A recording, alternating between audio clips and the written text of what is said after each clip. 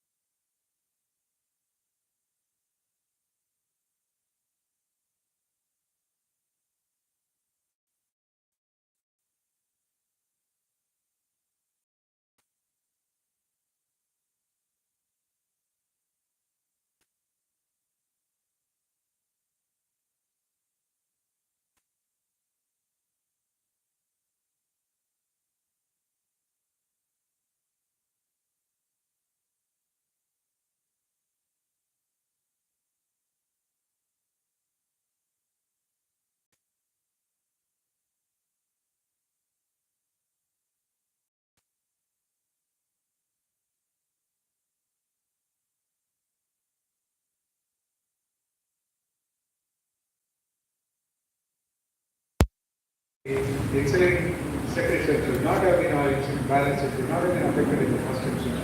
Having done it, now still there is a way out to lead a very productive. As far as the skin system is concerned, use a mild soap, not a soap which is very harsh on the skin. And have only warm water bath. Don't have a hot water bath, warm water bath. Protect yourself with the protective clothing in cold winter and escape from dry skin. And keep your skin moisturized with lotions, with moisturizing lotions, with oil bath and other the Ayurvedic ointments and so on. So keep them moisturized. So that's a very important one. And musculoskeletal system, then you find that muscles become weak, the distance between the bones they reduce, and then the danger of fall increases. And fall is a very, very, very major problem. Once you fall, you find that next you are in the chair, and next you are in the bed, and you find that it is not possible to take care of your own daily needs by yourself, and you go on to the dependency state that some assistance is required in order to assist you. It is absolutely essential that we do not go into the state of dependency. Interdependency is okay. Now, friends, relatives, and people and interdependency is very good, but dependency is very bad. And absolute independence is yet another matter. Absolute independence is never there in life unless you reach self-realization. There is no other path. There is no other path. Now, the pulmonary system is also a very important system, but however, if you are in environments which are pure and pollution free, then it is possible for you to manage it. The urinary system, frequent urination and the retention of urination, urinary tract infections, and prostate enlargement, so all these things are important. Then we have a very great problem about the dementia, the declining memory, progressing into Alzheimer's. So we need to do memory enhancing exercises, and our vision is reducing. So we need to have proper glasses and then see that we are able to manage only that much as our eyes permit. Hearing loss. So we need to see that we use hearing aids and then see that we sort of use methods, devices, and also loud frequencies. And only those frequencies which we can hear. In one thing, hearing loss is good that you don't have to hear gossip. Now, there is a very great problem with depression. We feel lonely, we feel socially secluded. And as a matter of fact, if you feel, what is all this happening? Why is this happening to me? Because of depression. So there are effects by which depression can be, as a matter of fact. Sleep disorders, sleep disability, then you need to sleep properly. The nutrition deficiencies, we eat all kinds of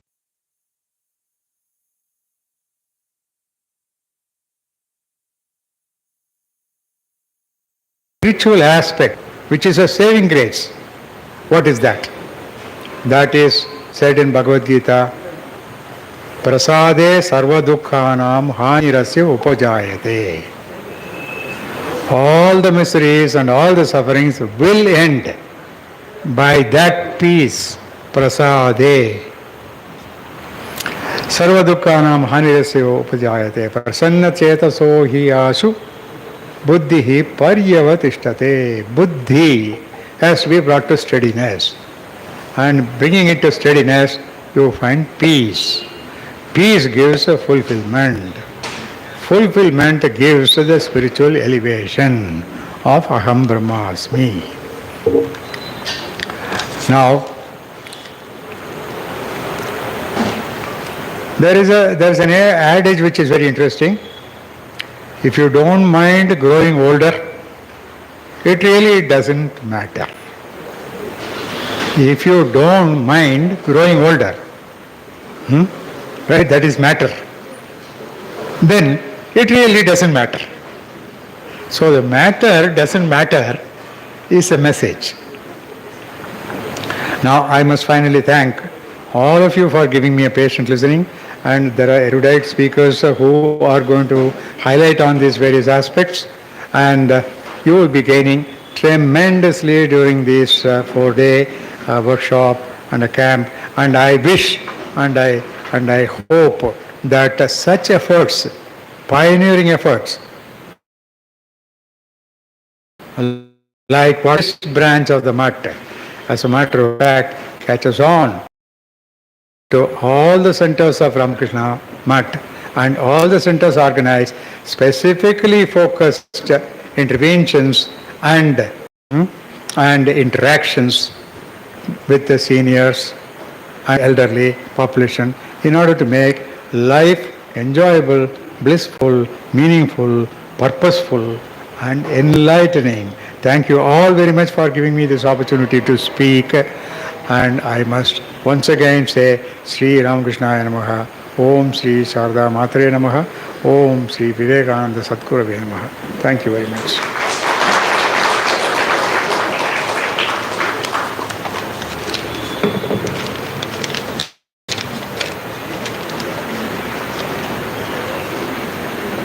Mani.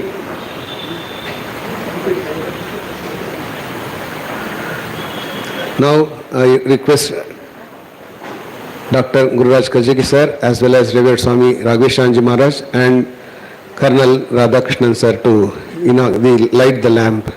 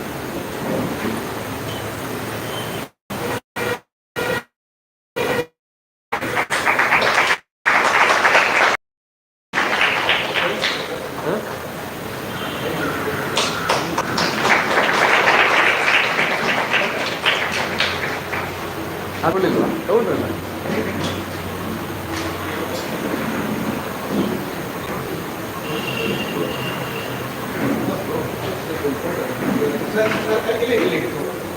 ಈಗ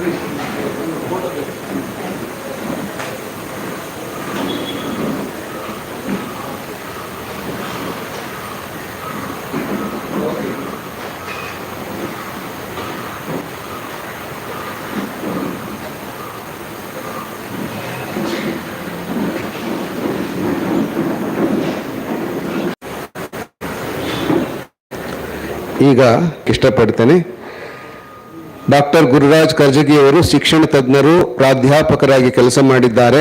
ಕರ್ನಾಟಕ ವಿಶ್ವವಿದ್ಯಾಲಯದ ರಸಾಯನ ಶಾಸ್ತ್ರದಲ್ಲಿ doctorate ಪಡೆದ ಇವರು 22ಕ್ಕೂ ಹೆಚ್ಚು ಸಂಶೋಧನಾ ಲೇಖನಗಳನ್ನು ದೇಶ ವಿದೇಶಗಳ ನಿಯತಕಾಲಿಕಗಳಲ್ಲಿ ಪ್ರಕಟಿಸಿದ್ದಾರೆ. ಸೃಜನಶೀಲತೆ, ಸಂವಹನ ಕಲೆ ಮುಂತಾದವುಗಳಲ್ಲಿ ಆಸಕ್ತಿ ಹೊಂದಿರುವ ಡಾಕ್ಟರ್ ಕರ್ಜಗಿಯವರು ತಮ್ಮ ಧನಾತ್ಮಕ ಚಿಂತನೆಗಳು, ಕಾರ್ಯಕ್ಷಮತೆ ಹಾಗೂ ಮಾನವೀಯ ಮೌಲ್ಯಗಳ ಬಗ್ಗೆ ಬರಹಕ್ಕೆ ಮತ್ತು ಉಪನ್ಯಾಸಗಳಿಗೆ ಭಾರತ ಮತ್ತು ವಿದೇಶಗಳಲ್ಲೂ ಹೆಚ್ಚು ಪರಿಚಿತರು. 70ಕ್ಕೂ ಹೆಚ್ಚು ಸಂಶೋಧನಾ ಲೇಖನಗಳನ್ನು ಬರೆದವರು, ಅಂಕಣಕಾರರು ಕೂಡ. ಅವರು ಬರೆದಂತಹ ಅಂಕಣಗಳು ಕರುಣಾಳು ಬಾ ಬೆಳಕೆ ಅನ್ನೋದು ಬಹಳ ಪ್ರಸಿದ್ಧವಾಗಿದೆ. ಅಷ್ಟೇ ಅಲ್ಲ, ಅವರು VVS ಪ್ರಥಮ ದರ್ಜೆ ಮಹಿಳಾ ಕಾಲೇಜಿನಲ್ಲಿ 16 ವರ್ಷಗಳ ಕಾಲ ಪ್ರಾಂಶುಪಾಲರಾಗಿ ಸೇವೆ ಸಲ್ಲಿಸಿದ್ದಾರೆ. ಹಾಗೂ ಜೈನ್ ಅಂತಾರಾಷ್ಟ್ರೀಯ ವಸತಿ ಶಾಲೆಯ ಸ್ಥಾಪಕರಾಗಿ, ಪ್ರಾಂಶುಪಾಲರಾಗಿ, ನಿರ್ದೇಶಕರಾಗಿ ಸೇವೆ ಸಲ್ಲಿಸಿದ್ದಾರೆ. ಅಂತಾರಾಷ್ಟ್ರೀಯ ಸೃಜನಶೀಲ ಅಧ್ಯಾಪನ ಕೇಂದ್ರದ ಸ್ಥಾಪಕ ನಿರ್ದೇಶಕರಾಗಿ ಸೇವೆ ಸಲ್ಲಿಸಿದ್ದಾರೆ. Is the chairman of academy for creative thinking. ಇವರು ಈಗ ಸೃಜನಶೀಲ ಅಧ್ಯಾಪನ ಕೇಂದ್ರದ ACT ಅದರ ಅಧ್ಯಕ್ಷರಾಗಿದ್ದಾರೆ. ಹೀಗೆ ಹಲವಾರು ಮುಖಗಳುಳ್ಳಂಥ ಅವರ ಒಂದು ಪ್ರತಿಭೆ ನಮಗೆ ಬಹಳ ಸ್ಫೂರ್ತಿದಾಯಕವಾದಂಥದ್ದು. ಪ್ರತಿ ವರ್ಷವೂ ಕೂಡ ದೇಶ ವಿದೇಶಗಳಿಗೆ ಹೋಗಿ ಅಲ್ಲಿ ಅಮೇರಿಕ ಮತ್ತಿತರ ಏನು ನಾವು ಅಡ್ವಾನ್ಸ್ ಕಂಟ್ರೀಸ್ ಅಂತ ಹೇಳ್ತೀವಿ, ಅಲ್ಲೆಲ್ಲ ಹೋಗಿ ನಮ್ಮ ಭಾರತ ಮತ್ತು ಭಾರತೀಯ ಸಂಸ್ಕೃತಿಯ ಬಗ್ಗೆ ಒಳ್ಳೆಯ ಅಭಿಪ್ರಾಯ ಮೂಡುವಂತೆ ಅವರು ಉಪನ್ಯಾಸಗಳನ್ನು ನೀಡ್ತಾ ಬಂದಿದ್ದಾರೆ. ಅವರ ಉಪನ್ಯಾಸಗಳು ಸಾಕಷ್ಟು ವಿಡಿಯೋಗಳನ್ನು ನೀವು ಯೂಟ್ಯೂಬ್ನಲ್ಲೂ ಕೂಡ ನೋಡ್ಬೋದು. ನಾವು ಎಷ್ಟೋ ಸಲ ಕೇಳಿ ಅದರಿಂದ ಬಹಳ ಪ್ರಭಾವಿತರಾಗಿದ್ದೇವೆ. ಅಂತಹ ಸೃಜನಶೀಲ ಶಿಕ್ಷಣ ತಜ್ಞರು, ಪ್ರಾಧ್ಯಾಪಕರು ನಮ್ಮೊಡನೆ ಇರುವುದು ಬಹಳ ಸಂತೋಷ. He has accepted our kind invitation to come over here to inaugurate this senior citizen workshop and also give inaugural address. I request respected Dr. Gururaj Karjagi to give his inaugural address.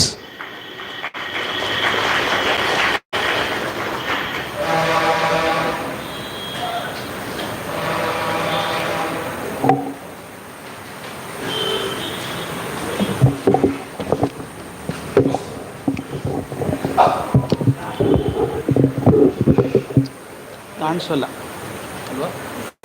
ಕಾಣಿಸೋದಿಲ್ಲ.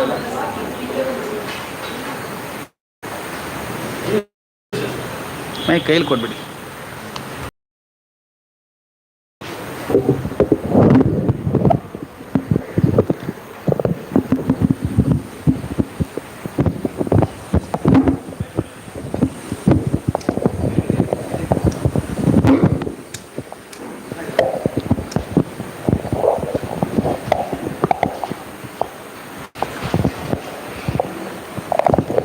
ಸ್ಥಾಪಕಾಯ ಚ ಧರ್ಮಸ್ಯ ಸರ್ವಧರ್ಮ ಸ್ವರೂಪಿಣೆ ಅವತಾರ ವರಿಷ್ಠಾಯ ಶ್ರೀರಾಮಕೃಷ್ಣಾಯ ತೇ ನಮಃ.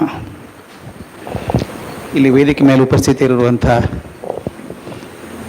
ಗುರುಗಳಿಗೆ ತಮ್ಮೆಲ್ಲರಿಗೂ ನನ್ನ ಪ್ರಣಾಮಗಳನ್ನು ಮೊದಲು ಸಲ್ಲಿಸಬೇಕು.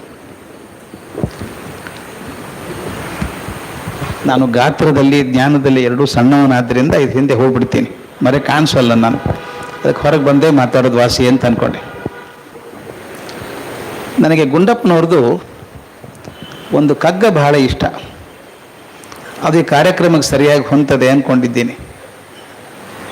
ತಿಳಿವು ಆವುದು ಇಳೆಗೆ ಯುಗ ಯುಗದ ಬೆಳಕಾಗಿತ್ತೋ, ಹಳದೆಂದು ನೀನದನ್ನು ಕಳೆಯುವ ಮರುಳೆ, ತಳಹದಿಯಲ್ತೆ ನಮ್ಮೆಲ್ಲ ತಿಳಿವಿಂಗೆ ಹಳೆ ಬೇರು ಹೊಸ ತಳಿರು ಮಂಕುತಿಮ್ಮ. ತುಂಬ ಇಷ್ಟದ ಮಾತಿದ್ದು. ತಿಳಿವು ಯಾವುದು ಇಳೆಗೆ, ಯಾವ ತಿಳಿವು ನಮ್ಮ ಜಗತ್ತಿಗೆ ಯುಗ ಯುಗದ ಬೆಳಕಾಗಿತ್ತೋ, ಯುಗ ಯುಗಕ್ಕೆ ಬೆಳಕನ್ನು ಕೊಟ್ಟಿತ್ತೋ, ಹಳದೆಂದು ನೀನು ಅದನ್ನು ಕಳೆಯುವ ಮರಳೆ, ಅದು ಹಳೇದು ಬಿಡು ಬಿಟ್ಟು ಬಿಡು ಅಂತ ತೆಗೆದು ಹಾಕೋಕ್ಕಾಗತ್ತಾ? ತೆಗೆದು ಹಾಕಬೇಡಿ. ಯಾಕಂದರೆ ತಳಹದಿಯಲ್ತೆ ಅದು ನಮ್ಮೆಲ್ಲ ಹೊಸ ತಿಳಿವಿಂಗೆ, ಹೊಸ ತಿಳಿವು ಅಂತೇನಿದೆಯೋ ಎಲ್ಲಕ್ಕೂ ತಳಹದಿ ಅಲ್ವಾ ಅದು. ಅದಕ್ಕೆ ಹೇಳ್ತಾರೆ ಹಳೆ ಬೇರು ಹೊಸ ತಳಿರು ಮಂಕುತಿಮ್ಮ. ಬೇರು ಹಳೇದು ಇರಬೇಕು, ತಳಿರು ಹೊಸದಿರಬೇಕು. ಎಷ್ಟು ಬೇರು ಹಳೇದಾಗಿರ್ತದೋ ಅಷ್ಟು ಮರ ಭದ್ರ ಆಗಿರ್ತದೆ. ಮರ ಭದ್ರ ಆಗೋದು ಎಲೆಗಳಿಂದ ನಿಜ, ಶಕ್ತಿ ಕೊಡುತ್ತೆ ಎಲೆ, ಆದರೆ ಬೇರಿನಿಂದನೇ ಸತ್ವ ಹೀರ್ಕೋಬೇಕಾದದ್ದು. ಹಾಗೆ ಹಳೆ ಬೇರು ಹೊಸ ತಳಿರು ಅಂದಾಗ ನನಗೆ ಸ್ವಾಮೀಜಿ ಫೋನ್ ಮಾಡಿ ಸೀನಿಯರ್ ಸಿಟಿಸನ್ಸ್ ಒಂದು ವರ್ಕ್ಶಾಪ್ ಇದೆ ಬರಬೇಕು ಅಂದರು. ನಾನು ಅದ್ರಲ್ಲಿ ಸೀನಿಯರ್ ಸಿಟಿಸನ್ನೇ. ಅದರಿಂದ ಇವತ್ತೇನು ಮಾತಾಡ್ತೀನಿ ಅದು ನನ್ನನ್ನು ಸೇರಿಸ್ಕೊಂಡೇ ಹೇಳುವಂಥದ್ದು. ಈ ಬಹಳ ಮುಖ್ಯವಾಗಿರುವಂಥದ್ದು. ಅದೇನೋ ನಮ್ಮನ್ನು ಸೀನಿಯರ್ ಸಿಟಿಸನ್ ಅಂತ ಕರೆದ್ಬಿಟ್ರು. ನಮ್ಮ ಕರ್ನಲ್ ಸಾಹೇಬರು ಹೇಳಿಬಿಟ್ರು 60 ಆದ ತಕ್ಷಣ ನೀವು ಸೀನಿಯರ್ ಸಿಟಿಸನ್ ಆಗಿಬಿಡ್ತೀರಿ ಅಂತ. ನಾವು ಆಗಬೇಕು ಅಂತ ಮನಸ್ಸಿತ್ತು ಎಲ್ಲೋ ಗೊತ್ತಿಲ್ಲ, ಆಗಿಬಿಟ್ಟಿದ್ದೇವೆ. ನಾನು ಒಂದು ವಯಸ್ಸಾದವ್ರದ್ದು ಹಿರಿಯರದು ಸಭೆಗೆ ಹೋಗಿದ್ದೆ. ಅವ್ರು ಮಾತಾಡ್ತಾ ಕೇಳಿದೆ ಹೇಗೆ ಅನಿಸುತ್ತೆ ಅಂತ. ಏನು ಅನಿಸುತ್ತೆ ಸ್ವಾಮಿ ಅಂದರು ಅವರು. ವಯಸ್ಸಾದವ್ರಿಗೆ ಏನೂ ಚಾನ್ಸೇ ಇಲ್ಲ ಈಗ, ಎಲ್ಲ ಹುಡುಗರದೇ ಜಮಾನ. ನೋಡಿ, ಕ್ರಿಕೆಟಲ್ಲಿ 32 ಆದರೆ ವಯಸ್ಸಾಯಿತು ರಿಟೈರ್ ಆಗು ಅಂತಾರೆ. ಟೆನ್ನಿಸಲ್ಲಿ 28 ಆದರೂ ಸಾಕು ಅಂತಾರೆ. ಹಳಬರಿಗೆ ಏನು ಕೆಲಸ ಇದೆ ಸ್ವಾಮಿ? ಎಲ್ಲ ಹುಡುಗರೇ ತಾನೇ ಮಾಡೋದೀಗ, ಅವ್ರದ್ದೇ ಜಗತ್ತು. ಅವ್ರ ಜೊತೆ ಇರೋದು ಜಾಸ್ತಿ ನನ್ನ ಮಕ್ಕಳ ಜೊತೆಗೆ. ಅವ್ರು ಹೇಳಿದ್ರೆ ಈ ಮುದುಕ ಸರ್ ಬೆಳಕೆ ಬಿಡಲ್ಲ ಸರ್. ಒಬ್ಬರಾದರೂ ಪ್ರಧಾನಮಂತ್ರಿ, ರಾಷ್ಟ್ರದ ರಾಷ್ಟ್ರಪತಿ 6 ವರ್ಷ ಕೆಳಗೆ ಆಗಿದ್ದಾರೆ ಸರ್? ಯಾರಾದರೂ ಒಬ್ಬರು ಆಗಿಲ್ಲಲ್ಲ. ರಾಜೀವ್ ಗಾಂಧಿ ಒಬ್ಬರನ್ನು ಬಿಟ್ಟರೆ ಪ್ರಧಾನಮಂತ್ರಿ ಯಾರಾದರೂ ಆಗಿದ್ದಾರೆ 60 ವರ್ಷದ ಕೆಳಗೆ? ಚಾನ್ಸೇ ಕೊಡಲ್ಲ ಸರ್. 80 ವರ್ಷ ಅದು ಅಧಿಕಾರ ಹಿಡ್ಕೊಂಡೆ ಕೂತಿರ್ತಾರೆ, ನಾವೇನು ಮಾಡೋದು? ಈ ಜಗತ್ತು ನಮ್ದಲ್ಲ, ವಯಸ್ಸಾದವ್ರದ್ದು ಅಂತ ಅವರಂದರು. ನಾನು ಅಂದ್ಕೊಂಡೆ ಎರಡು ಅರ್ಧ ಸತ್ಯಗಳು ಅಲ್ಲ. ಈ ಪ್ರಪಂಚ ಹಿರಿಯರದು ಹೌದು, ಕಿರಿಯರದು ಹೌದು. ಬೇರಿಲ್ಲದೆ ಗಿಡ ಇಲ್ಲ, ತಡಿಲಿಲ್ಲದೆ ಹೋದರೆ ಬೇರೆ ಶಕ್ತಿ ಸಿಗಲ್ಲ. ಅದರಿಂದ ಎರಡೂ ಸೇರ್ಕೊಂಡು ಮಾತ್ರ ಇರಬೇಕಾದಂಥದ್ದು ಅಂತ. ನಾವು ಸಾಮಾನ್ಯ ಒಂದು ಕಂಪ್ಲೇಂಟ್ ಇದೆ ನಮ್ಮ ಹಿರಿಯರದೆಲ್ಲರದು. ಈಗಿನ ಮಕ್ಕಳಿಗೆ ಸಂಸ್ಕೃತಿ ಇಲ್ಲ ರೀ, ಕಲ್ಚರೇ ಬರಲಿಲ್ಲ ಹುಡುಗರಿಗೆ ಅಂತ ನಾವು ಸಾಮಾನ್ಯವಾಗಿ ಗೊಣಗೋದುಂಟು. ನಾನು ದಯವಿಟ್ಟು ಗೊಣಗಬೇಡಿ ಅಂತ ಹೇಳ್ತೀನಿ. ಯಾಕೆ ಗೊಣಗಬೇಡಿ ಅಂತೀನಿ ಅಂದರೆ, ಸಂಸ್ಕೃತಿ ಮಕ್ಕಳಿಗೆ ಬಂದಿಲ್ಲ ಅಂದರೆ ನಮ್ಮ ಮೇಲೆ ಬರುತ್ತೆ. ಮತ್ತೆ ನಿಮಗೆ ಸಂಸ್ಕೃತಿ ಬಂದಿದ್ರೆ ಇಂಗ್ಲೀಷಲ್ಲೂ ಕೇಳ್ತಾ ಸ್ವಲ್ಪ ಮಾಡ್ತೀರಿ. When my Kannada fails, I'll go to English. When English fails, I'll go to Kannada. I am poor in both. I can manage. ಅದು ಪ್ರಶ್ನೆ ಬಂದಿದ್ದು ಹೇಗೆ? ಮಕ್ಕಳಿಗೆ ಸಂಸ್ಕೃತಿ ಇಲ್ಲ ಅಂತ ಬೈತೀವಲ್ಲ, ಬೈಬೇಡಿ.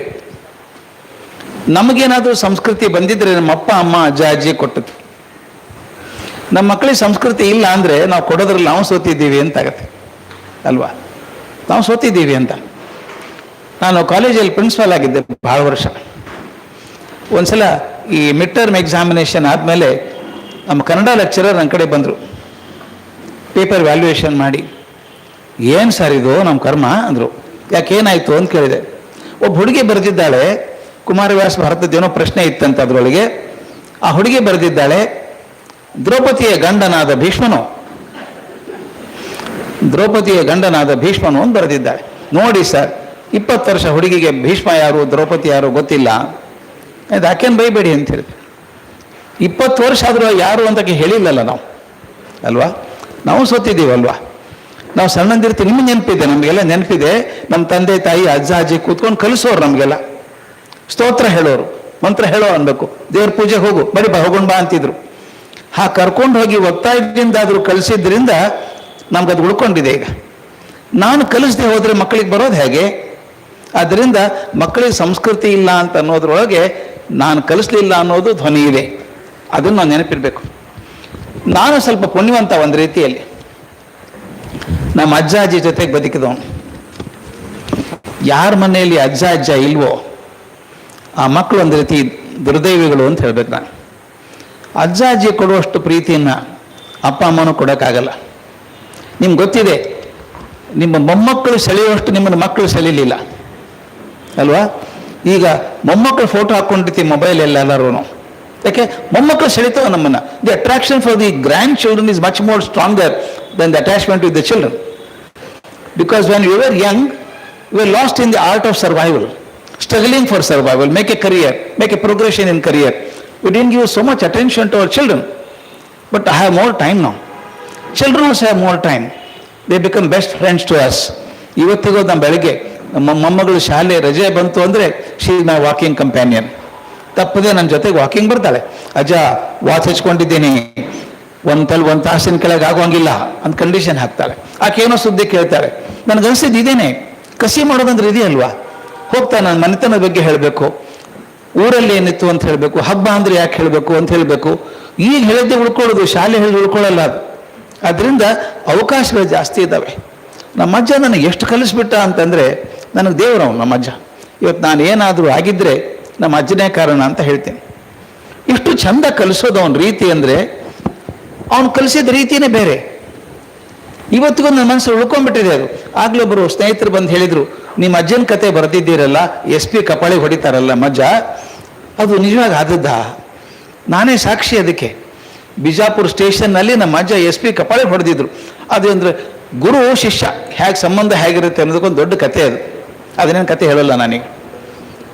ಆದರೆ ನಮ್ಮ ಅಜ್ಜ ಹೇಳೋದು, ನಾವು ಬಾಗಲಕೋಟೆ ಅಂತ ಒಂದು ಊರು ಉತ್ತರ ಕರ್ನಾಟಕದಲ್ಲಿ, ಅಲ್ಲಿದ್ವಿ. ಬೆಳಿಗ್ಗೆ ತರಕಾರಿ ತರೋಕೆ ನಮ್ಮ ಅಜ್ಜ ಹೋಗ್ಬೇಕು. ಬಿಜಾಪುರದ ಜಿಲ್ಲೆ, ಬಿಜಾಪುರ ಜಿಲ್ಲೆ ಬಾಗಲಕೋಟೆ ಅಂದರೆ ಅವಾಗ ಬಿಸಿಲು ಜಾಸ್ತಿ, ವಿಪರೀತ ಬಿಸಿಲು, ವೆರಿ ಹಾಟ್. ಅವೇನು ಮಾಡ್ತಿದ್ದ ನಮ್ಮ ಅಜ್ಜ, ಸಾಮಾನ್ಯ ನಾವು ಕೈ ಹಿಡ್ಕೋತೀವಿ ಮಕ್ಕಳದಲ್ವಾ, ಅವನು ಎಂದೂ ಕೈ ಹಿಡ್ಕೊಳ್ಳಿಲ್ಲ. ನಾನು ಕೈ ಹಿಡ್ಕೊಳ್ಳಲ್ಲ, ನಾನು ನೆರಳಲ್ಲೇ ಬರ್ಬೇಕು, ನೀನು ತಲೆಗೆ ಒಂದು ಟೋಪಿ ಹಾಕ್ಬಿಡೋನು ಬಿಸಿಲು ಜಾಸ್ತಿ ಅಂತ. ನಾನು ಹೋಗ್ತಾ ಇರ್ತೀನಿ, ನಿನ್ನ ಕೈ ಹಿಡ್ಕೊಳ್ಳಲ್ಲ, ನನ್ನ ನೆರಳು ಬರುತ್ತಲ್ಲ ನೆರಳು, ಅದರೊಳಗೆ ಬರ್ಬೇಕು ನೀನು, ಬಿ ಇನ್ ಮೈ ಶ್ಯಾಡೋ. ಬೆಳಗ್ಗೆ ಹೊರಟ್ರೆ ಶುರುಪ್ಪ ಕೆಲಸ. ಅವನು ಎಲ್ಲೆಲ್ಲಿ ತಿರುಗ್ತಾನೆ, ನೆರಳು ತಿರುಗ್ತದಲ್ಲ, ನಾನು ಸುತ್ತ ಸುತ್ತ ಸುತ್ತ ಓಡಾಡ್ಬೇಕು, ಅವ್ನು ನೆರಳಲ್ಲೇ ಇರಬೇಕು ಅಂತ. ಹೀಗೆ ನಡೀತ ಒಂದು ಸ್ವಲ್ಪ ದಿವಸ. 1-2 ವರ್ಷ ಆದಮೇಲೆ ನಾನು ಎತ್ತರ ಆಗಿದ್ದೆ, ಅವನ ನೆರಳು ಸಾಕಾಗಲಿಲ್ಲ. ನನ್ನ ಅಜ್ಜನಿಗೆ ಅಜ್ಜ ನಿನ್ನ ನೆರಳು ಸಾಕಾಗಲ್ಲ ನನಗೀಗ ಅಂದೆ. ಒಂದು ದಿವಸ ಕೂಡಿಸ್ಕೊಂಡು ಎಷ್ಟು ಚಂದ ಹೇಳ್ದ ಗೊತ್ತಾ, ನೋಡೋ ಮಗು, ನೀ ಸಣ್ಣವನಿದ್ದಾಗ ಮತ್ತೊಬ್ಬರ ನೆರಳಲ್ಲೇ ಬದುಕಬೇಕು, ದೊಡ್ಡವನಾದ್ಮೇಲೆ ಮತ್ತೊಬ್ಬರ ನೆರಳು ಹುಡ್ಕೊಂಡು ಅಡ್ಡಾಡ್ಬೇಡ, ನಿನ್ನ ನೆರಳು ನೀನೇ ಸೃಷ್ಟಿ ಮಾಡ್ಕೊ. ಎಂಥ ಅದ್ಭುತ ಮಾತಲ್ವ ಅದು. ಸಣ್ಣವರಿದ್ದಾಗ ದೊಡ್ಡವರ ನೆರಳಲ್ಲಿ ಇರಬೇಕು, ನೀನು ಅವ್ರು ಹೇಳ್ದಂಗೆ ಕೇಳಬೇಕು, ಬೆಳಿಬೇಕು. ದೊಡ್ಡವನಾದ ನನ್ನ ನೆರಳು ಹುಡ್ಕೊಂಡು ಅಡ್ಡಾಡ್ಬೇಡ, ನೀನು ನೆರಳು ನೀನೇ ಸೃಷ್ಟಿ ಮಾಡ್ಕೋಬೇಕು. ಎಂಥ ಜೀವನದ ಪಾಠ ಆಗಿ ಉಳ್ಕೊಳ್ತು ನನಗೆ. ಅಂಗಡಿ ಕರ್ಕೊಂಡು ಹೋಗೋನು, ತರಕಾರಿ ಇಲ್ಲ, 50 ತರಕಾರಿ ಇದೆ, ನಿನಗೇನು ಬೇಕಾದ ಆರಿಸ್ಕೊಂಬಾರೋ, ಅದ್ರ ಬಗ್ಗೆ ತಕರಾರು ಮಾಡಬೇಡ, ಅದನ್ನೇ ಇಟ್ಟಿದ್ದೀರಿ ಅಂತ ತಕರಾರು ಮಾಡಬೇಡ, ಅದು ಬೇಕಾದವ್ರು 4 ಜನ ಇದ್ದಾರೆ ಅಲ್ವಾ, ಅದನ್ನೇ ಇಟ್ಟಿದ್ದೀರಿ ಹಾಗಲಕಾಯಿ ಅನ್ಬೇಡ, ಹಾಗಲಕಾಯಿ ಬೇಕಾದವ್ರು 4 ಜನ ಇದ್ದಾರೆ. ಅಂದರೆ ಜೀವನದಲ್ಲಿ ನಿನಗೆ ಏನು ಬೇಕೋ ಅದನ್ನ ಆರಿಸ್ಕೋ. Choose what you want from life. Don't complain about what you don't want. Why do you want to complain? Don't criticise anybody. It has become such an important thing in my life. I can't criticize anybody. It's my weakness, also my strength. I can't criticize anybody. This is their point of view. Who am I to criticize their point of view? ಅಲ್ವಾ? ಅವ್ರನ್ನ ಯಾಕೆ ಟೀಕೆ ಮಾಡ್ಬೇಕು ನಾನು? ನನಗೇನು ಬೇಕು ಆರಿಸ್ಕೊಂಬರೋಣ. ಎಷ್ಟು ಚಂದ ಹೇಳ್ತಿದ್ದ ಅಂದರೆ, ಬಾಳೆಹಣ್ಣು ತೊಗೊಂಬರಕ್ಕೆ ಹೋಗ್ತೀರಾ ನೀವು, ಆ ಗೊನೆ ತೂಗು ಹಾಕಿದ್ದಾರೆ, ಚೌಕಾಸಿ ಮಾಡ್ತೀವಿ, ಯಾಕಪ್ಪ ಇಷ್ಟು ಕಮ್ಮಿ ಮಾಡಲ್ಲ ರೇಟು ಅಂತ ಬಾರ್ಗೇನ್ ಮಾಡಿದ್ರು ಕೂಡ ಕೊಳೆತು ಬಾಳೆಹಣ್ಣು ತೊಗೊಂಬರ್ತೀರಾ ನೀವು? ಅದರಲ್ಲಿ ಆರಿಸಿ ಒಳ್ಳೇದು ಕಪ್ಪಾಗಿದೆ ಬೇಡ, ಇದು ಕೊಡು ಅಂತ ಆರಿಸ್ಕೊಂಡ್ ಬರ್ತೀರಲ್ಲ. ನಮ್ಮ ಅಜ್ಜ ಹೇಳೋನು, ಒಂದು ದಿವಸ ತಿಂದು ಮುಗಿಸೋದಂತ ಬಾಳೆಹಣ್ಣಿಗೆ ಇಷ್ಟು ಆಯ್ಕೆ ಇರಬೇಕಾದ್ರೆ ನಿನ್ನ ಜೀವನಕ್ಕೆ ಒಳ್ಳೆ ಆಯ್ಕೆ ಇರೋದು ಬೇಡನೋ? ಅಲ್ಲ, ಜೀವನಕ್ಕೆ ಒಳ್ಳೆ ಆಯ್ಕೆ ಬೇಡವಾ? ಒಂದು ದಿವಸ ತಿಂದು ಮುಗಿಸುವಂತ ಬಾಳೆಹಣ್ಣಿಗೆ ಇಷ್ಟು ಆಯ್ಕೆ ಮಾಡ್ಕೊ, ಇದು ಕಪ್ಪಾಗಿದೆ ಬೇಡ, ಇದು ಚೆನ್ನಾಗಿರೋದು ಕೊಡು ಅಂತ ಆರಿಸ್ಕೋತಿಯಲ್ಲ. ಹಾಗ ನೀನು ಜೀವನದಲ್ಲಿ ಬದುಕಬೇಕಾದ್ರೆ ಒಳ್ಳೆದನ್ನ ಆರಿಸ್ಕೊಂಬ. ಕೆಟ್ಟದ್ದು ರಾಡಿ 3 ಇದೆ, ನಿನ್ನ ಸಂಬಂಧ ಇಲ್ಲ ಅದು. ಎಷ್ಟು ಚಂದದ ಮಾತಲ್ವಾ? ನನ್ನ ಜೀವನ ನನಗೆ ಸಂಭ್ರಮ ಆಗಬೇಕಾದ್ರೆ, ಸಂತೋಷ ಆಗಬೇಕಾದ್ರೆ ಒಳ್ಳೆಯದನ್ನೇ ಆರಿಸ್ಕೋಬೇಕು ನಾನು. ಯಾಕೆ ದಿನ ಪೇಪರ್ ನೋಡ್ಬಿಟ್ಟು ಅದ್ರಕ್ಕೂ ಕಷ್ಟಪಡ್ತೀರಿ? ನೋಡ್ರಿ ಹಂಗಾಯ್ತು ಹಿಂಗಾಯ್ತು, ಯಾಕೆ ಬಿಡಿ ಅದನ್ನು, ಆ ಪೇಜ್ ಬಿಟ್ಬಿಡಿ. ನಮ್ಮ ಸ್ವಭಾವನೇ ಆಗಿದೆ. ಏನು ಅಂದರೆ ಹುಡುಕಾಡಿ ತಪ್ಪನ್ನೇ ನೋಡುವಂಥದ್ದು. ಒಂದು ದೊಡ್ಡ ಸ್ಕ್ರೀನ್ ಮೇಲೆ, ಬಿಳಿ ಸ್ಕ್ರೀನ್ ಮೇಲೆ ಒಂದು ಹನಿ ಮಸಿ ಹಾಕಿ, ಕಪ್ಪು ಮಸಿ ಮಧ್ಯದಲ್ಲಿ, 100 ಮಂದಿನ ಕೇಳಿ ಏನಿದೆ ಸ್ಕ್ರೀನ್ ಮೇಲೆ, what is there on the screen? Put a black dot on the big white screen and ask 100 people what is there on the screen. 99 would say there's a black spot on the white screen. Why do you see the black spot? There is so much of white around it. ಅಷ್ಟೊಂದು ಬಿಳಿ ಇರಬೇಕಾದ್ರೆ ನಮ್ಮ ಕಪ್ಪು ಬಣ್ಣನೇ ಯಾಕೆ ಕಾಣಿಸುತ್ತೆ ನನಗೆ? ನಮ್ಮ ಸ್ವಭಾವ ಆಗಿದೆ. ದಯವಿಟ್ಟು ನ್ಯೂಸ್ ಪೇಪರ್ ತೆಗೆದು ನೋಡಿ, ಯಾವತ್ತಿನ ದಿವಸನೇ ನ್ಯೂಸ್ ಪೇಪರ್. ಪ್ರಧಾನಮಂತ್ರಿಗಳಿಗೆ ಅಥವಾ ರಾಜ್ಯದ ಮುಖ್ಯಮಂತ್ರಿ ನೆಗಡಿ ಆಗಿದೆ, ಫಸ್ಟ್ ಪೇಜಲ್ಲೇ ಬರುತ್ತೆ. ಯಾವುದೋ ಕೊಲೆ ಆಗಿದೆ, ಫಸ್ಟ್ ಪೇಜಲ್ಲೇ ಬರುತ್ತೆ. ಯಾವನೋ ಆಟೋ ರಿಕ್ಷಾ ಡ್ರೈವರು ಒಬ್ರು ಹೆಂಗ್ಸು ತನ್ನ ಪರ್ಸ್ ಮರ್ತು ಹೋಗಿದ್ದಾಳೆ ಆಟೋ ರಿಕ್ಷಾದಲ್ಲಿ. ಆತ ತೆಗೆದು ನೋಡಿ, ಅಡ್ರೆಸ್ ನೋಡಿ ಮನೆಗೆ ಹೋಗಿ ಕೊಟ್ಟು ಬಂದ. ಅದೊಂದು 4 ಲಕ್ಷ ರೂಪಾಯಿದ ಆಭರಣ ಇತ್ತು.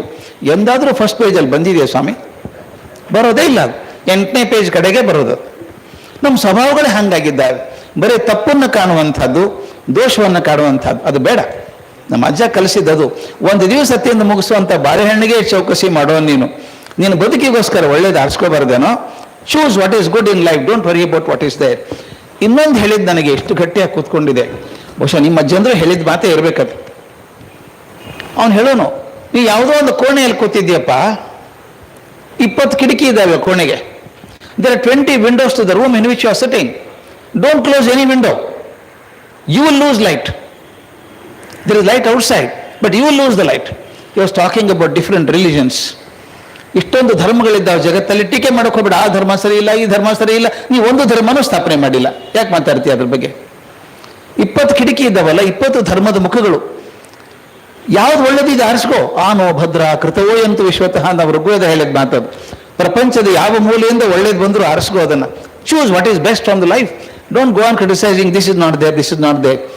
ಅದು ಎಷ್ಟರ ಮಟ್ಟಿಗೆ ನನಗೆ ಅನುಭವ ಆಗ್ಬಿಡ್ತು ಅಂದರೆ, ಇವತ್ತಿಗೂ ನನಗೆ ಜಾತಿ ಅಂತ ಕೇಳೋ ಮಾತೇ ಬರಲ್ಲ. ನಾನು ಅಜ್ಜ ಕಲಿಸಿದ್ದು. ನಾನು ಯಾಕೆ ಹೇಳ್ತೀನಿ ಅಂದರೆ, ಸೀನಿಯರ್ ಸಿಟಿಸನ್ ಜವಾಬ್ದಾರಿ ಅದು. ಮಕ್ಕಳಿಗೆ ಹೇಳಬೇಕಾದದ್ದನ್ನು ಒಳ್ಳೆಯದನ್ನೇ ಹೇಳಬೇಕು, ನಾವು ಒಳ್ಳೆಯದನ್ನೇ ಕಲಿಸಿ ಹೇಳಬೇಕು. ನನಗೊಂದು ವಿಷಯ ಹೊಲಿಯೋದು. ಈ ಕಾಟನ್ ಇದೆಯಾ, ಹತ್ತಿ ಇದೆಯಲ್ಲ, think of the best cotton, we call the Egyptian cotton. The length of ಈ strand is not more than 2 inches.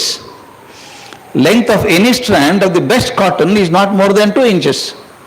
But how can this make a rope of 100 meters? ಇರೋದೇ 2 ಇಂಚ್ ಅದು ಎಳೆ ಇರುವಂಥದ್ದು.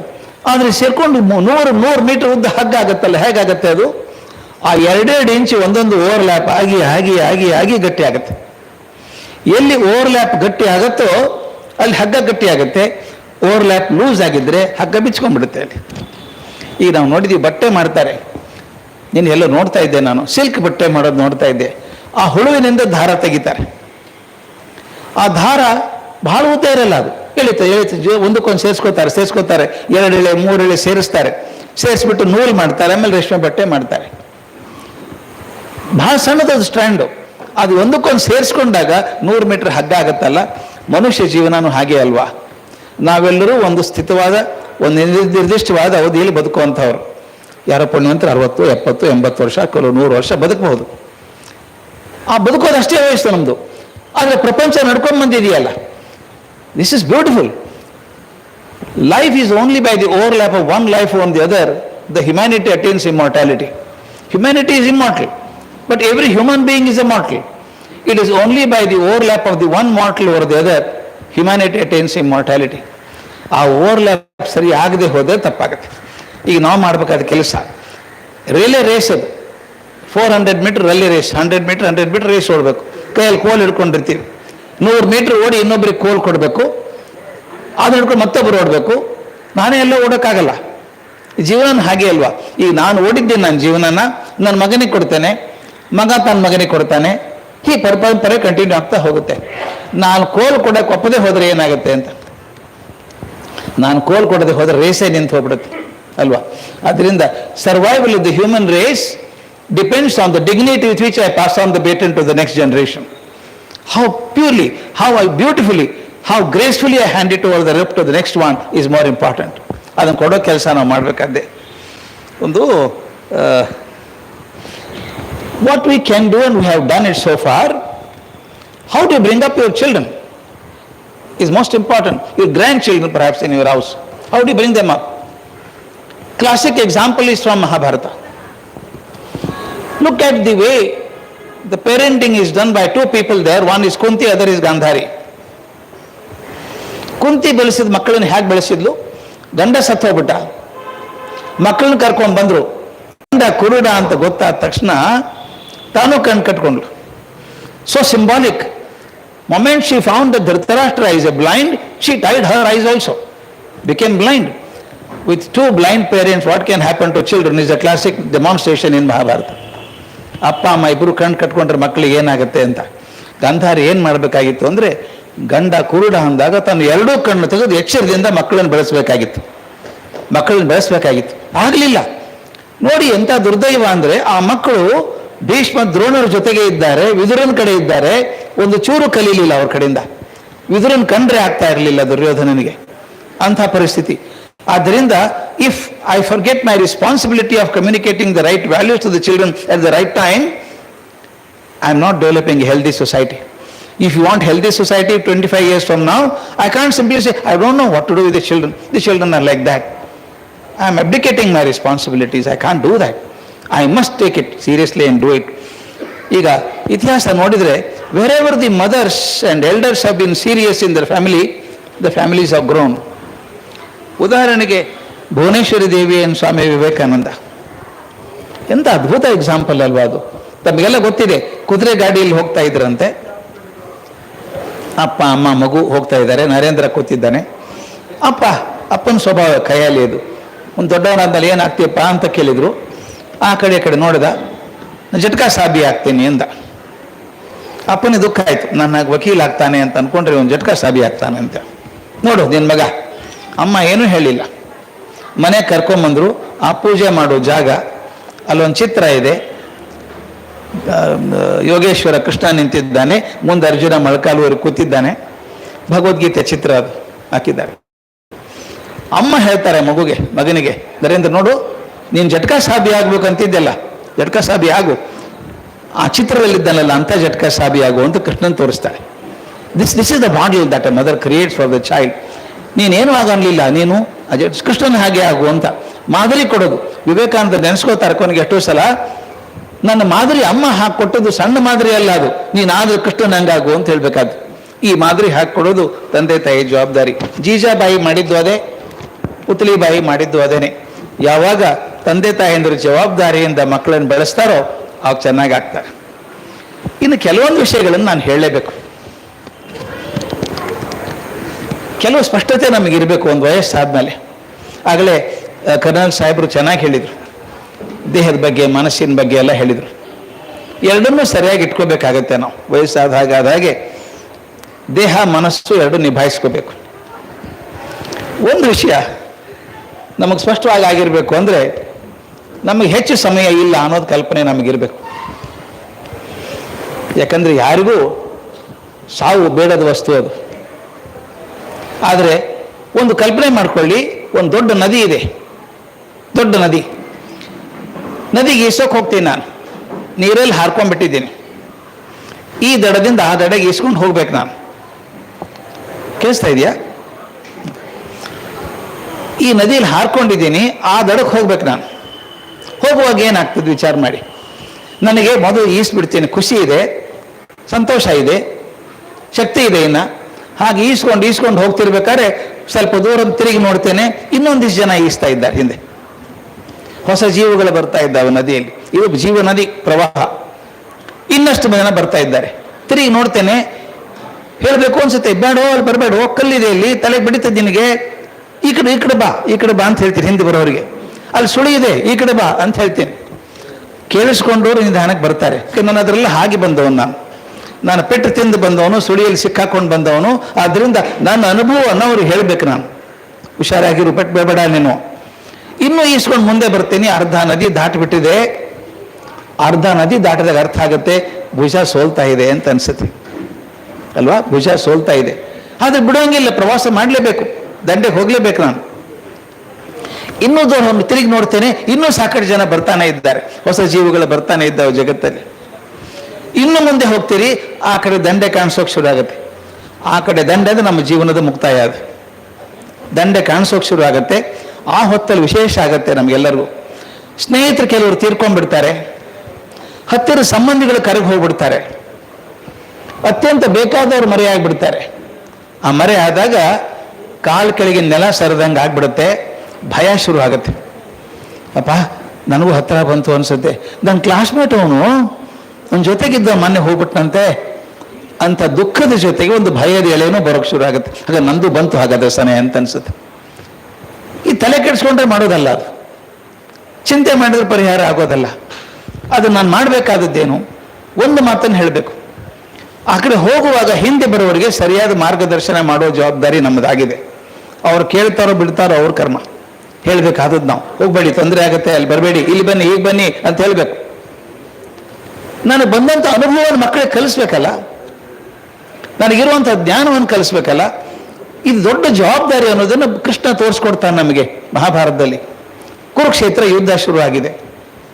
ಯುದ್ಧ ನಡೀತು, ಘನಘೋರ ಯುದ್ಧ ಆಯಿತು. 14-15 ದಿವಸ ಆಯಿತು.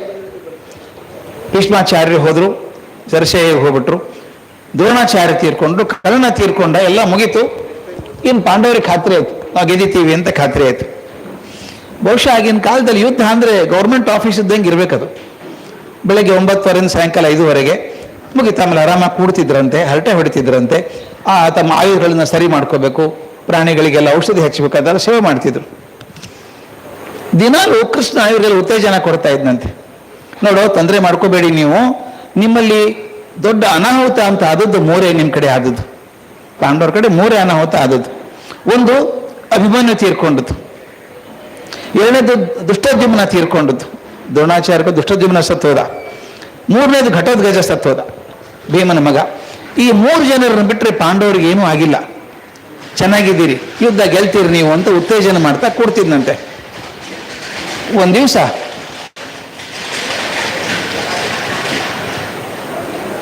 ದಿವಸ ಸಾಯಂಕಾಲ ಹೀಗೆ ಕೂತ್ಕೊಂಡಾಗ ದಯವಿಟ್ಟು ಈ ಮಾತನ್ನು ಗಮನಿಸ್ಬೇಕು.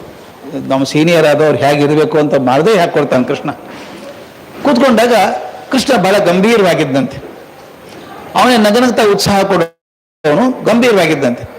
ಧರ್ಮರಾಜ ಕೇಳ್ತಾನೆ, ಯಾಕೆ ಕೃಷ್ಣ ಬಹಳ ಗಂಭೀರವಾಗಿ ಕೂತಿದೆಯಲ್ಲ ಅಂತ. ಅವಾಗ ಹೇಳ್ತಾನೆ, ಏನು ಮೂರ್ಖರಿದ್ದೀರಿ ನೀವು, ಸೂರ್ಯಾಸ್ತ ಆಗ್ತಾ ಇದೆ, ಅದ್ರ ಕಲ್ಪನೆ ಇಲ್ಲ ನಿಮಗೆ ಅಂದ. ಅರ್ಜುನ ಸ್ವಲ್ಪ ಸಲಿಗೆ ಜಾಸ್ತಿ ಕೃಷ್ಣನ ಜೊತೆಗೆ.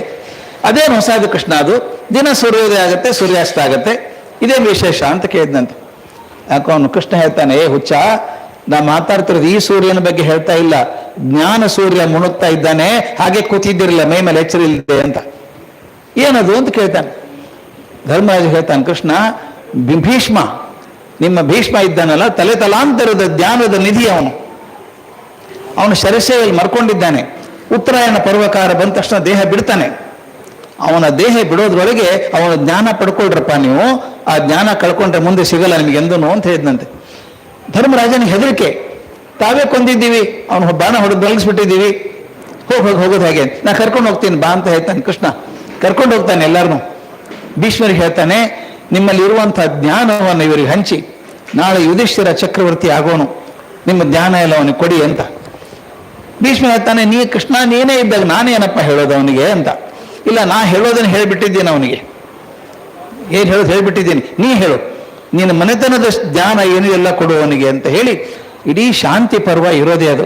ಮಹಾಭಾರತದ ಶಾಂತಿ ಪರ್ವ ಇರೋದೇ ಭೀಷ್ಮಾಚಾರ್ಯರು ಧರ್ಮರಾಜನಿಗೆ ರಾಜ್ಯ ಹೇಗೆ ನಡೆಸಬೇಕು, ಹೇಗೆ ರಾಜನಾದವನು ಹೇಗಿರಬೇಕು, ಪ್ರಜೆಗಳನ್ನು ಹೇಗೆ ನೋಡ್ಕೊಳ್ಬೇಕು, ಪೂರ್ತಿ ಜ್ಞಾನ ಕೊಡ್ತಾನೆ. ಇದು ಬಹಳ ದೊಡ್ಡ ಮಾತು ಅನಿಸ್ಬಿಡ್ತದೆ ನನಗೆ. ಅಂದರೆ ನಾವು ವಯಸ್ಸಾದವರು ನಮಗಿರುವಂಥ ಜ್ಞಾನವನ್ನು, ಅನುಭವವನ್ನು ಮಕ್ಕಳಿಗೆ ಧಾರೆ ಎರೆದು ಕೊಡಬೇಕು. ಕೊಡದೆ ಹೋದ್ರೆ ನಮ್ಮಂಥ ಜಿಪ್ಪುಂಡ್ರಿ ಯಾರೂ ಇಲ್ಲ, ಕೊಡಬೇಕಾಗತ್ತೆ. ನಾವ್ಯಾಕೆ ಹೇಳಬೇಕು ಅಂತ ಅನ್ನೋಂಗಿಲ್ಲ. ಇನ್ನೊಂದು ಬಹಳ ಮುಖ್ಯ, ಮನಸ್ಸು ದೇಹ ಅಂತ ಕರ್ನಲ್ ಸಾಹೇಬ್ರು ಹೇಳಿದರು. ನನ್ನ ಮನಸ್ಸಿಂದ ಹೆಚ್ಚು ಚಿಂತೆ ನನಗೆ ದೇಹದಕ್ಕಿಂತ. ದೇಹ ನೀವು ಬೇಡ ಅಂದ್ರೂ ಬಿಡಲ್ಲ, ವಯಸ್ಸಾಗೋದೆ. ಕ್ಷೇಯಮಾಣಾತ್ಮ ಶರೀರ, ಪ್ರತಿ ಕ್ಷಣ ಸೌದು ಹೋಗುವಂಥದ್ದೇ ಶರೀರ ಅಂತ ಹೆಸರೇ ಇರುವುದು ಅದಕ್ಕೆ.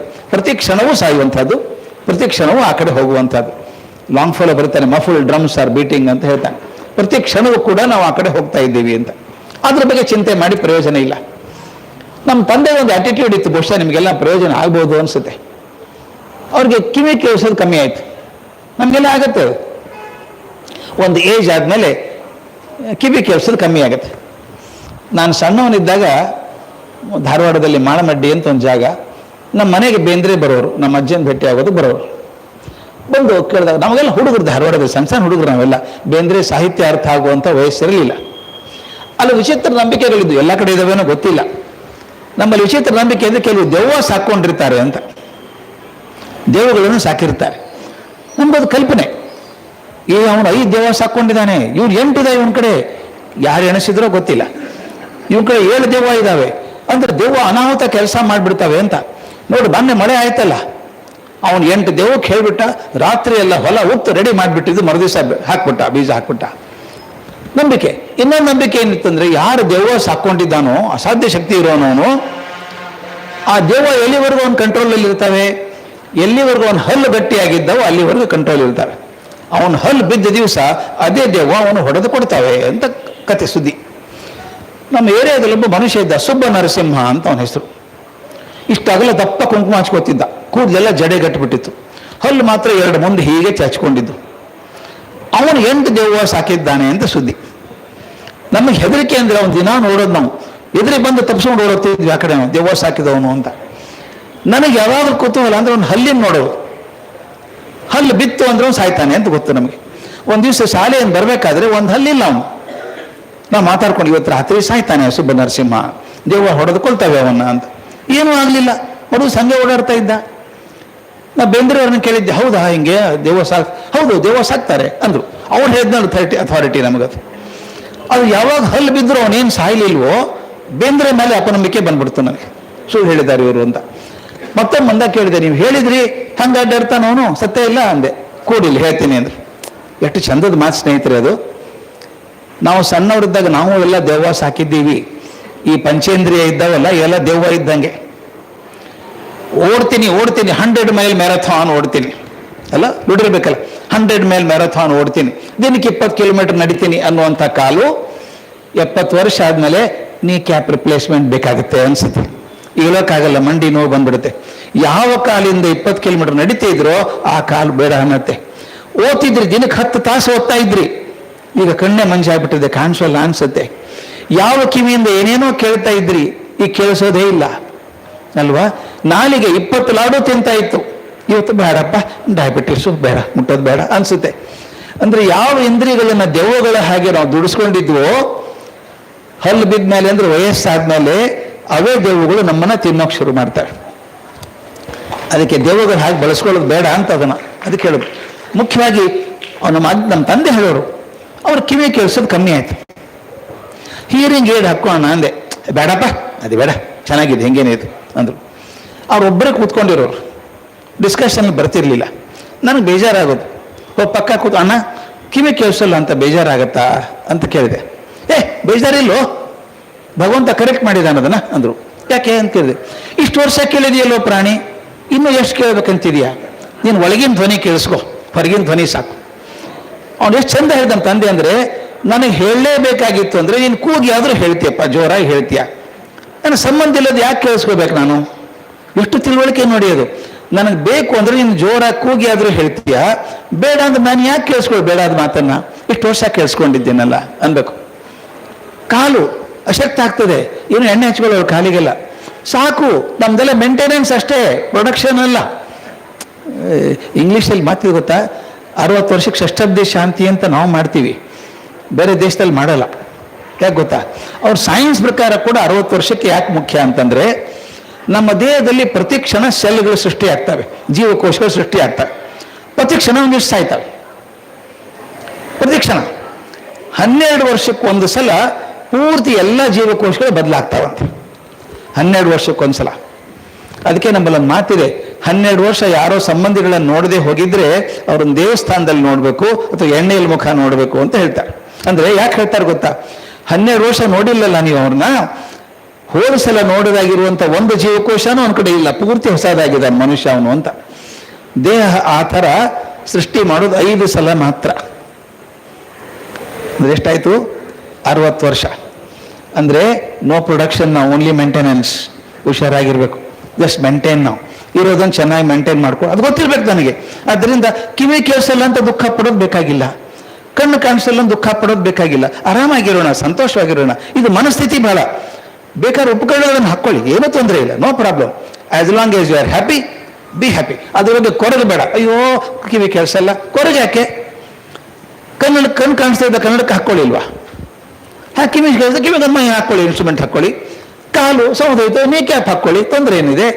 ಬಟ್ ಕೊರಗೋದು ಬೇಡ ಅಂತ ನಮ್ಮಪ್ಪ ಹೇಳೋರು. ಇನ್ನೊಂದು ಬಹಳ ಮುಖ್ಯ, ಒಂದು ಮನಸ್ಥಿತಿ ನಮ್ಮ ಸಿದ್ಧ ಆಗಬೇಕಾದದ್ದು ಅಂದರೆ, ನಾನೀಗ ನಮ್ಮ ಮನೆಯ ಕೇಂದ್ರ ಬಿಂದು ಅಲ್ಲ ಅನ್ನೋದು ನಮಗೆ ಸ್ಪಷ್ಟ ಆಗಬೇಕು.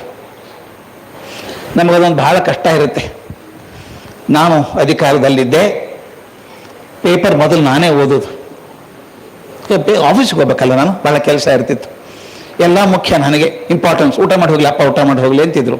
ರಿಟೈರ್ಮೆಂಟ್ ಆಯಿತು, ಮಗನ ಅವಸರ ಇದೆ ಕೆಲಸಕ್ಕೆ ಹೋಗೋದಕ್ಕೆ. ಈಗ ಅವನ ಪೇಪರ್ ಓದಾಗ ಮನಸ್ಸಿಗೆ ಚೂರು ಅನ್ನಿಸುತ್ತೆ ನನಗೆ. ಮೊದಲು ನಾನೇ ಓದ್ತಾ ಇದ್ದೆ ಫಸ್ಟು, ಇದು ನಾನು ಇಂಪಾರ್ಟೆಂಟ್ ಅಲ್ಲ. ಸ್ಲೋಲಿ ಏನನ್ಸುತ್ತೆ, ನಾನು ಇಂಪಾರ್ಟೆಂಟ್ ಅಲ್ಲ ಅನ್ಸೋಕೆ ಶುರು ಆಗುತ್ತೆ. Please remember, you cannot be at the centre of the stage all the time. Even if you Rama in the play of Ramayana, after your dialogue you should go to the side, otherwise the drama will fail. ನಾನು ರಾಮಾಯಣದ ಪಾತ್ರದಲ್ಲಿ ರಾಮ ಆಗಿದ್ರು ಕೂಡ ನನ್ನ ಮಾತು ಮುಗಿದ ತಕ್ಷಣ side ವಿಂಗಿಗೆ ಹೋಗ್ಬೇಕು. ನಾನೇ ರಾಮ, ನಾನೇ ಯಾಕೆ ಹೋಗ್ಲಿ ನಿಂತ್ಕೊಂಡು ನಾಟಕ ಕೆಟ್ಟು ಹೋಗುತ್ತೆ. ಆದ್ದರಿಂದ ಯಾವುದೋ ಒಂದು ಹಂತದಲ್ಲಿ ನಾನು ಮುಖ್ಯ ಬಿಂದು ಆಗಿದ್ದೆ. ದಯವಿಟ್ಟು ನೆನೆಸ್ಕೊಳ್ಳಿ, ನಿಮ್ಮ ಬಾಲ್ಯ ನೆನೆಸ್ಕೊಳ್ಳಿ. ನಿಮ್ಮ ಅಪ್ಪ ಅಮ್ಮನ ಜೊತೆ ಪ್ರವಾಸಕ್ಕೆ ಹೋಗ್ಬೇಕಾದ್ರೆ ಎಂದಾದ್ರೂ ಚಿಂತೆ ಮಾಡಿದ್ರ? ಯಾವ ಹೋಟೆಲ್ ಇಳ್ಕೊಳ್ಳೋದು, ಎಲ್ಲಿ ಊಟ ಮಾಡೋದು ವಿಚಾರ ಮಾಡಿರ್ಲಿಲ್ಲ. ನೀವು ಅಪ್ಪ ಅಮ್ಮ ಮಾಡ್ತಾ ಇದ್ರು, ಅವ್ರು ಸೆಂಟರ್ ಆಗಿದ್ರು. ನಿಧಾನಕ್ಕೆ ನೀವು ಸೆಂಟರ್ ಬಂದ್ರಿ. ಈ ಜೀವನ ಅನ್ನೋದು ಎಷ್ಟು ಚಂದ ಅಲ್ಲ, ಗೊತ್ತಿಲ್ಲದ ಹಾಗೆ, ನಮಗೆ ಗೊತ್ತೇ ಆಗದ ಹಾಗೆ ನಮ್ಮ ಬದಿಗೆ ಸರಿಸ್ಬಿಡುತ್ತದೆ. ಹೇಗೆ ಅಲ್ವಾ? ಎಂತ ಚಂದ ಅದು, ನಮ್ಗೆ ಗೊತ್ತಾಗದ ಹಾಗೆ ಸರಿಸ್ಬಿಡುತ್ತದೆ. ನಹುಷ ಅಂತ ಇದ್ದ ರಾಜ, ಚಕ್ರವರ್ತಿ, ಇಂದ್ರನ ಸೋಲಿಸಿದಂಥವನು. ಇಂದ್ರ ಜಯಪತ್ರ ಬರ್ಕೊಟ್ಟಿದ್ದ ನಹುಷನಿಗೆ, ನಾನು ನಹುಷನ ಸೋತಿದ್ದೀನಿ ಅಂತ. ನಹುಷ ವಯಸ್ಸಾದ್ಮೇಲೆ ಒಂದ್ಸಲ ಮಗ ಯಯಾತಿನ ಕರಿತಾನೆ. ಯಯಾತಿ, ಅಲ್ಲಿ ಗೂಡಲ್ಲಿ ಒಂದು ಪತ್ರ ಇದೆ, ತಗೊಂಬಾರಪ್ಪ ಅಂತಾನೆ. ಏನ್ ಪತ್ರ? ಇಂದ್ರ ಬರ್ಕೊಟ್ಟಂತ ಜಯಪತ್ರ ಇದೆ, ತಗೊಂಡ್ ಬಾ ಅಂತಾನೆ. ಯಾಕೆ? ಓದು ಸ್ವಲ್ಪ ಅದನ್ನ ಅಂತಾನೆ. ಅದು ಎಷ್ಟು ಸಲ ಓದಿದ್ದಾನೋ ನಹುಷ. ಓದ್ತಾ ಕಣ್ಣಲ್ಲಿ ನೀರು ಬರುತ್ತೆ. ಯಾಕಪ್ಪ ಕಣ್ಣಲ್ಲಿ ನೀರು ಅಂತ ಯಯಾತಿ ಕೇಳ್ತಾನೆ. ಅವನು ಹೇಳ್ತಾನೆ, ನೋಡು ಮಗು, ಯಾವ ಭುಜಗಳಿಂದ ಇಂದ್ರನನ್ನು ಸೋಲಿಸಿದ್ನೋ, ಯಾವ ಕಣ್ಣಲ್ಲಿ ಎಂಥ ತೇಜ ಪರಾಕ್ರಮ ಇತ್ತೋ, ಇವತ್ತು ಯಾವ ಪರಿಸ್ಥಿತಿಗೆ ಬಂದಿದ್ದೀನಿ ಅಂದ್ರೆ ಅವನು ಬರ್ಕೊಟ್ಟಂತ ಜಯಪತ್ರ ಕೂಡ ಓದೋಕ್ಕಾಗ್ತಾ ಇಲ್ಲಲ್ಲಪ್ಪ ನನಗೆ ಅಂದ್ಬಿಟ್ಟು ಹೇಳ್ತಾನೆ. ವೃದ್ಧಾಪ್ಯ ಅನ್ನೋದು ಹೇಗೆ ಹಿಂದಿನ ಬಾಗಿಲಿಂದ ಬರ್ತದೆ ಅಂತ. ಚಂದದ ಮಾತದು. ವೃದ್ಧಾಪ್ಯ ಅನ್ನೋದು ಹಿಂದಿನ ಬಾಗಿಲಿಂದ ಬರ್ತದೆ. ನಮ್ಗೆ ಯಾರಿಗೂ ಗೊತ್ತೇ ಆಗ್ಲಿಲ್ಲ ಸ್ವಾಮಿ ವಯಸ್ಸಾದದ್ದು ಅಲ್ವಾ? ಗೊತ್ತೇ ಆಗ್ಲಿಲ್ಲ. ಮೊನ್ನೆ ಮದುವೆ ಆದಂಗೆ ಅನ್ಸುತ್ತೆ, ಇನ್ನು ಅನ್ಸುತ್ತೆ. ಆದ್ರೆ ಈಗಾಗಲೇ 50 ವರ್ಷ ಆಗೋಗಿದೆ ಮದುವೆ ಆಗಿ ಅಲ್ವಾ? ಅಂದ್ರೆ ನಮ್ಗೆ ಗೊತ್ತೇ ಆಗದ ಹಾಗೆ ಈ ಸಮಯ ಅನ್ನೋದಿದೆಯಲ್ಲ, ಕಾಲ ಅನ್ನುವಂಥದ್ದು ಎಷ್ಟು ಚಂದ ಸರಿಸ್ಬಿಡುತ್ತೆ, ನಮ್ಮನ್ನು ಬಾಜುಕ್ಕೆ ಸರಿಸ್ಬಿಟ್ಟು ಮುತ್ತರ್ತಾ ಇರ್ತದೆ. ಆದ್ರೆ ಒಂದು ನಾವು ಮನಸ್ಸೇ ಮಾಡ್ಕೋಬೇಕು ಗೊತ್ತಾ? I should grow gracefully old, don't creep about it. ಅಯ್ಯೋ ವಯಸ್ಸಾಯ್ತು ಒಂದು ದುಃಖ ಪಡಂಗಿಲ್ಲ. ಮೊನ್ನೆ ದಿವಸ ನನಗೆ ಈಗ ಟೈಮ್ ಸುಮಾರು 34 ನಿಮಿಷ ಆಯ್ತು, ಇನ್ನೊಂದು 7 ನಿಮಿಷ ಇದೆ ಸ್ವಾಮೀಜಿ ನನಗೆ. ಇತ್ತೀಚೆಗೆ ನಾವೊಂದು ಗೆಳೆಯರ ಗುಂಪಿದೆ ನಮ್ದು, ಎಲ್ಲ ಮಾಜಿ ಪ್ರಿನ್ಸಿಪಾಲ್ರು, ನಾವೆಲ್ಲರೂ ಎಲ್ಲ ರಿಟೈರ್ ಆಗಿದ್ದೀವಿ. ಎಲ್ಲರೂ 65-70 ಗುಂಪಿನವರು. ಎಲ್ಲರೂ ಜೂನಿಯರ್ ಮೋಸ್ಟ್ ಅಂದ್ರೆ 68 ವರ್ಷ ಇದ್ದಾರೆ. ಇಲ್ಲಿ RBM ಕಾಲೇಜ್ ಪ್ರಿನ್ಸಿಪಲ್ ಆಗಿದ್ದವರು, RBNM. 3 ತಿಂಗಳಿಗೆ ಒಂದ್ಸಲ ಕೂಡ್ತೀವಿ, ಪರಸ್ಪರ ಅಂತ ಒಂದು ಸಂಘ ಮಾಡ್ಕೊಂಡಿದ್ದೀವಿ. ಯಾವುದೇ ಹೋಟೆಲಲ್ಲಿ ಕೂಡೋದು, ಸ್ವಲ್ಪ ತಿಂಡಿ ತಿನ್ನೋದು, ಹರಟೆ ಹೊಡೆಯೋದು, ಹೋಗೋದು ಮನೆಗೆ 1 ತಾಸು. ಹಾಗೆ ಹೋದ ಸೋಮವಾರನ ಮೀಟಿಂಗ್ ಇತ್ತು. ಒಂದು ಹೋಟೆಲಲ್ಲಿ ಸೇರಿದ್ವಿ. ನನ್ನ ಸ್ನೇಹಿತರೊಬ್ಬರು ವಯಸ್ಸಾದವ್ರನ್ನ ಕರ್ಕೊಂಡ್ಬಂದ್ರು. ನಾವೇ ವಯಸ್ಸಾದವ್ರು ಅಂತೀವಿ, ಅವ್ರು ವಯಸ್ಸಾದವ್ರು ಬಂದಿದ್ರು. ಅವ್ರದ್ದೇನು ಸ್ಪೆಷಲ್ ಅಂದರೆ 100 ವರ್ಷ ಮುಗಿಸಿ 1 ವಾರ ಆಗಿದೆ ಅವ್ರಿಗೆ. 100 ವರ್ಷ ಕಂಪ್ಲೀಟ್ ಆಗಿದೆ. ನಮ್ಗೆ ಭಾಳ ಖುಷಿ ಆಯ್ತು. ನಮ್ಗಿಂತ ವಯಸ್ಸಾದವ್ರು ಕಂಡ್ರೆ ಖುಷಿ ಆಗತ್ತಲ್ಲ ನಮ್ಗೆ. ಹಾಗೆ ಅವ್ರು ಕರ್ಕೊಂಡ್ಬಂದ್ರು, ಕೂಡಿಸಿದ್ರು. 4 ಸ್ಟೆಪ್ ಹತ್ತಿ ಮೇಲೆ ಹೋಗ್ಬೇಕು, ಮೆಟ್ಲು ಹತ್ತಿ ಹೋಗ್ಬೇಕು. ಅವ್ರು ಯಾರೋ ಕೈ ಹಿಡ್ಕೊಳಕ್ ಹೋದ್ರು. ಅವ್ರು ಹೇ ಕೈ ಯಾಕೆ ಹಿಡ್ಕೋತೀವ, ನಾನು ವಯಸ್ಸಾದವನೇ ನಾನು ಅಂದ್ರು. 100 ಮುಗಿದಿದೆ ಅವ್ರಿಗೆ. 100 ಮುಗಿದು 1 ವಾರ ಆಗಿದೆ. ಕರ್ಕೊಂಡೆ ಕೂಡಿಸಿದ್ವಿ. ನಮಗೆ ಹೆದರಿಕೆ ಅಂದರೆ ಅವ್ರ ಪಾಪ ಸ್ವೀಟ್ ತಿಂತಾರೋ ಇಲ್ಲೋ, ಮಸಾಲೆ ದೋಸೆ ಬೆಣ್ಣೆ ಗಿಣ್ಣೆ ಇರುತ್ತೆ, ತಿಂತಾರೋ ಇಲ್ಲೋ ಕೇಳಬೇಕು ಅಂಥೇಳಿ, ಏನು ಆರ್ಡರ್ ಮಾಡ್ತೀರಿ ನೋಡಪ್ಪ ಅಂತ ಯಾರೋ ಅಂದರು. ಆ ಮುದುಕರು ಅವರೇ ಲೀಡರ್ಶಿಪ್ ತೊಗೊಂಡ್ರು. ಏನು ರಯ್ಯ ಇದು, ಪಾರ್ಟಿ ಅಂತ ಹೇಳ್ತೀರಿ, ಸ್ವೀಟ್ ಇಲ್ಲದೆ ಪಾರ್ಟಿನ? ಫಸ್ಟ್ ಸ್ವೀಟ್ ಹೇಳಿ ಮೊದಲು, ಆಮೇಲೆ ಮಸಾಲೆ ದೋಸೆ ಅಂದರು. ಆ ಮಸಾಲೆ ದೋಸೆ ಬರೋಕ್ಕಿಂತ ಮೊದಲು ಖಾರ ಬಾತ್ ಹೇಳಿ, ಅವರೇ ಡಿಮಾಂಡು. ನಾನು ಏನು ಸ್ವಾಮಿ ಇದು ಅಂದೆ. ಇದು ಹಿಂಗೆ ಸ್ವಾಮಿ, ನಾನು 100 ಆಯಿತು ಅಂದ್ಕೊಂಡ್ರೆ ಬಾಲ್ಕಾರವ್ರು ಕೂತ್ಕೊಂಡ್ಬಿಡ್ತೀನಿ, ನಾನು ಇನ್ನೂ 30 ಅಂದ್ಕೊಂಡು ಹೋಗ್ತಾ ಇದ್ದೀನಿ ಹಾಗೆ ನಾನು ಅಂದರು. ಇದು ನೋಡಿ ಚಂದ. ಅವ್ರ ಹೆಸರು ಹೇಳ್ತೀನಿ, ಸುಳ್ಳಲ್ಲ, ಸುಂದರೇಶ್ವರ ಅಂತ ಅವ್ರ ಹೆಸರು. ಸುಂದರೇಶ್ವರ ಅಂತ ಹೆಸರು. ನಮ್ಮ ಜೊತೆಗೆ ಬಂದಿದ್ರು. ಅವ್ರು ಬಹಳ ದೊಡ್ಡ ಅಧಿಕಾರದಲ್ಲಿದ್ದವರು, BSNL ಅಲ್ಲಿ ಇದ್ರು, ದೊಡ್ಡ ಅಧಿಕಾರದಲ್ಲಿ ಜೊತೆಗಿದ್ರು. ಹೋಗ್ಬೇಕಾರೆ ಬರೋ ಇಲ್ಲಿ ಕರ್ಜಿ ಒಂದು ಫೋಟೋ ತೆಗಿ, ನಂದು ಮನೆಗೆ ಹೋಗಿ ಒಂದು ನನ್ನ ಗರ್ಲ್ ಫ್ರೆಂಡಿಗೆ ತೋರಿಸ್ಬೇಕು ಅಂದರು. ನಾನು ಏನ್ರಿ 100 ವಯಸ್ಸು ಸಂಶೋಧನೆಯವರು ಗರ್ಲ್ ಫ್ರೆಂಡಾ ನಿಮಗೆ ಅಂತ ಕೇಳಿದೆ. ಹೌದು ಸರ್, ನಾನು ಹೆಂಡತಿ 94 year old girl, she is in the house. ಈ ಸಂಭ್ರಮ ಅಲ್ವಾ? ಬದುಕು ಕೊರಗಲ್ಲ ಸ್ವಾಮಿ, ಬದುಕು ಸಂಭ್ರಮ. ಸಂಭ್ರಮ ಅದು. ಕೊರಕೊಂಡು ನಾವು ಜೀವನ ಹಾಳು ಮಾಡ್ಕೋತೀವಿ. ನಿಜವಾಗ್ಲೂ ಹೇಳ, ನಾವು ಚಿಂತೆ ಮಾಡಿ ಅರ್ಧ ವಯಸ್ಸಾಗ್ತೀವಿ. ನಿಜವಾಗ್ಲೂ ಕಷ್ಟ ಇಲ್ಲ ನಮಗೆ. ಬೇರೆದವ್ರು ನೋಡಿ ನಮ್ಗಿಂತ ಕಷ್ಟದಲ್ಲಿದ್ದಾರೆ, ಅವ್ರು ನೋಡಿ ಸಂತೋಷ ಪಡೋದಲ್ವಾ? ದುಃಖ ಯಾಕೆ ಪಡಬೇಕು? ದುಃಖ ಪಟ್ಟರೆ ನಾವು ವಯಸ್ಸು ಸಮಧ ಆಗೋಲ್ಲ ಹೇಗಿದ್ರು. ಇನ್ನು ನಮಗೆ ವಯಸ್ಸು ಕಮ್ಮಿ ಆಗೋಲ್ಲ ಅನ್ನೋ ಸಿದ್ಧಾಂತಕ್ಕೆ ಬಂದ್ಬಿಟ್ಟಿದ್ದೀವಿ. ಇರೋ ವಯಸ್ಸನ್ನ ಇನ್ನು ಎಷ್ಟು ವರ್ಷ ಇದೆಯೋ ಸಂಭ್ರಮದಿಂದ ಬದುಕಬೇಕು. ನಾನು ಹೇಳ್ತೀನಿ, ಚೆನ್ನಾಗಿ ಬಟ್ಟೆ ಹಾಕೊಳ್ಳಿ, ಖುಷಿಯಾಗಿ ಹೋಗಿ. ಅಯ್ಯೋ ನಮಗೆ ಹಾಕ್ಬೇಕ್ರಿ ವಯಸ್ಸಾಯ್ತು ರೇ, ಹಾಗೆ ಆಗ್ತದೆ ವಯಸ್ಸು. ಬಟ್ಟೆ ಹಾಕೊಂಡ್ರು ಆಗುತ್ತೆ, ಹಾಕೊಳ್ಳದಿದ್ರು ಆಗುತ್ತೆ. ಒಬ್ರು ನನ್ನ ಸ್ನೇಹಿತರಿದ್ರು, CB ಜಯರಾವ್ ಅಂತ, ಆಲ್ ಇಂಡಿಯಾ ರೇಡಿಯೋ ಡೈರೆಕ್ಟರ್ ಆಗಿದ್ರು. ನನಗಿಂತ ವಯಸ್ಸಲ್ಲಿ ತುಂಬ ಹಿರಿಯರು, ಬಟ್ ಸ್ನೇಹಿತರು, ಎಲ್ಲರ ಜೊತೆಗೆ ಫ್ರೆಂಡ್ಶಿಪ್ ಅವ್ರದ್ದು. ಆ CB ಜಯರಾವ್ ಹೇಗಿದ್ರು ಅಂದರೆ, ಥಳ ಹೊಳಿತಿದ್ದ ಮನುಷ್ಯ. ಬಹಳ ಚಿಂತೆ ಅವನಿಗೆ, ಈ ಪ್ಯಾಂಟಿಗೆ ಇದೇ ಶರ್ಟ್ ಆಗಬೇಕು, ಅದು ಇನ್ಶರ್ಟ್ ಆಗಿರಬೇಕು, ಕರೆಕ್ಟ್ ಲೈನ್ ಬರಬೇಕು, ಬೆಲ್ಟು ಬಕ್ಕಲ್ ಸೆಂಟರ್ದಲ್ಲಿ ಇರಬೇಕು, ಹಿಂದಿನ ಜೇಬಲ್ಲಿ ಒಂದು ವಸ್ತ್ರ ಇರಬೇಕು, ಇದು ಹಣಿಗೆ ಇರಬೇಕು, ಭಾಷಣಕ್ಕೆ ಇರಬೇಕು, ಬಲಗಡೆ ಜೇಬಲ್ಲಿ ಒಂದು ವಸ್ತ್ರ, ಎಡಗಡೆ ಜೇಬಲ್ಲಿ ಒಂದು ವಸ್ತ್ರ. ಯಾಕೆ ಅಂತ ಹೇಳಿದ್ರೆ, ಎಡಗಡೆ ಜೇಬಲ್ಲಿ ವಸ್ತ್ರ ಇದೆಯಲ್ಲ ಅಂತ ತೆಗೆದು 5 ನಿಮಿಷಕ್ಕೆ ಶೂ ಪಾಲಿಶ್ ಮಾಡ್ಕೋಬೇಕು, ತಳ ಹೊಳಿತಿರ್ಬೇಕು ಶೂಸ್.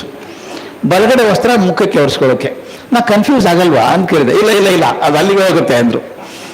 ಮತ್ತೆ ವಸ್ತ್ರದಲ್ಲಿ ಬಲಗಡೆ ವಸ್ತ್ರ ಇದೆಯಲ್ಲ, ಅದರ 3ನೇ ಮಡಿಕೆಯಲ್ಲಿ ಸ್ವಲ್ಪ ಪೌಡರ್ ಇರಬೇಕು. ಆಗಾಗ ಪೌಡರ್ ಹಚ್ಕೊಂಡು ಕನ್ನಡ ಮುಂದೆ ಹಚ್ಕೊಳ್ಳು. ನಾವು ಅಂತಿದ್ವಿ, ಜಯರಾವ್ ಎಂದು ವಯಸ್ಸಾಗಲ್ಲ ಬಿಡ್ರಿ ಅಂತಿದ್ವಿ. ವಯಸ್ಸಾಯ್ತು, ರಿಟೈರ್ ಆದ್ರು. ಒಂದು 8 ವರ್ಷ ತಪ್ಪೋಯ್ತು ಸಂಪರ್ಕ ನನಗೆ. ಡಾಕ್ಟರ್ HK ರಂಗನಾಥ್ ಅಂತ, ಆ ದೊಡ್ಡ ಮನುಷ್ಯ, ದೊಡ್ಡ ನಾಟಕದ ರಂಗದಲ್ಲಿ ಆಲ್ ಇಂಡಿಯಾ ಡೈರೆಕ್ಟರ್ ಜನರಲ್ ಆಗಿದ್ದವರು. ಒಂದ್ಸಲ ನಾನು ಫೋನ್ ಮಾಡಿದ್ರು, ಕರ್ಜಿಗೆ ಜಯರಾವ್ ಆರಾಮಿಲ್ಲ ಅಂತ ನೋಡ್ಕೊಂಡು ಬರೋಣ ಹೋಗಿ ಅಂದರು. ನಾನು ಕಲ್ಪನೆ ಮಾಡೋಕ್ಕೂ ಸಾಧ್ಯ ಇಲ್ರಿ, ಜಯರಾವ್ ಹುಷಾರಿಲ್ಲ ಅಂದರೆ ಆ ಥರ ಹೊಳೆಯೋ ಮನುಷ್ಯ. ಹೋದ್ವಿ ಮಾರ್ತಾ ಹಾಸ್ಪಿಟ್ಲಲ್ಲಿ, ನಾನು HK ರಂಗನಾಥ್ ಹಿಂಗೆ ಹೋದ್ವಿ. ಎದುರಿಗೆ ಅವ್ರ ಹೆಂಡತಿ ಬಂದರು, ಅಳ್ತಾ ಇದ್ರು. ಇನ್ನು ಜೋರಾಗಿ ನಮ್ಮನ್ನು ನೋಡಿ ಅಳೋಕೆ ಶುರು ಮಾಡಿದರು. ಯಾಕೆ ಏನಾಯ್ತು ಅಂತ ರಂಗನಾಥ್ ಕೇಳಿದರು. ಇಲ್ಲ, ಈಗ ತಾನೇ ರಿಪೋರ್ಟ್ ಬಂತು ಹೈದರಾಬಾದಿಂದ, ಅವ್ರದ್ದು ಫೈನಲ್ ಸ್ಟೇಜ್ ಅಂತೆ, ಇಂಟೆಸ್ಟೈನ್ ಕ್ಯಾನ್ಸರ್ ಅಂತೆ, 4th ಸ್ಟೇಜಲ್ಲಿದ್ದಾರೆ. ಇನ್ನು ಭಾಳ ಅಂದರೆ 1 ತಿಂಗಳು 1.5 ತಿಂಗಳು ಅಂತ ಹೇಳ್ತಿದ್ದಾರೆ. ಏನು ಮಾಡೋದು? ಆದರೆ ಯಾಕೆ ಹೇಳಿದೆ ಗೊತ್ತಾ ನಿಮಗೆ ಇದನ್ನು? ಅವ್ರಿಗೆ ಹೇಳಬೇಡಿ, ಅವ್ರಿಗೆ ಗೊತ್ತಿಲ್ಲ ರಿಪೋರ್ಟ್ ಬಂದಿದೆ ಅಂತ ಅವ್ರಿಗೆ ಹೇಳಿಲ್ಲ ನಾವು. ನೀವು ದಯವಿಟ್ಟು ಹೇಳೋಕೆ ಹೋಗಬೇಡಿ, ಬೇಜಾರು ಮಾಡ್ಕೋತಾರೆ. ನಾವು ಯಾಕೆ ಹೇಳೋಣಮ್ಮ ಅಂತ ಒಳಗೆ ಹೋದ್ವಿ. ಅಲ್ಲಿ ಮಲ್ಕೊಂಡಿದ್ರು ಜಯರಾವ್. ಆ ಕಡೆ ನಾನು ಈ ಕಡೆ ಕೂತ್ಕೊಂಡ್ವಿ. ಅವ್ರ ಹೆಂಡತಿ ನಮಗೆ ಸೂಚನೆ ಕೊಟ್ಟಿದ್ರು. ನಿಮ್ಗೆ ಯಾಕೆ ಹೇಳಿದೆ ಅಂದರೆ, ಈ ಮನುಷ್ಯ ಸೊಗಸುಗಾರ, ದಿನ ಶೇವ್ ಮಾಡ್ಕೋಬೇಕು, ದಿನ ತಾನೇ ಸ್ನಾನ ಮಾಡಬೇಕು. ಡಾಕ್ಟರ್ ಹೇಳ್ತಾರೆ ಬೇಡ, ಇಂಟೆಸ್ಟೈನ್ ಕ್ಯಾನ್ಸರ್ ಇದರಿಂದ ಸ್ಪಾಂಜ್ ಬಾತ್ ಕೊಡ್ತಾರೆ ಸಾಕು ಅಂತ ಹೇಳ್ತಾರೆ. ಕೇಳಲ್ಲ ಮನುಷ್ಯ. ನೀವು ಸ್ವಲ್ಪ ಹೇಳಿ, ಸ್ನೇಹಿತರಿದ್ದೀರಿ ಅಂತ. ಈ ಕಡೆ ಕೂತ್ಕೊಡಿ, ನಾವು ನಿಮ್ಮ ಕಣ್ಮುಂದೆ ದೃಶ್ಯ ಬರ್ತದೆ. ರಂಗನಾಥ್ ನನಗೆ ಹೇಳಿದರು, ಜಯರಾವ್ ಹೇಳಿದರು ಹೆಂಡತಿಗೆ, ನೀನು ಸ್ವಲ್ಪ ಹೊರಗೆ ಹೋಗು, ಕರ್ಜಿಗೆ ಬಾಗಿಲು ಹಾಕೊಂಬ ನೀನು ಅಂದರು. ಸಾಮಾನ್ಯ ಉಳಿದವ್ರು ಹೊರಕಳಿಸಿ ಹೆಂಡತಿ ಹತ್ರ ಮಾತಾಡ್ತಾರೆ ಜನ. ಇವ್ರು ಹೆಂಡತಿನ ಹೊರಕಳಿಸಿ ಬೋಲ್ಟ್ ಹಾಕೊಂಬ ಅಂದರು. ಹಾಕೊಂಬಂದೆ. ಏನಪ್ಪ ಕಾನ್ಫಿಡೆನ್ಷಿಯಲ್ ಇದು ಅಂತ.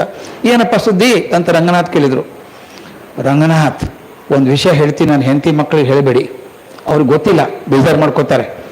ರಿಪೋರ್ಟ್ ಬಂದಿದೆ ಬೆಳಗ್ಗೆ, ನಮ್ಮದು ಫೈನಲ್ ಸ್ಟೇಜು, ಬಹಳ ಅಂದರೆ 1 ತಿಂಗಳು ಅಷ್ಟೇ, ನಾನು ಜಾಸ್ತಿ ಇರೋಲ್ಲ ಅಂತ. ನಮಗೆ ಆಘಾತ. ಇವ್ರು ಹೇಳಬೇಡ ಅಂತ ಆಕೆ ಹೇಳ್ತಾಳೆ, ಅವ್ರು ಹೇಳಬೇಡ ಅಂತ ಇವ್ರು ಹೇಳ್ತಾರೆ. ರಂಗನಾಥ್ ರಿಕವರ್ ಆದರು. ಏಕವಚನದಲ್ಲಿ ಮಾತಾಡೋ ಸ್ನೇಹ ಅವ್ರದ್ದು. ಅಲ್ಲಯ್ಯ, ಗೊತ್ತಾಯ್ತಲ್ಲ ನನಗೆ ರಿಪೋರ್ಟು, ಇನ್ನು ಯಾಕೆ ನಾಟಕ ಇದು? ದಿನ ಶೇವ್ ಮಾಡ್ಕೋಬೇಕು, ದಿನ ಸ್ನಾನ ಮಾಡ್ಬೇಕು, ಯಾಕೆ? ಇನ್ನು ಮದುವೆ ಆಗೋ ವಿಚಾರ ಇದೆಯೋ ನಂದು? ಸುಮ್ಮನೆ ಇರಯ್ಯ, ಪ್ರಸಾರಿಸ್ತೆಲ್ಲ ಮಾಡ್ತಾರೆ. ತಕ್ಷಣ CB ಜಯರಾವ್ ಹೇಳಿದ ಮಾತನ್ನು ನಾನು ಬದುಕಿರೋವರೆಗೂ ಮರೆಯಲ್ಲ. ಆತ ಏನು ಹೇಳಿದ ಗೊತ್ತಾ? Yes Ranganath, I know I am ill, I am critically ill, but why should I look ill?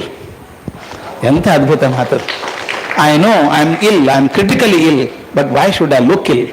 ನನ್ನ ಆರೋಗ್ಯ ಸರಿ ಇಲ್ಲ ಅಂತ ನನಗೆ ಗೊತ್ತಿದೆ, ನಾನು ಕೊನೆ ಹಂತಕ್ಕೆ ತಲುಪಿದ್ದೇನೆ ಅಂತ ಗೊತ್ತಿದೆ. ಆದರೆ ನಾನು ಆ ರೋಗಿಷ್ಠ ನನಗೆ ಯಾಕೆ ಬದುಕಬೇಕು?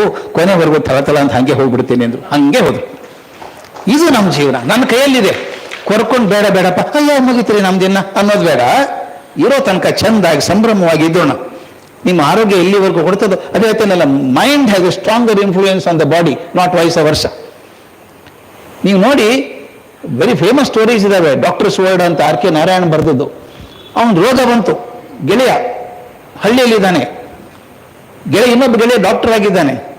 ನೀವು ಬದುಕಲ್ಲ ಅಂತ ಹೇಳಿಬಿಟ್ರು ಡಾಕ್ಟರ್ ಎಲ್ಲ. ಅವ್ನು ಕರೆಸೋಂದ, ಅವನು ಹೇಳಿದ್ರೆ ಆಗಲಿ ಅಂದ ಸ್ನೇಹಿತ. ಅವನು ಗೊತ್ತು ಬದುಕಲ್ಲ ಇವನು ಅಂತ. ಆದರೂ ಗೆಳೆಯಗೆ ಏನು ಹೇಳ್ತಾನೆ, ಏನು ಸಾಯ್ತೀಯೋ, 20 ವರ್ಷ ಆರಾಮಿರ್ತೀಯ ನೀನು ಅಂದ. ಅಷ್ಟೇ ಹೇಳಿದ್ದು. 20 ವರ್ಷ ಬದುಕಿದ ಅವನು. ಆರ್ ಕೆ ನಾರಾಯಣ್ ಕಂಡದ್ದು ಬರೆದಿದ್ದಾರೆ, ಡಾಕ್ಟರ್ ಶೋರ್ಡ್ ಅಂತ, ವೆರಿ ಫೇಮಸ್ ಸ್ಟೋರಿ ಅದು. ಅವ್ನು ರೋಗ ಆಗಿದೆ ಎಲ್ಲ ಡಾಕ್ಟರ್ ಪ್ರೂವ್ ಮಾಡಿದ್ದಾರೆ. ಆದರೆ ಗೆಳೆಯ ಹೇಳಿದ್ನಲ್ಲ, ನಿನಗೇನಾಗಲ್ಲ ಬಿಡ, 20 ವರ್ಷ ಇರ್ತೀಯ. 20 ವರ್ಷ ಬದುಕಿದ ಅವನು. Mind as A tremendous power over the body. ಅದಕ್ಕೆ ನಾವು at this stage of our life we should keep our mind fresh. Look for good things, read good things, talk good things. Don't waste your life in talking negatives about anybody. ಮಕ್ಕಳ ಬಗ್ಗೆ ಮಾತಾಡೋದು, ಸೊಸೆ ಬಗ್ಗೆ ಮಾತಾಡೋದು ಯಾಕೆ ಬೇಕು? ಇನ್ನು ಕೊನೆ ಶಬ್ದ, ನನಗಿನ್ನ 3 ನಿಮಿಷ ಇದೆ, ಹೇಳ್ಬಿಡ್ಬೇಕು ಅದನ್ನು, ಬಹಳ ಮುಖ್ಯವಾದದ್ದು. ಎಷ್ಟೋ ಜನ ಕೇಳ್ತಾರೆ, ಮನೆಯಲ್ಲಿ ಬಹಳ ಕಿರಿಕಿರಿ ಆಗತ್ತೆ, ತಲೆಮಾರುಗಳ ಘರ್ಷಣೆ ಇರುತ್ತದೆ, ಅತ್ತೆ ಸೊಸೆಗೆ ಸ್ವಲ್ಪ ಕಷ್ಟ ಹೊಂದೋದು. ಈ ಅತ್ತೆ ಸೊಸೆ ಪ್ರಾಬ್ಲಮ್ ಯಾಕಾಗುತ್ತೆ ಗೊತ್ತಾ? ಇದು ಮದರ್ ಇನ್ ಲಾ ಸಿಂಡ್ರೋಮ್ ಅಂತ ಕರೆಯೋದು. If you want to be an ideal mother in law ಏನು ಮಾಡಬೇಕು ಅಂತ ಹೇಳ್ಬಿಡ್ತೀನಿ ನಾನು. ಅದು ಫಾದರ್ ಇನ್ ಲಾಗೂ ಹೇಳ್ತೀನಿ ಮುಂದೆ. ಮದರ್ ಇನ್ ಲಾ ಯಾಕಾಗತ್ತೆ ಗೊತ್ತಾ? ಮಗುನ ಎತ್ತಿ ಬೆಳೆಸಿರ್ತಾಳೆ ತಾಯಿ, ಪುಟ್ಟ ಮಗುನ ಎಳೆಸಿ ಬೆಳೆಸ್ತಾಳೆ. 24, 25 ವರ್ಷ, 28 ವರ್ಷ ಬೆಳೆಸ್ತಾಳೆ. ಅವನ ಅಮ್ಮ ಹಿಂಗೆ ಮಾಡಲ್ಲ, ಅಮ್ಮ ಹಿಂಗೆ ಮಾಡಲ್ಲ ಅಂತ ಓಡಾಡ್ತಿರ್ತಾನೆ ನಮ್ಮನ್ನು ಸರಿಗಿಟ್ಕೊಂಡು. ಮದುವೆ ಆದ ತಕ್ಷಣ ಹೆಂಡತಿ ಸರಿಗಿಟ್ಕೊಂಡು ಆ ಕಡೆ ಹೋಗ್ತಾನೆ. ದಿ ಲಾಸ್ ಆಫ್ ಪೊಸಿಷನ್ ಅದು. ಇಲ್ಲ ಇವನ ಇಷ್ಟು ದಿವಸ ನಾನು ಹೇಳ್ದಂಗೆ ಕೇಳ್ಕೊಂಡಿದ್ದು ಹುಡುಗಿಯಿಂದ ಹೋಗ್ಬಿಟ್ಟಾನ ಇವನು ಅಂತ ದುಃಖ ಪಡೋದು. ಅದು ಬೇಕಾಗಿಲ್ಲ. ಆ ಕಾಲ ಬಂದಾಗ ಅವ್ರವ್ರ ಜವಾಬ್ದಾರಿ ಅವ್ರು ತಗೋಬೇಕು. Be happy to see both of them together and happy. Give it gracefully. ಹೇಳಮ್ಮ, ನೀನೇ ತೀರ್ಮಾನ ಮಾಡಿ ಇವತ್ತು ಏನು ಮಾಡ್ಬೇಕು, ದೀಪಾವಳಿ ನೀನೇ ತೀರ್ಮಾನ ಮಾಡು ಅಂತ ಹೇಳಿ. She becomes very important to you. Instead of becoming mother in law, I should become a mother in love. Why should law tell me to treat her like a daughter? Daughter-in-law, and the law tells you that she is a daughter. No, I want daughter-in-love, not daughter-in-law. ನಾವು ಸ್ವಲ್ಪ ಮನಃಶಾಂತಿ ಇಟ್ಕೋಬೇಕಾದ್ರೆ ಏನು ಮಾಡಬೇಕು ಗೊತ್ತಾ? ವಾನಪ್ರಸ್ಥಾಶ್ರಮ ಮಾಡಬೇಕು ಅಂತ ಬರೆದಿದ್ದೆ ಒಂದು ಕಡೆ ನಾನು. ಎಲ್ಲಿ ವನ ಸರ್? ವನನೇ ಇಲ್ಲ, ಎಲ್ಲ ವನ ಎಲ್ಲಿದ್ದಾವೆ ಅಂದರು. ವನಕ್ಕೆ ಹೋಗ್ಬೇಕಾಗಿಲ್ಲ, ವಾನಪ್ರಸ್ಥಾಶ್ರಮಕ್ಕೆ. ಮನೆಯಲ್ಲಿ ವಾನಪ್ರಸ್ಥಾಶ್ರಮ ಮಾಡಬಹುದು. ಹೇಗೆ ಅಂದರೆ, ನಿಮ್ಮ ಮನೆಯಲ್ಲೇ ನೀವು ಅತಿಥಿ ಹಾಗೆ ಬದುಕೋದಾಗಿದ್ರೆ ಎಷ್ಟು ಚೆನ್ನಾಗಿರುತ್ತೆ ನೋಡಿ. You will be an ideal respected old person in the house. ಏನು ಮಾಡಬೇಕು? ಮನೆಯಲ್ಲಿ ವಾನಪ್ರಸ್ಥ ಅಂದರೆ ಹೇಗೆ? ಬಹಳ ಸುಲಭ. ನೀವು ಮತ್ತೊಬ್ಬರು ಮನೆಗೆ ಹೋಗಿದ್ದೀರಿ ಅಂತ ಇಟ್ಕೊಳ್ಳಿ, ಒಂದು ಕೋಣೆ ಕೋಣೆ ಕೊಟ್ಟಿರ್ತಾರೆ, ಅಟ್ಯಾಚ್ ಟಾಯ್ಲೆಟ್ ಇಲ್ಲ ಅಲ್ಲಿ, ನಿಮ್ಗೆ ಕಂಫರ್ಟಬಲ್ ಇಲ್ಲ ಅಲ್ಲಿ. ಆದರೂ ಮನೆಯವ್ರು ಬಂದು ಕೇಳ್ತಾರೆ, ಎಲ್ಲ ಅನುಕೂಲವಾಗಿದೆಯಾ? ಏನು ಹೇಳ್ತೀರಿ ಅವ್ರಿಗೆ? ಇದೇನ್ರಿ ರೂಮ್ ಏನ್ರಿ ಇದು ಅಂತೀರಾ? ಅನ್ನಲ್ಲ ನೀವು. ತುಂಬ ಚೆನ್ನಾಗಿದೆಪ್ಪ, ಭಾಳ ಸಂತೋಷವಾಗಿದ್ದೀನಿ ಅಂತೀರಿ. ಅವ್ರು ಅಡುಗೆ ಮಾಡಿ ಸಾರು ಬಡಿಸ್ತಾರೆ. ಸಾರು ಉಪ್ಪು ಹಾಕಿಲ್ಲ, ಮರ್ತು ಬಿಟ್ಟಿದ್ದಾರೆ ಅವರು. ಸಾರು ಹೇಗಿದೆ ಅಂತಾರೆ. ಏನು ಹೇಳ್ತೀರಿ ನೀವು? ತುಂಬ ಚೆನ್ನಾಗಿದೆ. ಅವ್ರು ಆ ಕಡೆ ಹೊಲಸು ಉಪ್ಪು ಹಾಕ್ಕೋತೀರಿ ನೀವೇ ಸ್ವಲ್ಪ ಅಲ್ವಾ? ಮನೆಯಲ್ಲಿ ಏನು ಮಾಡ್ತೀರಿ? ಬುದ್ಧಿ ಇಲ್ವಾ? 40 ವರ್ಷ ಅಡುಗೆ ಮಾಡ್ತಾ ಇದೆಯಾ, ಉಪ್ಪು ಹಾಕೋದು ಗೊತ್ತಾಗಲ್ವ ನಿನಗೆ ಅಂತ. ಯಾಕೆ ತಕರಾರು ಇದು? ನೀವು ಉಪ್ಪು ಹಾಕೊಳ್ಳಿ ಸ್ವಲ್ಪ, ಏನು ತಪ್ಪೇನಿದೆ ಅದರೊಳಗೆ ಅಲ್ವಾ? ಮನೆಯಲ್ಲಿ ಕೂಡ ಅತಿಥಿಗಳ ಹಾಗೆ ಬದುಕೋದಾದರೆ, ಪ್ರತಿಯೊಂದ್ರ ಬಗ್ಗೆ ಟೀಕೆ ಮಾಡದೆ ಬದುಕೋದಾದರೆ, ಅವ್ರು ನಿಮ್ಮನ್ನು ಪ್ರೀತಿಯಿಂದ ನೋಡ್ಕೊಳ್ಳೋದಿಲ್ಲ ಅಂತಲ್ಲ, ಅವ್ರ ಜೀವನ ತಲೆ ಓಡ್ತಿದ್ದಾರೆ, ಅವರು ಭರದಲ್ಲಿ ಓಡ್ತಾ ಇದ್ದಾರೆ. ಆ ಭರದಲ್ಲಿ ನಾನೇ ಸೆಂಟರ್ ಆಗಬೇಕು ಅಂತ ಅವನ ಅಪೇಕ್ಷೆ ಬೇಡ. ನಾನು ಮನೆಯಲ್ಲಿ ಕೂಡ ಅತಿಥಿ ಹಾಗೆ ಇರೋದಾದರೆ, ಅಕಸ್ಮಾತ್ ನಿಮ್ಮ ಸೊಸೆ ಅಡುಗೆ ಮಾಡಿದಾಗ ಚೆನ್ನಾಗಿರಲಿಲ್ಲ ಅಂತ ಇಟ್ಕೊಳ್ಳಿ, ಹೇಗಿದೆ ಮಾವ ಅಂತ ಕೇಳ್ತಾಳೆ ಆಕೆ. ಫಸ್ಟ್ ಕ್ಲಾಸ್ ಆಗಿದೆಮ್ಮ ಅನ್ಬೇಕು. ಕಷ್ಟ ಆಗತ್ತೆ ಅನ್ನಿ. ಆಕೆ ಊಟ ಮಾಡೋದು ಗೊತ್ತಾ? ಅಯ್ಯೋ ಉಪ್ಪು ಹಾಕಿಲ್ಲ ಮಾವ, ಹಾಗೆ ತಿಂದ್ಬಿಟ್ರು. ಅಪ್ಪ ಮಾವ ಹೇಳಲೇ ಇಲ್ಲಲ್ಲ ಮಾವ ನೀವು ಅಂತಾಳೆ. ಇರ್ಲಿ ಬಿಡಮ್ಮ, ಆಗತ್ತೆ ಒಂದ್ಸಲ ಅಂದ್ಬಿಡಿ. You go up in her esteem so high. ನಮ್ಮ ಮಾವ ಭಾಳ ಒಳ್ಳೆಯವರು ಅನ್ಸುತ್ತೆ. ಆದ್ದರಿಂದ ಅಂದ್ರೆ ಪ್ರತಿ ಪೂಸಿ ಹೊಡ್ಕೊಂಡಿರ್ಬೇಕು ಅಂತಲ್ಲ, ಕರೆಕ್ಷನ್ಸ್ ಮಾಡಬೇಕು. ಕರೆಕ್ಷನ್ ಮಾಡ್ಬೇಕಾದ್ರೆ ಮೊದಲು ಅವ್ರ ಮನಸ್ಸು ಗೆಲ್ಕೋಬೇಕು. ಮನಸ್ಸು ಗೆದ್ದಾಗ ನೀವು ಹೇಳಿದ್ದನ್ನು ಅವ್ರು ಕೇಳ್ತಾರೆ ಹೊರತಾಗಿ, ಮನಸ್ಸು ಗೆಲ್ಲದೆ ಹೋದಾಗ ನಾವು ಏನು ಹೇಳಿದ್ದು ನಾಟೋಲ್ಲ. ಆದ್ದರಿಂದ ನಾವೀಗ ನಮ್ಮ ಮನಸ್ಸುಗಳನ್ನು, ನಮ್ಮ ದೇಹಗಳನ್ನು ನಮ್ಮ ಹತೋಟಿಯಲ್ಲಿ ಇಟ್ಕೊಂಡು, ದಯವಿಟ್ಟು ಒಂದು ಮಾತು ಹೇಳ್ತೀನಿ ಸರ್, ನಾವೀಗ ಒಂದು ಹಂತಕ್ಕೆ ಬಂದಿದ್ದೇವೆ, ನದಿ ಆ ದಡಕ್ಕೆ ಬಂದಿದ್ದೇವೆ. ದಡ ಮುಟ್ಟಿದ್ದೇವೆ ಇಲ್ಲೋ ಗೊತ್ತಿಲ್ಲ, ನಾಳೆ ಬೆಳಗ್ಗೆ ಯಾರು ಇರ್ತೀರಿ ಇರೋಲ್ಲ ಗೊತ್ತಿಲ್ಲ ನಮಗೆ. ಆದರೂ ಕೂಡ ಆ ಇರೋವರೆಗೂ ಸಂಭ್ರಮದಿಂದ ಬದುಕೋಣ. ಬದುಕು ಕೊರಗಲ್ಲ, ಬದುಕು ಸಂಭ್ರಮದಲ್ಲಿರೋಣ. ಅದಲ್ಲದೆ ಒಳ್ಳೆಯದನ್ನು ಕೇಳೋಣ, ಒಳ್ಳೆಯದನ್ನು ಮಾತಾಡೋಣ. ಒಳ್ಳೊಳ್ಳೆ ವಿಷಯಗಳು ಬೇಕಾದಷ್ಟು ಜಗತ್ತಲ್ಲಿ ಇದ್ದಾವೆ. ಒಂದು ಸಾಕಲ್ವ? ರಾಮಕೃಷ್ಣ ಪ್ರಭುಗಳದ್ದು, ಗುರು ಮಹಾರಾಜರದ್ದು, ಮಾತೆ ಶಾರದಾದೇವಿ ಅವ್ರದ್ದು, ವಿವೇಕಾನಂದರ ಸಾಹಿತ್ಯ ಎಷ್ಟೊಂದಿದೆ. ಜಗತ್ತು ಬೇಕಾಗಿಲ್ಲ ನಿಮಗೆ, ಬಿಕಾಸ್ ಕಂಡಿದ್ದೀವಲ್ಲ ಜಗತ್ತನ್ನು, ಬೇಕಾದಷ್ಟು ತಿರುಗಾಡಿದ್ದೀವಿ. ಓದೋಕೆ ಶುರು ಮಾಡೋಣ, ಮನಸ್ಸನ್ನು ಒಳಗಡೆ ತಿರುಗಿಸ್ಕೊಳ್ಳೋಣ. I have done enough of inspection, let us do introspection now. If I do introspection, my life will be more sublime and beautiful to live. And that perhaps is what we can do as senior citizens of this beautiful country. Tell your children about the lovely stories about India. make them patriots of the land, and that is our greatest contribution to our motherland. Thank you so much.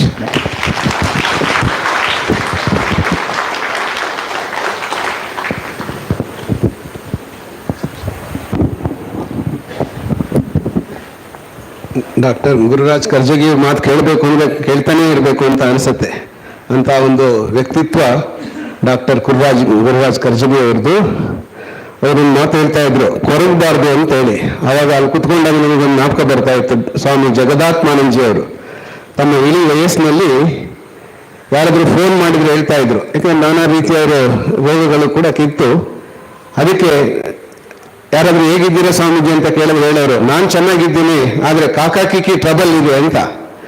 ಕಾ ಅಂದ್ರೆ ಕಣ್ಣು, ಕಾ ಅಂದ್ರೆ ಕಾಲು, key ಅಂದ್ರೆ ಕಿವಿ, key ಅಂದ್ರೆ ಕೀಲು, joints, ಈ ತರ ಎಲ್ಲ ಸಮಸ್ಯೆಗಳಿದೆ, ಆದ್ರೆ ನಾನು ಚೆನ್ನಾಗಿದ್ದೀನಿ ಅಂತ ಹೇಳೋರು. ಹಾಗಾಗಿ in spite of all the elements and this thing, how we can be happy, that you have to learn. This is why this workshop is being conducted. Now, I request Reverend Swami Raghveshanji Maharaj to give a token of our love, yes, books to, he is a lover of books, Dr. Gururaj Karjagi, that's why we are presenting some books to him.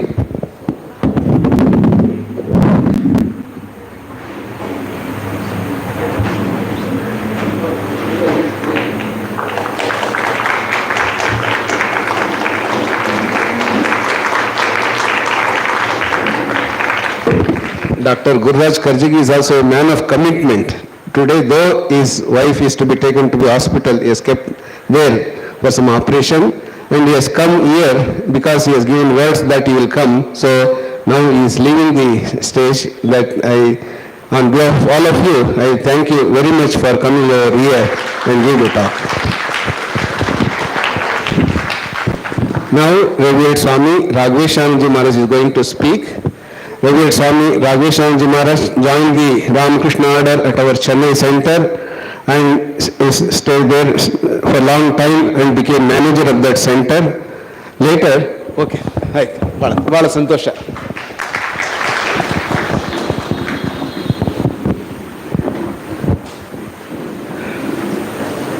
So Reverend Raghveshanji Maharaj became manager of our Chennai center and published so many books. It's a publication house also along with the other activities, spiritual activities. Later Swamiji became the president of our Salem center, Kanchipuram center, as well as he was the first president of this ashrama also when the ashrama became independent in 1999.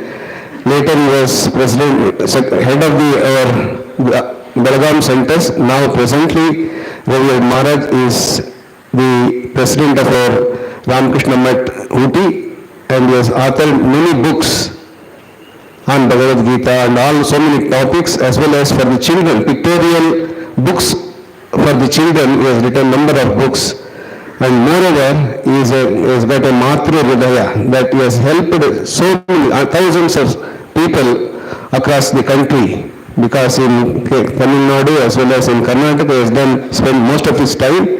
And not only in these two states, other states also, many are benefited by his satsang.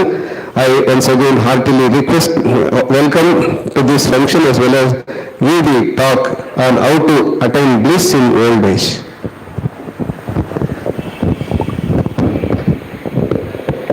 This will be in English. Yeah.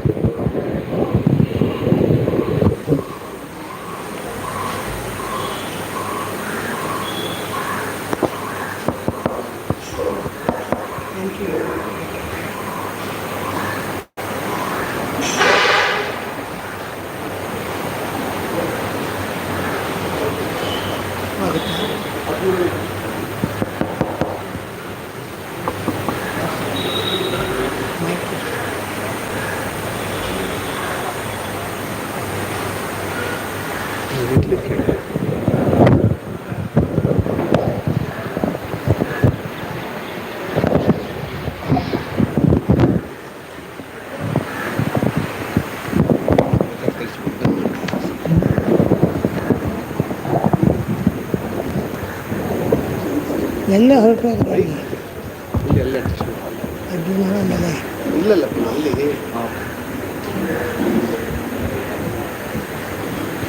ಸ್ವಲ್ಪ ಎಲ್ಲರೂ ಒಬ್ಬೊಂದು ಕೂರಿಸ್ಬೇಕು.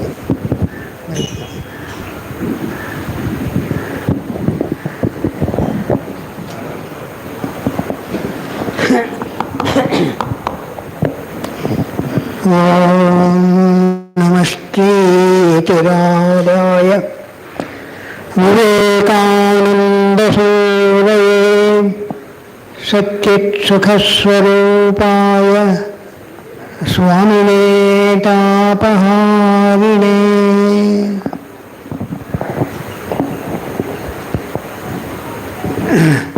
My dear Bodha Swarupanandaji and all the elderly and young people assembled here. I am really happy to see so many people have assembled here, especially the senior citizens. Why? Because this is, as you are all observing, conducted in a religious and spiritual atmosphere. That shows, ಅದು ಮುಂದೆಯಿಂದ ಇಡಬೇಕು ನಾವು ಸ್ವಲ್ಪ ಇದನ್ನು ಆ ಕಡೆ ತೆಗೆದು.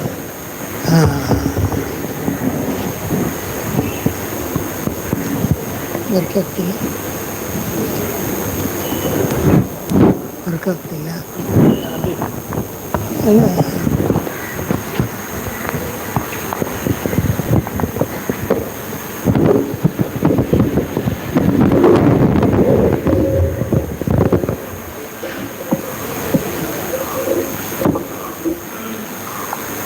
It shows that how many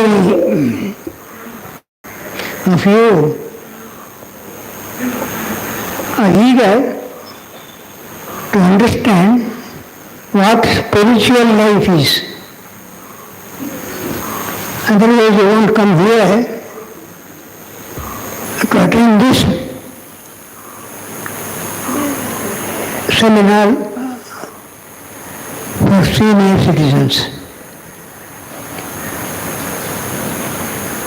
Now the thing is, you will be happy to know that this is the first seminar like this organized in whole of the Ramakrishna Mission. We usually always care for the young, for the youth and for the middle-aged people. I don't know how this idea came, the man who introduced us. It seems he gave this suggestion. And our Swami was a little worried, how would I will attend? He is surprised that even this Balaka Sangha also is having the same type of function for them for 10 days. But their number is very, very less than what you have. Usually, we find the elderly people only in the temples, that too where Harikatha is going on. Harikatha people, if you go and see it, there will be 90% will be old people only. Each one will be searching for a pillar to support himself and sit. Of course, nowadays, everybody is provided with a chairs. Now, the general impression of the society is old age is a burden. It is too boring and we are not considered for anything. Somehow this impression has entered in the minds of the elderly people. Now it is high time, it has to be changed. In the beginning, Swami Bodha Swarupanji told me to speak in English because it is our confusion, we did not put it in a pamphlet that the proceedings will be in English. So, Kajiri usually likes to speak in Kannada, and he did speak. And of course, most of you welcomed it. Now,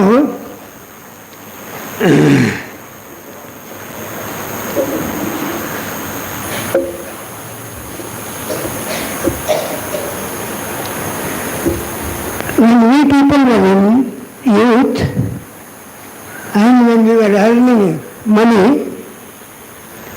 we were the master of our own house. We did not give freedom as Kajiji was telling to any other people. Maybe they may be more intelligent, especially the wives and the grown-up children. But all always we had that feeling I am superior, I am made master of this house, everything should go on as I wish, whether it is right or wrong. Now if you think, ourselves we understand most of the time we are wrong, but still we exercise our right and did things. So now when we become old, naturally at the home we don't care, because for the simple reason, even now we want to interfere in every matter. Now grown-up children, they expect us to live like a guest. They will provide everything. But they have their own way of doing things. But we have grown up in a particular way, and we want that should continue. We should remember the days are changing, society is changing, the meaning of the youth are always changing. Maybe we may be sometimes wrong, we too are wrong many times, but how is that? Not that we are very perfect in everything. Then they can't live with us. Even though you are wrong, they can't live because you are a superior person. In the same way, if you want a really a blissful life, leave everything to your children. Let them do whatever they want, right or wrong, don't interfere. Don't poke your nose. At the most, when they are calm, you can suggest. See, if we had done like this, would it not have been better? If it is really better, we will accept. Now, to find this is the main thing, and our body is failing, but we don't want to accept that. Even now, because the mind doesn't age, unless the body ages. Because of that mind, same thinking, same way of doing things is going on. The best thing in this old age is for us is to turn towards God. Make your mind calm. Live as if you have no more responsibility in the world. Suppose when you are young, when you are youth, if you ask, why don't you pray for some time? Usually you used to say, I have no time. I have no time. I am so busy. And when you become old, I will spend whole my time in various activities. Except if you are not thinking like that, telling like that, now you remember those things. What did I say when I was walking, when I was busy, when I was managing the house? Naturally, it will remind you that I was thinking that I will spend all my time in religious activities or service activities. But am I doing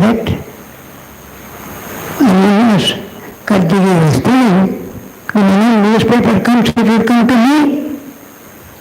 It's all right when you are young, when you are the master of the house. But you only remember I am dependent. I cannot do my own things also.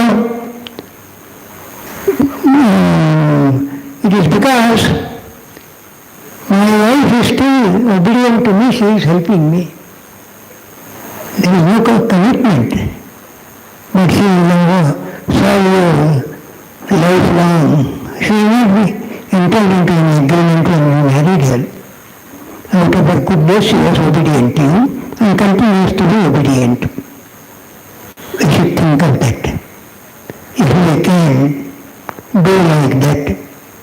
Second thing is, as I told you, the age comes only for the body and not for the mind. Mind is the same thing. It has the same capacity and it can dictate the whole thing. Swami Vivekananda, he had a brother disciple called Swami Yogananda. One day he had fever. He was lying down. Somebody did not like. Somebody called him. And he said, why are you lying down? The fever is only for the body, not for you. Tell your mind. Resist that. Resist that. Then you will see, you will be all right. Fever will run away. By your mind, you can control everything of your body. So Swami did like that, Swami Yogananda. Touch thoroughly to the body from the mind. You are not ill. Your body is ill, but mind can go on in the same way. Get up and do work. After a few minutes, he found there was no fever in him. That is called as the willpower. And this willpower can be developed. If you can start developing the willpower, then you will find that you are more young than even when you are young. So that has to be cultivated.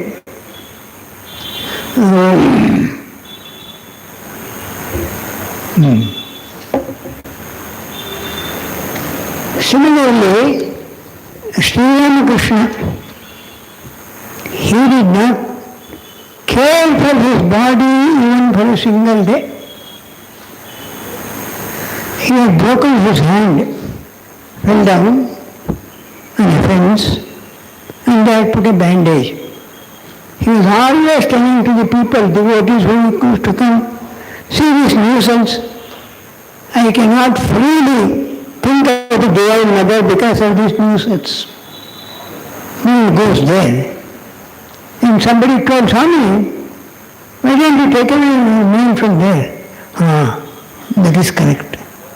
And afterwards, when he had felt that his hand is broken, he cannot think of Mother properly and all.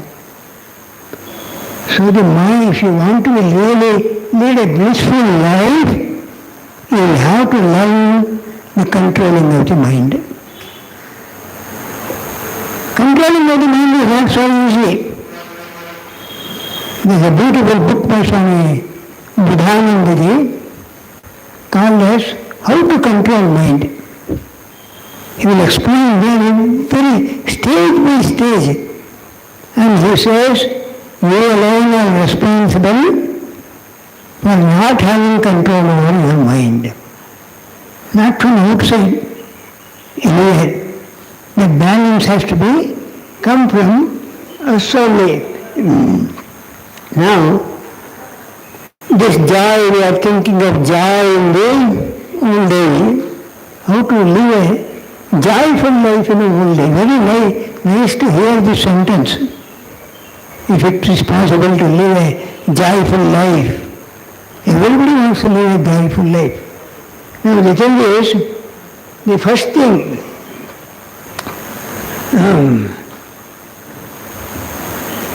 the joy is of different types.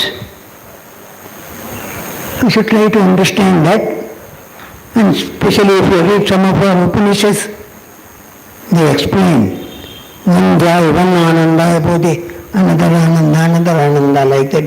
Ultimately they say, Atmananda is the only real ananda. The first one is body. The body ananda we all know. When we are young, when we can achieve whatever we want, we think now life is very joyful, life is very nice. But the thing is, that doesn't last for long. That body, the moment body starts failing, you are having so many ailments. At that time, even if some wonderful happy things are going on, you will not be able to enjoy it. You will be lying down, thinking only of that pain, only thinking of that suffering.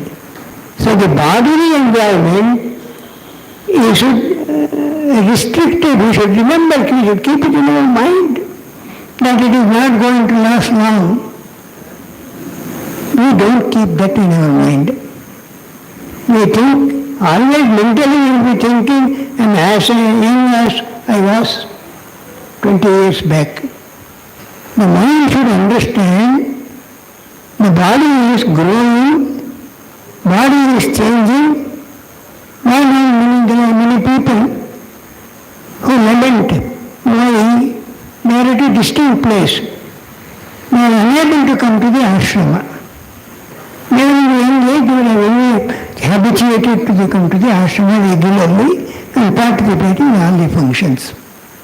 Now, getting up a bus or getting an auto or even a car driving, everything has become very difficult. Long distance.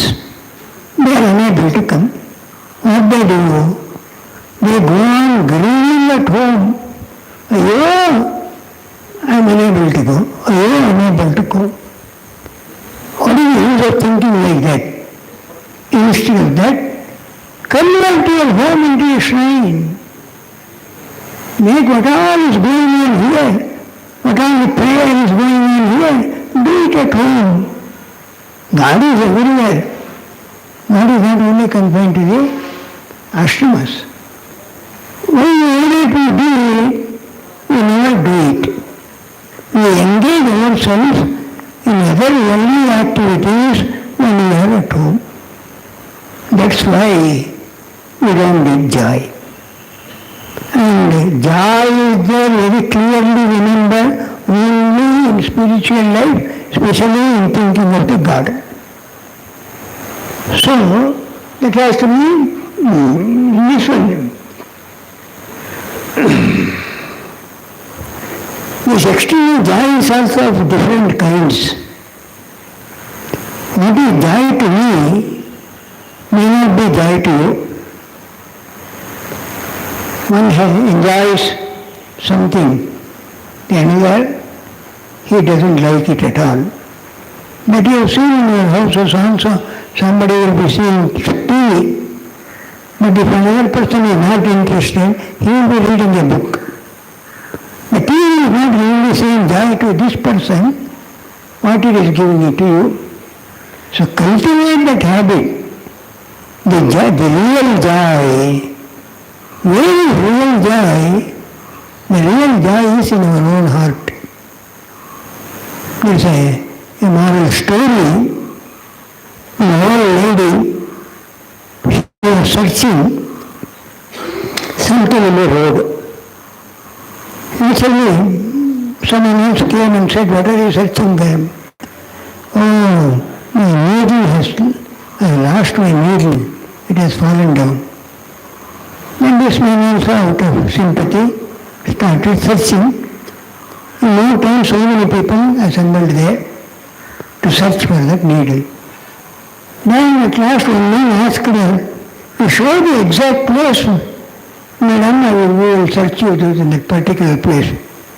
She said it fell in my house. I lost the needle in my house. When you are searching here, and she said, inside my house it is all dark. I cannot see anything. So if in a dark house, she was laughing, he was even touching in the road. They all started laughing. Then she said, why are you laughing? You are also doing the same thing. What? They asked. You are searching joy in this world. Where is joy? Joy is in your own heart. Peace is in your own heart. Instead of searching there, you are searching outside in this world. Where will you get? You will never get till the end of your life. And that is the condition of our life. So our scriptures, they categorize this joy or ananda, they call it as. There are three groups. In the Upanishad, this one other things. The Upanishad says the first thing is Vishayananda. Vishaya means sensual objects, what we are enjoying. So, in the world, whatever, we are all working only to get that joy. So, we are searching in this world. Sometimes we get a little, sometimes little more, and never full till the end. So you get disappointed because the sense objects will never give you the real joy. You have to be 60, then he loses interest in that. So next, he starts thinking, many do not think at all, what percentage of people become spiritual. If you take the statistics, you will be little. That's why Shankaracharya laments in the Bhattacharya Stotram. He says, Valastavata Kridasaktaha. The children are interested only in play. They get maximum joy when they are playing. Valastavata Kridasaktaha. Yuktastavata, what is that shloka? Taranastavata Taranasaktaha. The youth gets the joy in his companions. And Yuktastavata Chintasaktaha. This is the old people when they become old. What do they think? They think of only their worries. Did not achieve, how their house people not respecting them, how the society is not caring for them, all these thoughts.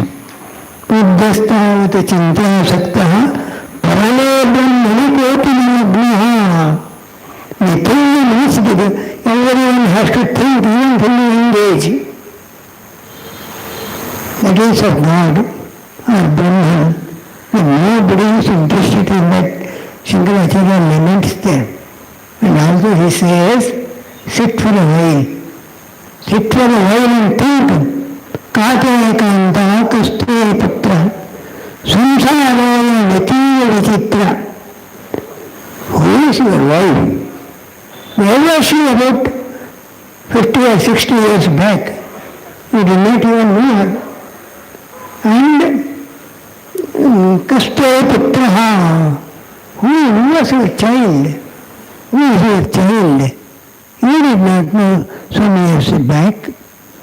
But suddenly now you are worried about that. So nobody thinks of God, he laments. It is a fact. The thing in life we have to think is, the saint writes, there are three things in life that we are not aware of, even we do not even, by forgetting we think of that. What is that? He says, where were you? How you were born? Do you think before death, before birth? Where were we? Who are we? How we came to the womb? How I am born in this house? I should have born in a better house. Always we think that. Isn't it? We never think what was I earlier. And also, we never think what will happen to me after death. Every man dies, but we always think we are going to live eternal. In the Yaksha Prashna, and Yaksha was asking so many questions to Yudhishthira. One question he asked was, what is the wonderful thing in this world? Then Yudhishthira laughingly says, yes, he was a wise man. Then he says, ahanya bhutani gacchanti amanandaram sheshasthiratu nichanti kinashcharyamataḥ param. He says, in front of our eyes every day, people are dying. We are taking them to the graveyard, we cremate them, we come back. But not even a single day we think we are also going to die.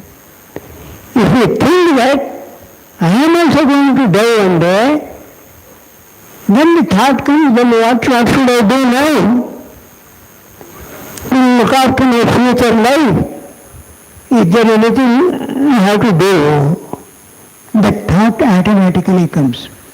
Do you ever think that I am going to die one day?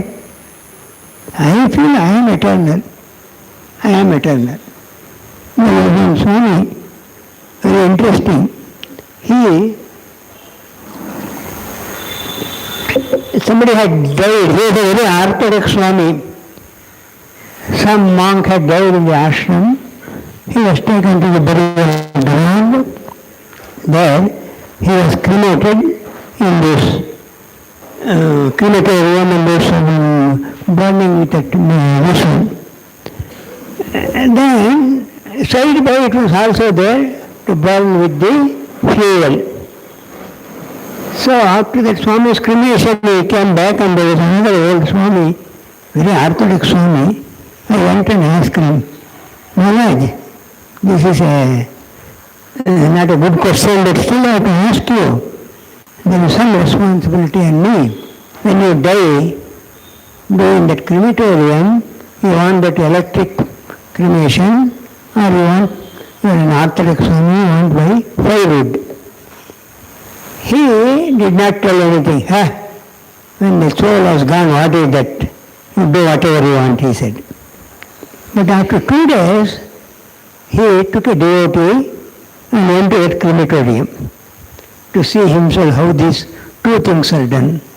He saw all the firewood things were very dirty, this and so much of smoke and all.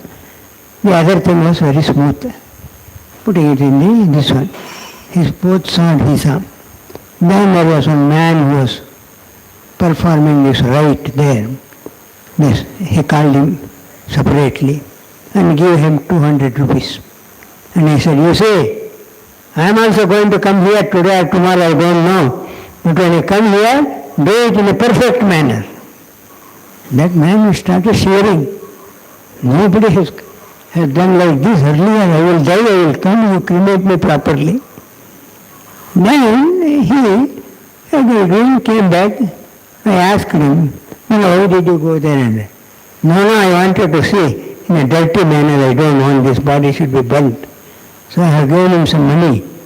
When you go there, you contact him. He will do the rightful things and everything. But he was sure, being a monk, that I am also going to die maybe 1 month or 2 months or any time. He was not lamenting for dying. He was only worried how they are going to burn that body. So that type of boldness should be in our mind. Now what is happening in our house, if somebody talks of death, immediately others will scold him. Hey, Vishubha, why are you talking of death, he says, as if it is not going to come.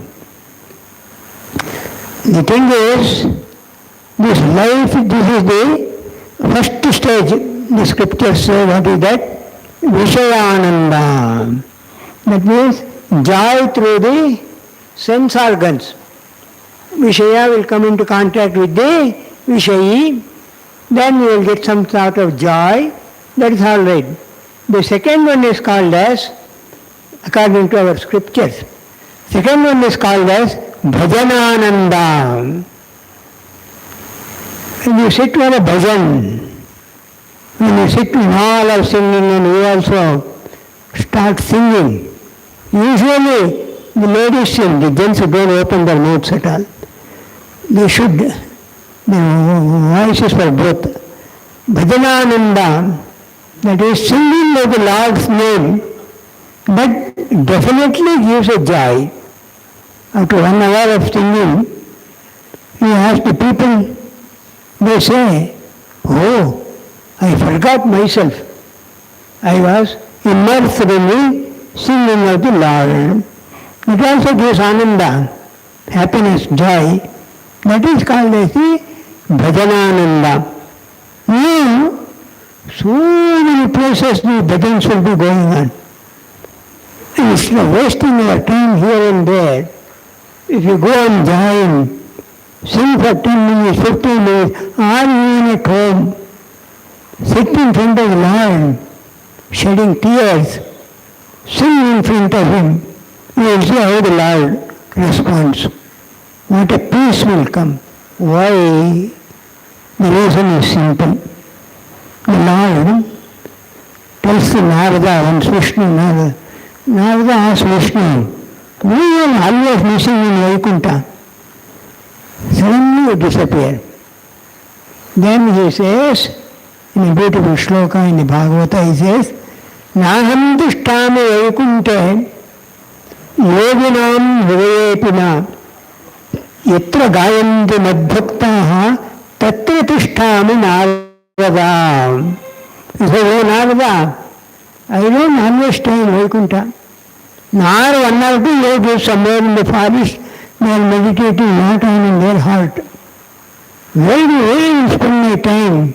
Yatra gayanti bhaktaha. Where my devotees are singing my glory, in their midst, I am always there.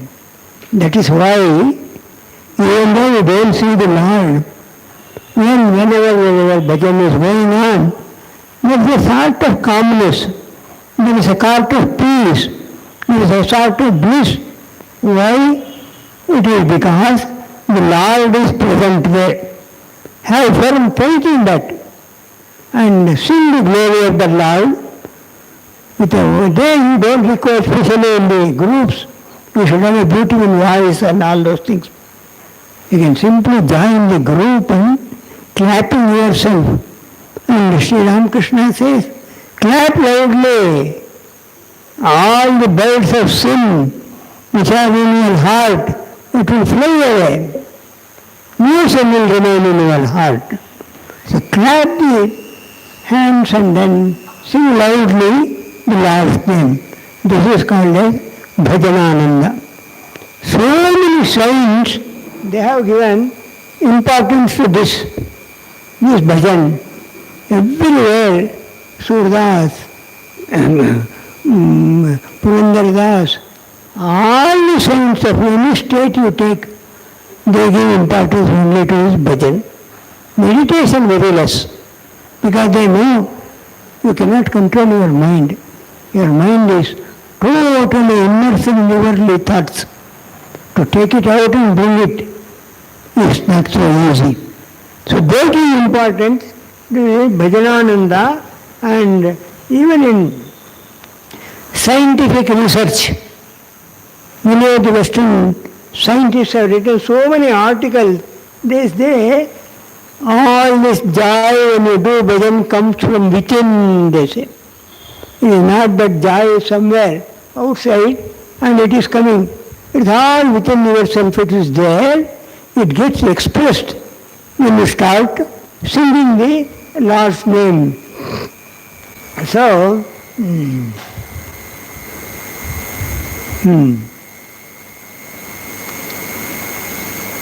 this is the second one. The third one is Atmananda. That is very difficult to get, but it is true. That is your own self, Ananda, all the Ananda is within your heart only. It is not somewhere outside. All the bliss is within your heart, but unfortunately we never see inside. We always see outside only. Outside only. This world only. You start closing your eyes and practice. Sit in a place, sit in a corner, and go on seeing within yourself. Then you will see the whole bliss is within yourself. There is a Puranic story that the Lord created this universe. That we all believe. The whole universe was created. And the Lord used only a little power to create this universe. And plenty of power was left with him. He started thinking where to keep this. And so many called an assembly of gods and asked them all where to keep this. They all go on suggesting. Some said keep it in a cave, some said keep it in the top hill of this one, some said in a forest, that this and all. But Lord was not satisfied. He said, someday or other, somebody or other will find out and they will misuse that power. I cannot keep like that. And I cannot go on holding it also. Then there was a small goddess, Mary goddess they call. She got up, God, I have got an idea. He said, I have got a place where to keep that. Lord asked, where? Such a small girl, these our other gods could not say. What is the place you suggest? She said, Lord, you take that and keep it in the mind of the man. The man never looks inside. He always looks outside. So it will be very safe. Nobody will use that. The Lord liked it. Yes, what you say is correct. Bahishchakshuhu people, they all see always outside. They never see inside. So the joy of bliss is there, plenty, within our own hearts. That is why we are asked to meditate. Today, what are you supposed to do in meditation? To forget the external world, concentrate on your mind and discover. So if you discover like that, you will see that joy is within me. And that joy is nothing but you. You are Brahman, what the scriptures say.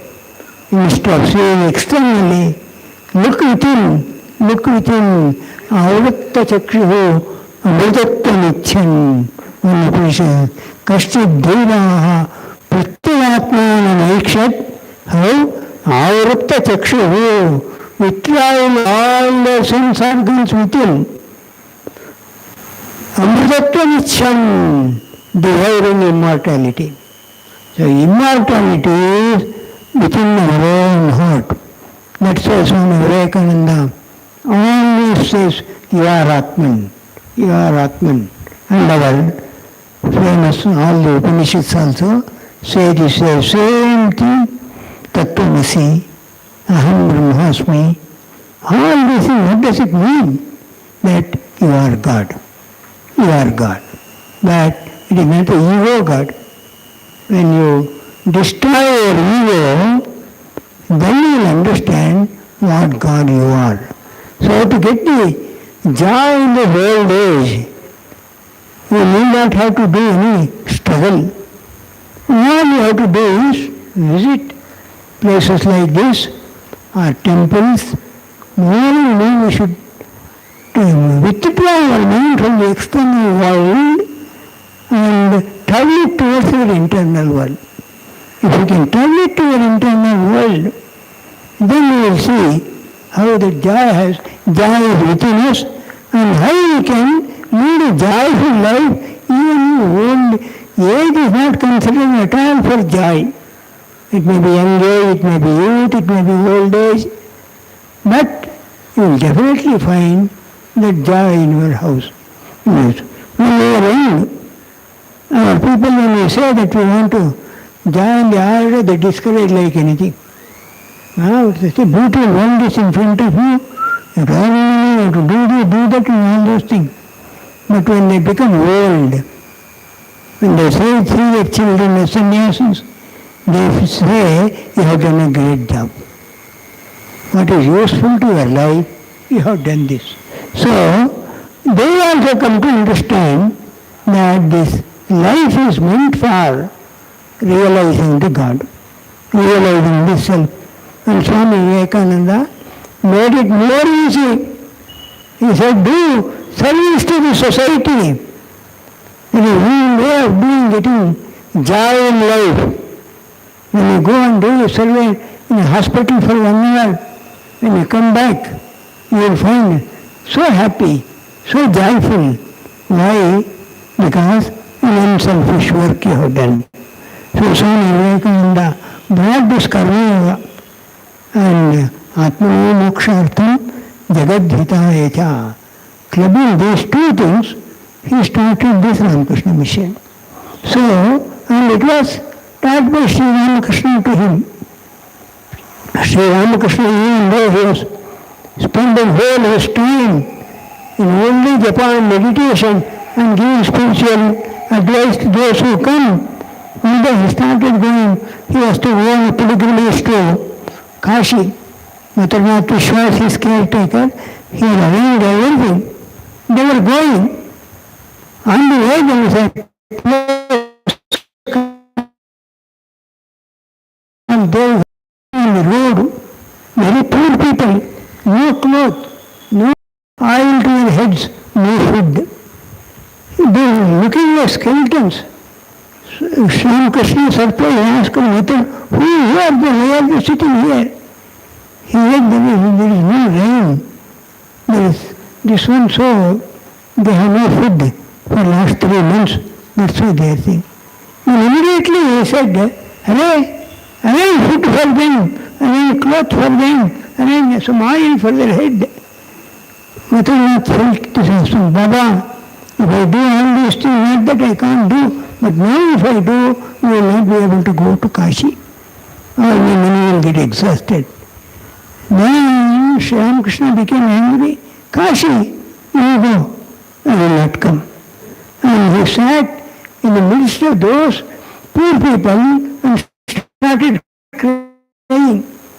Matarnath had no alternative. He arranged to bring money again in Calcutta and fed them all, gave them cloth. Then Sri Ramakrishna said, now, if you like, let us go to Kashi. Otherwise also I am satisfied. In every human's heart, I saw Lord Shiva sitting and accepting our puja. Yes, give Shiva Seva, he said that. So every poor man, you do something, then that is the service of the Lord. Lord will be more pleased. Then you are going and offering big things in the temple. So keeping that as an ideal, Swami Vivekananda started. And this has given an opportunity to all the householders also.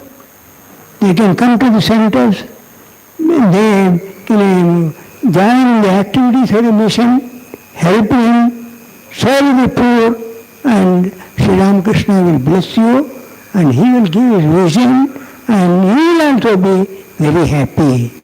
To lead a blissful life, this is the best way. Thank you very much.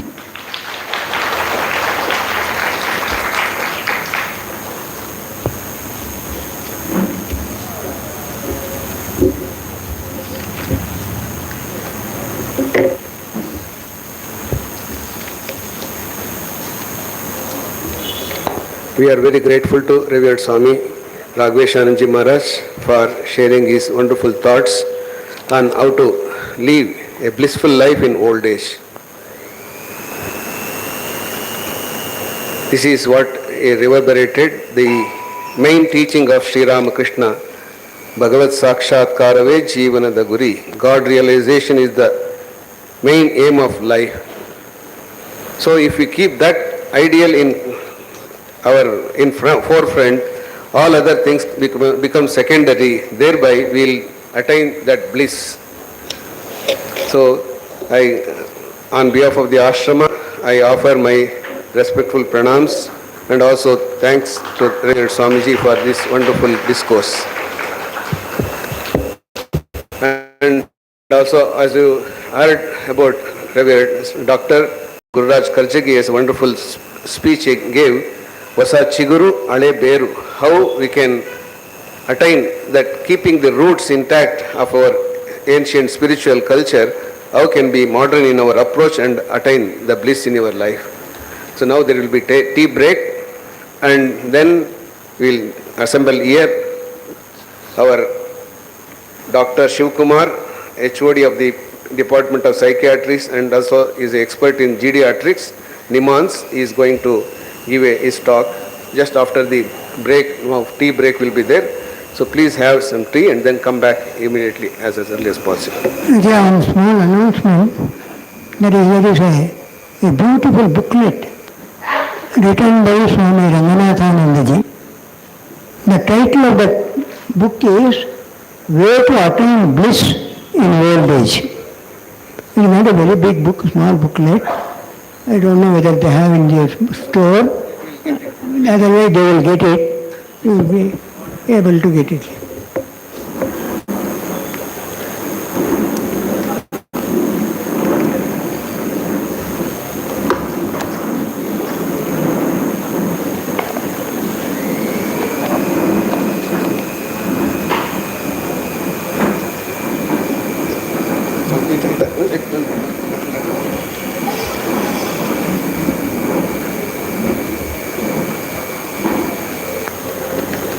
ಹನ್ನೊಂದುವರೆ tea ಅವ್ರ ಊಟ ಯಾವಾಗ?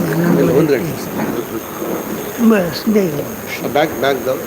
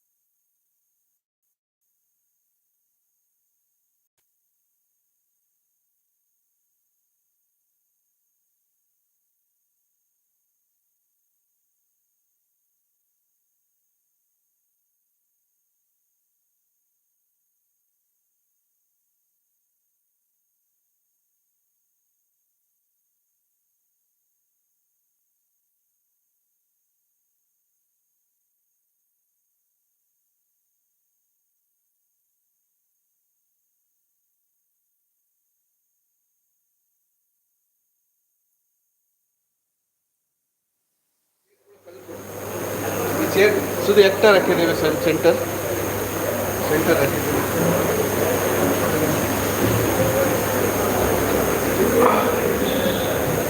All the participants are requested to assemble in the auditorium as early as possible.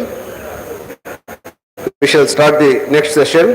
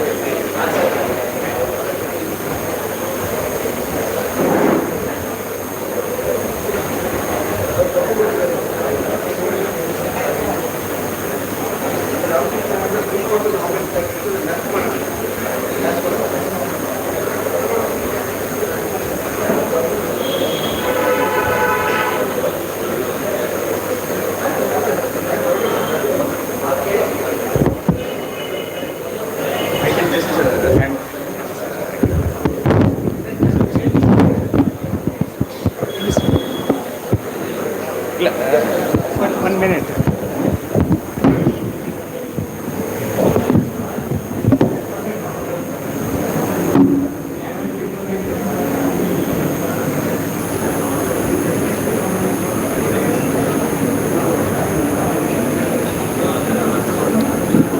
Now we are going to start the session. Now there will be talk by Dr. D.T. Shivkumar.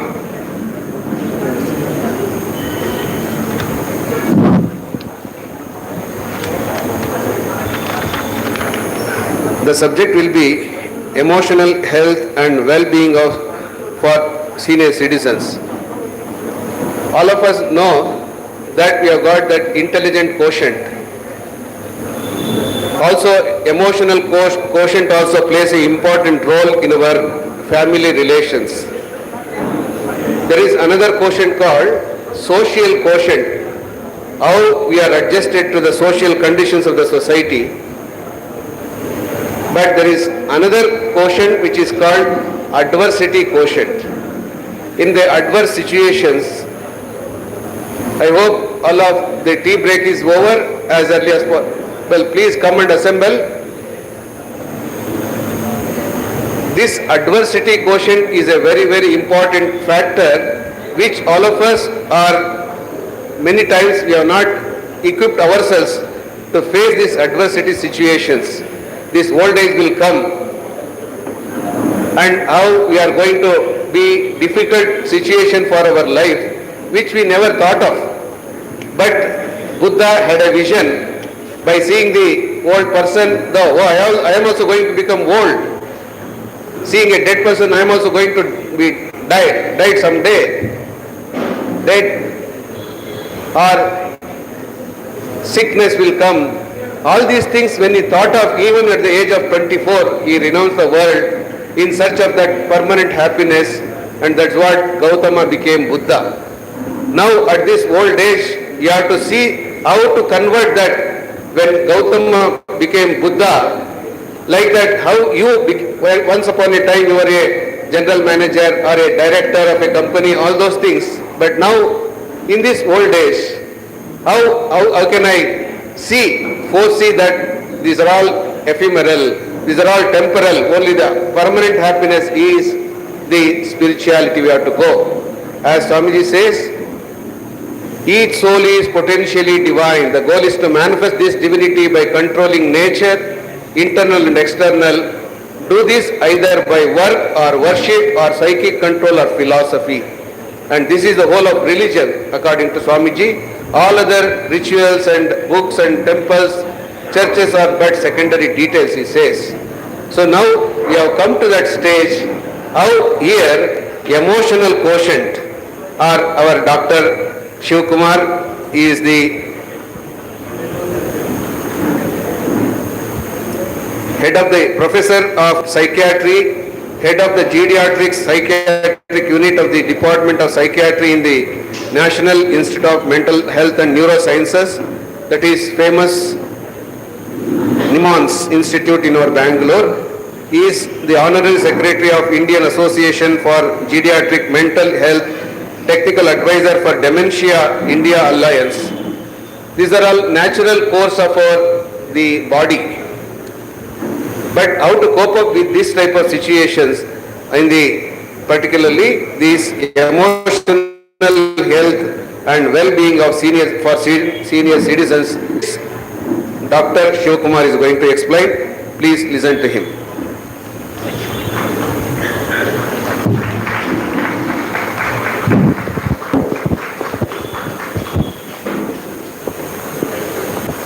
Good morning, everyone. So, first of all, I would like to submit my pranams and respect for this organization and the great Swamijis, and giving me this opportunity to be here along with distinguished people and speakers who had spoken, the great orators. So it is very, very difficult to talk after them. So I heard somebody telling that after hearing Dr. Gururaj Karajagi, the program should end. So you can imagine how difficult position I am. And also there is a lunch after that. So now we had a coffee break, so I am standing between you. And a summer and heat, there is a kind of difficulty. So feel free. So I think from the morning, everything is focused on mental well-being, health. So what is this doctor going to come and tell new? So I think Dr. Karajagi spoke in Kannada, is a very, very renowned speaker. We know him. And he addressed many issues which are very, very integral part of managing mental health problems. And then the next, our Swamiji spoke about how to attain bliss. Again, there's a lot of focus on how mental health is taken care of. Now, as a doctor who takes care of people, older people who have mental health problems, I come from that perspective, what can be addressed. So how many of you think you are old? Any of you think you are old? No one wants to. This say nobody has raised the hand. So that's good. So, young at heart. I think there's no need to. So what is old? It's a relative term. I think the Swamiji spoke about 100-year-old person, young person speaking, telling that, do you think I am old? Do I need support? Okay, so the attitude can differ. And if somebody asks a person to draw an old person, many of the logos if you have seen, what would be the description of an old person, a caricature when they draw? Carry a stick, a bent person, weak, frail.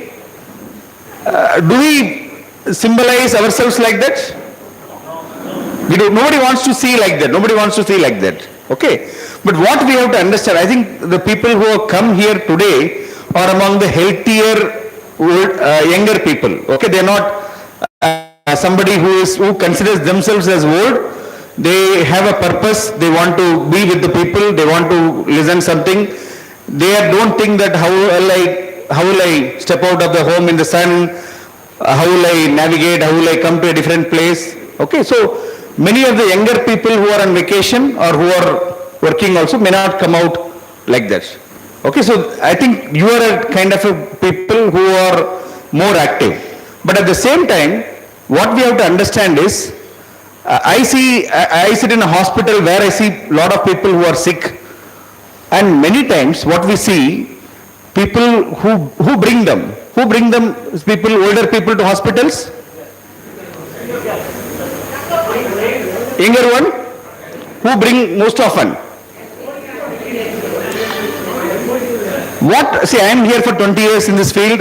What I am seeing the transition is more and more people who are bringing the persons to the hospital or caregivers or primarily the spouse or the older people bringing their older parents. Okay, how many of you are caring for your parents? I am sure you would have your seniors either in your immediate family or extended family, people in 80s, 90s, centenarians. These are not unusual nowadays. So when we had independence, what was our life expectancy? Anybody can guess what was the majority understands English or mix of Kannada English? English is fine? Mix up. Okay. How many cannot understand English? No. Nobody is there. Okay. So I heard some, because the Gururaj Karji spoke in Kannada. I can speak. I am from Tamil Nadu, but I can speak in Kannada. Kannada ಮಾತಾಡ್ತೀನಿ ಚೆನ್ನಾಗಿ. 20 ವರ್ಷಗಳು ಇದ್ದಿದ್ದೀವಿ. So Bengaluru ನಮ್ಮ ಮನೆ ಆಗಿದೆ. So I can speak Hindi also, it's not a problem. I am from Tamil Nadu, I can speak Hindi, I can speak Kannada. When it's required, we can communicate, not a problem at all. So when we had independence, what was our life expectancy? 38. Very good. Give a big hand. So anybody who was born at that point of time, their expectation was somebody will survive up to 38. Okay, if they have survived, they have lived up to 60, they are very, very renowned people. They are rare species at that point of time. They are not somebody who is common. Okay, there will be 10 young people and one person who is above 60, so who has survived a lot of struggle, ordeals, whatever issues, challenges, famine, flood, pandemics. Okay, so they are wise people, they are having, and they are healthier among them, most of them. People who are unhealthy may not survive. Okay, now what has happened? What is our life expectancy? Almost 70. Somebody who is born today, the life expectancy at birth is 70. If somebody is 60, what is the life expectancy? Today somebody is 60. How many years? 10 years, 20 years, 30 years? On an average, you expect you to live at least 20 years. So if you are planning for your future at 60, you should plan for at least 20 years. Okay, so this is going to increase. This is going to increase 20, 25, 30. People who are more fit, people whom their family members have lived longer. It has already crossed the number of people less than 5 years. In another few years, we will cross less than children. Okay, so you become an important stakeholder. As of now, does any policies or anything talk about elderly people as their primary focus? Does anybody talk in their promises? Do they give what are they doing for elderly people? So it's considered as only 10%. Okay, 10% of the population. But this will change. This is changing already. I think this is the first year where the government promised something for senior citizens and did it in the first month. There's something called as Ayushman Bharat scheme, where everybody above 70 years is given, free insurance has been given. So this is the first time we have seen universal kind of health insurance has been given. So why I am telling this is becoming more and more important. So all of you would have heard of pediatrics. Did any of you go to geriatricians? How many geriatricians are there? All over India, only 48 seats are there. If you take pediatrics, it will be thousands. 2,000, 3,000 PGs are there. In psychiatry, there's only 2 seats in Imans, geriatric psychiatry, and 3 seats in Lucknow. So it's a specialty where we are focusing on elderly. It's gaining importance now only. It's going to increase in future. Now, why is this important? So why are we having a doctor in this group? Because all of you heard that in old age, many health problem comes. You are also going to listen from a geriatrician. Dr. Yamini is going to talk, I think, tomorrow. But I am going to talk more about emotional or mental health well-being. Now, can you separate emotional or mental health and physical health?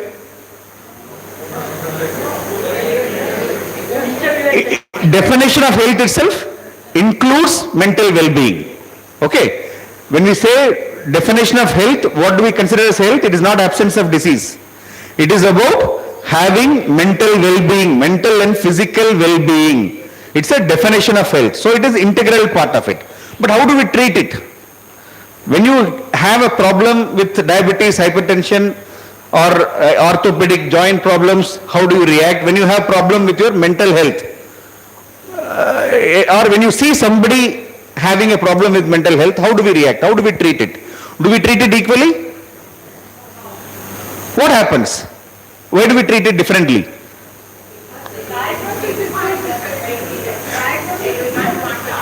Diagnosis is difficult. I'll address that one. Then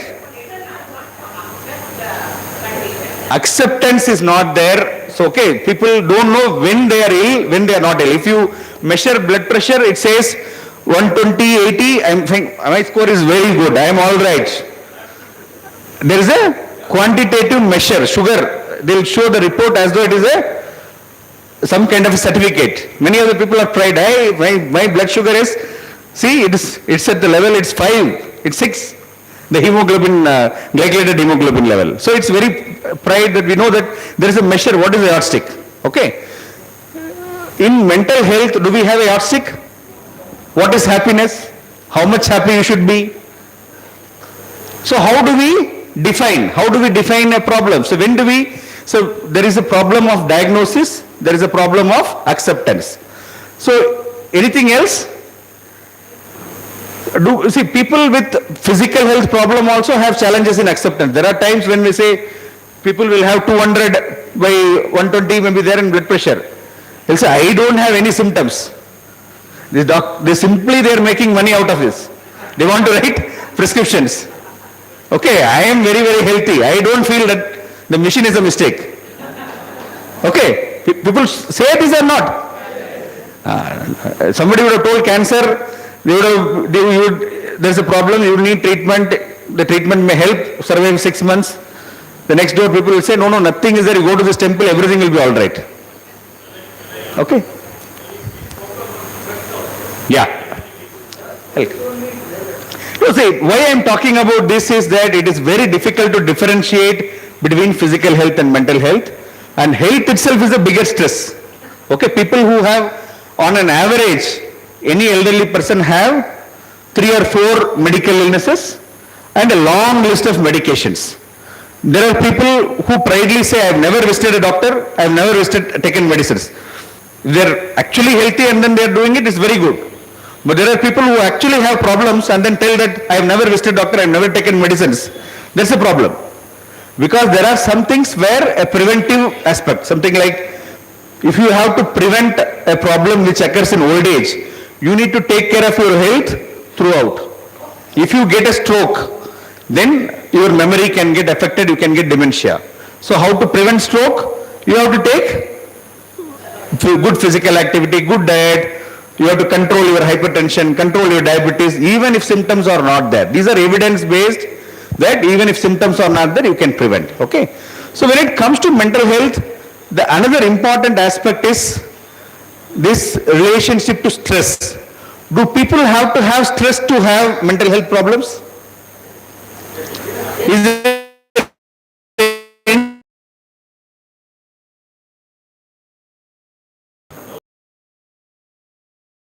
can handle a lot of problems, but even then, even for them, it can be an internal experience.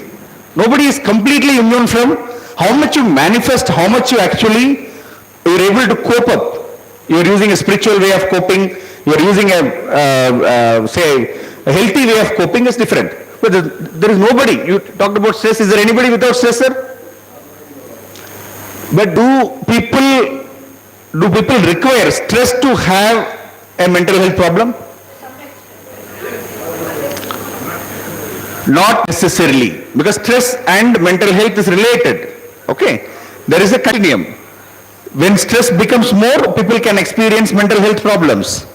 But every time when something happens, you become depressed, you are not able to sleep, you feel anxious, you tend to think, what is the reason? Why is it happening to me? Naturally we question, no? We question for anything, we want a cause. We want to find out why is it happening. When we look into the cause, we will find some stress. So if you actually see, many times people can have a major mental health condition without no obvious cause, without no obvious stress. I have everything. My son is good, my daughter-in-law is very good, they are taking care of me nicely, I have all the income, I don't have a problem of finance, I have everybody to take care of me. But despite all these things, people can get depressed. Despite all these things, people can commit suicide. So it is not always related to stress. Okay, if you actually look into people, people may have some stress. But it need not be such a magnitude of stress which is necessary or which is essential to produce a mental health problem. So why I am telling this, when you have a stress, when you have a mental health problem, you can understand. When you have something like you blame the person. I am giving you everything. I am providing all the support. There are people who are not taking care of elderly. I am providing all the support. But still, why are you not happy? Can we force them to become happy? Now, we talked about, say, mental health problem. We need to understand mental health problem is a continuum. Okay? There is nobody who can say 100% of the time I am always stable. There is always a continuum where from wellness to illness is there. There are people who are relatively well, there are people who are relatively ill. At the extremes, you will have fortunate people who are well, there are extremes, you will have unfortunate people who have extreme severity of illness. But what happens in the middle is very difficult for us to understand and accept when I should seek help. When I should seek help, that is the biggest question.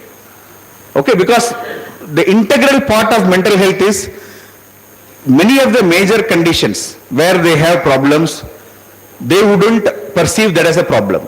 It's often the relatives who feel that this person is actually having a problem. So they have stopped doing all activities, he is not sleeping, he is not taking food, he is becoming suspicious, he is not showing any drive to do activities. You ask the person, do you have any complaints? He'll say, I am absolutely fine. I don't know why they have brought me to hospital. And they'll be angry with people. And sometimes, unfortunately, because of lack of awareness and also genuinely having difficulty, the family members also think, am I doing more harm in taking this person to an expert and finding out what is the problem? And apart from difficulty in diagnosis and say there is acceptance, the person is not accepting, the other major barrier that happens is stigma. How many of you would recommend, okay, if there is a problem, if there is a physical health problem, you will say, go to this best cardiologist, you will go and see. If somebody in the family, you find this person is having a mental health problem, you recognize, would you be comfortable telling this person, you seem to be having a problem, you need to see a doctor? Any of you would be comfortable to volunteer? Why is it so? You will refer to cardiologist, you will refer to orthopedician. When it comes to psychiatrist, you say you go and see a psychiatrist.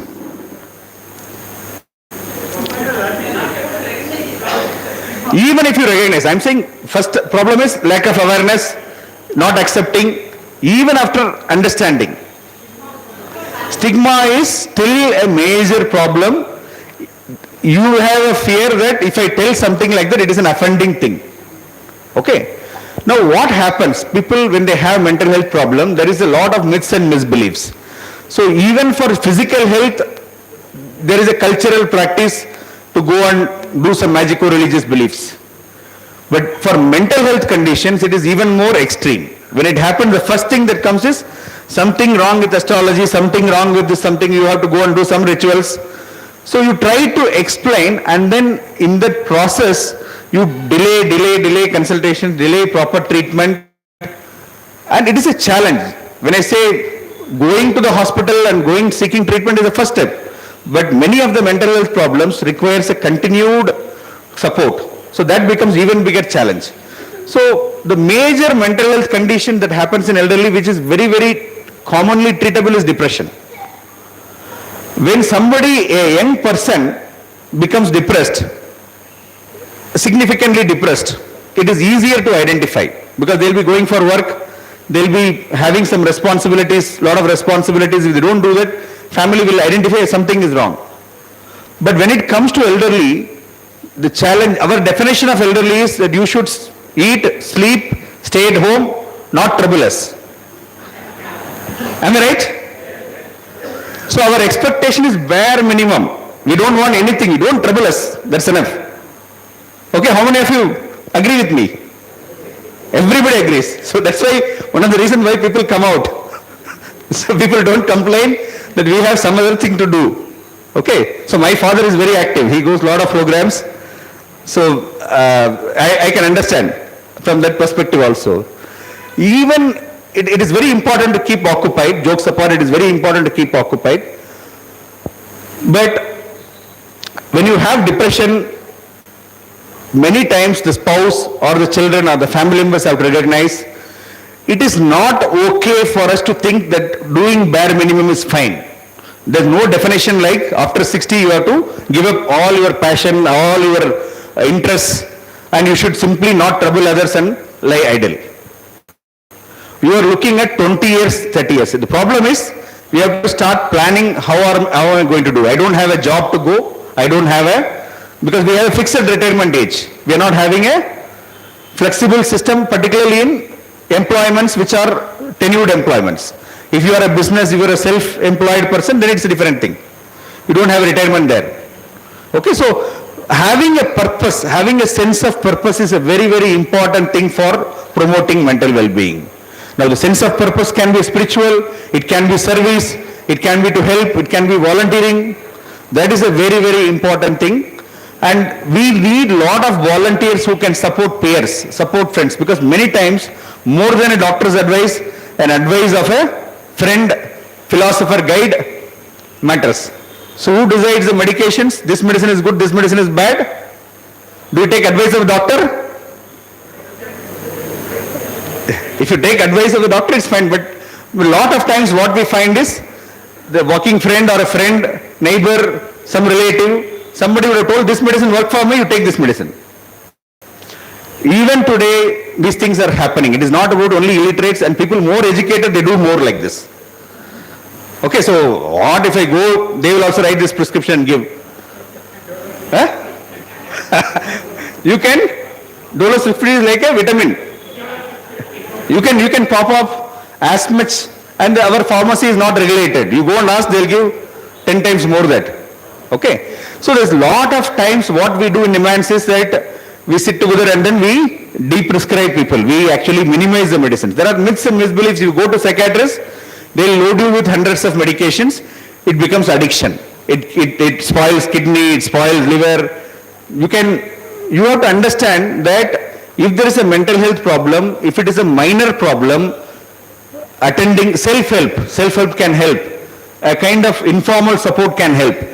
If people who have major problems, they need medical care. They need medical care just like other health conditions.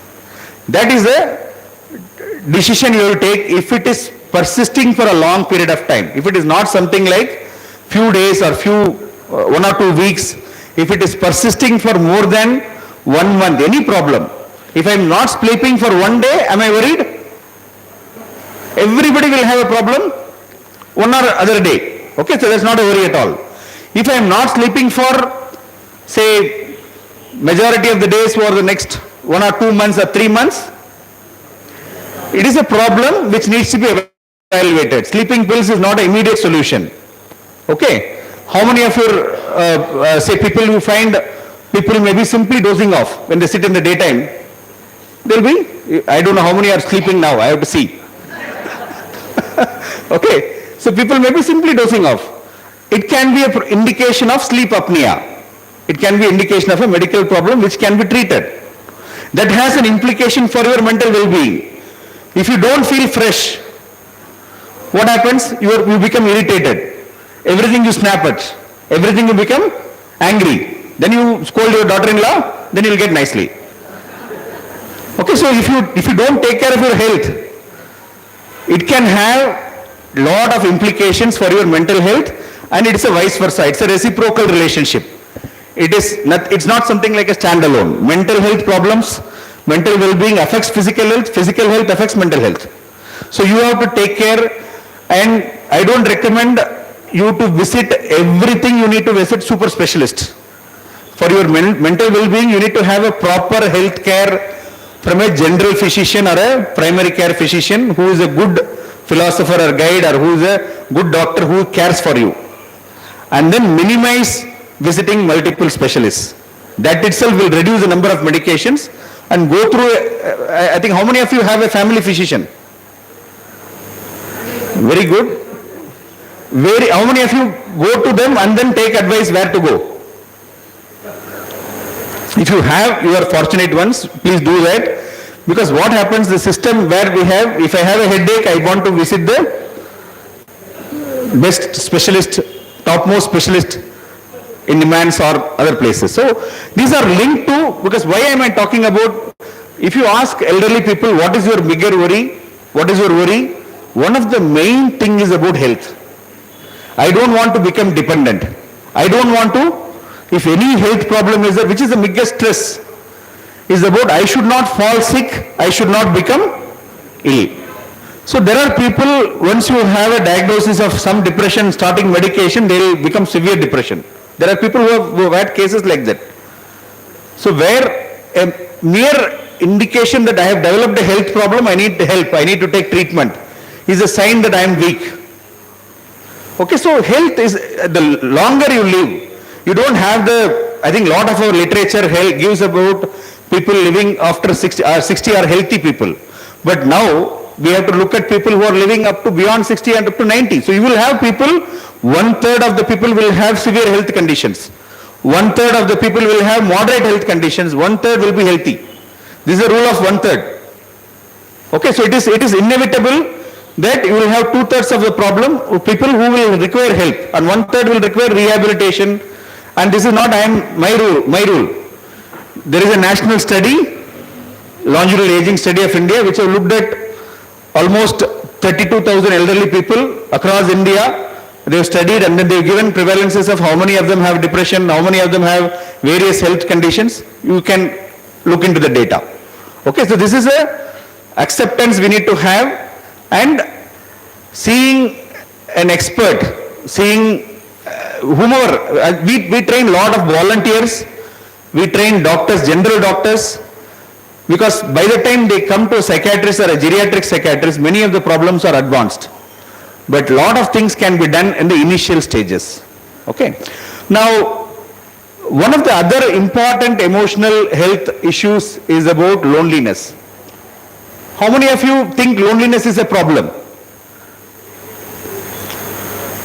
So these are people who are active. Okay, even if children, if you ask children, there are surveys which have done on children. Many of the children who are attending school, who are playing with the friends, they feel lonely. It is not that it is only for elderly. So loneliness is not about how many people are around you, how often you feel you are relating to them.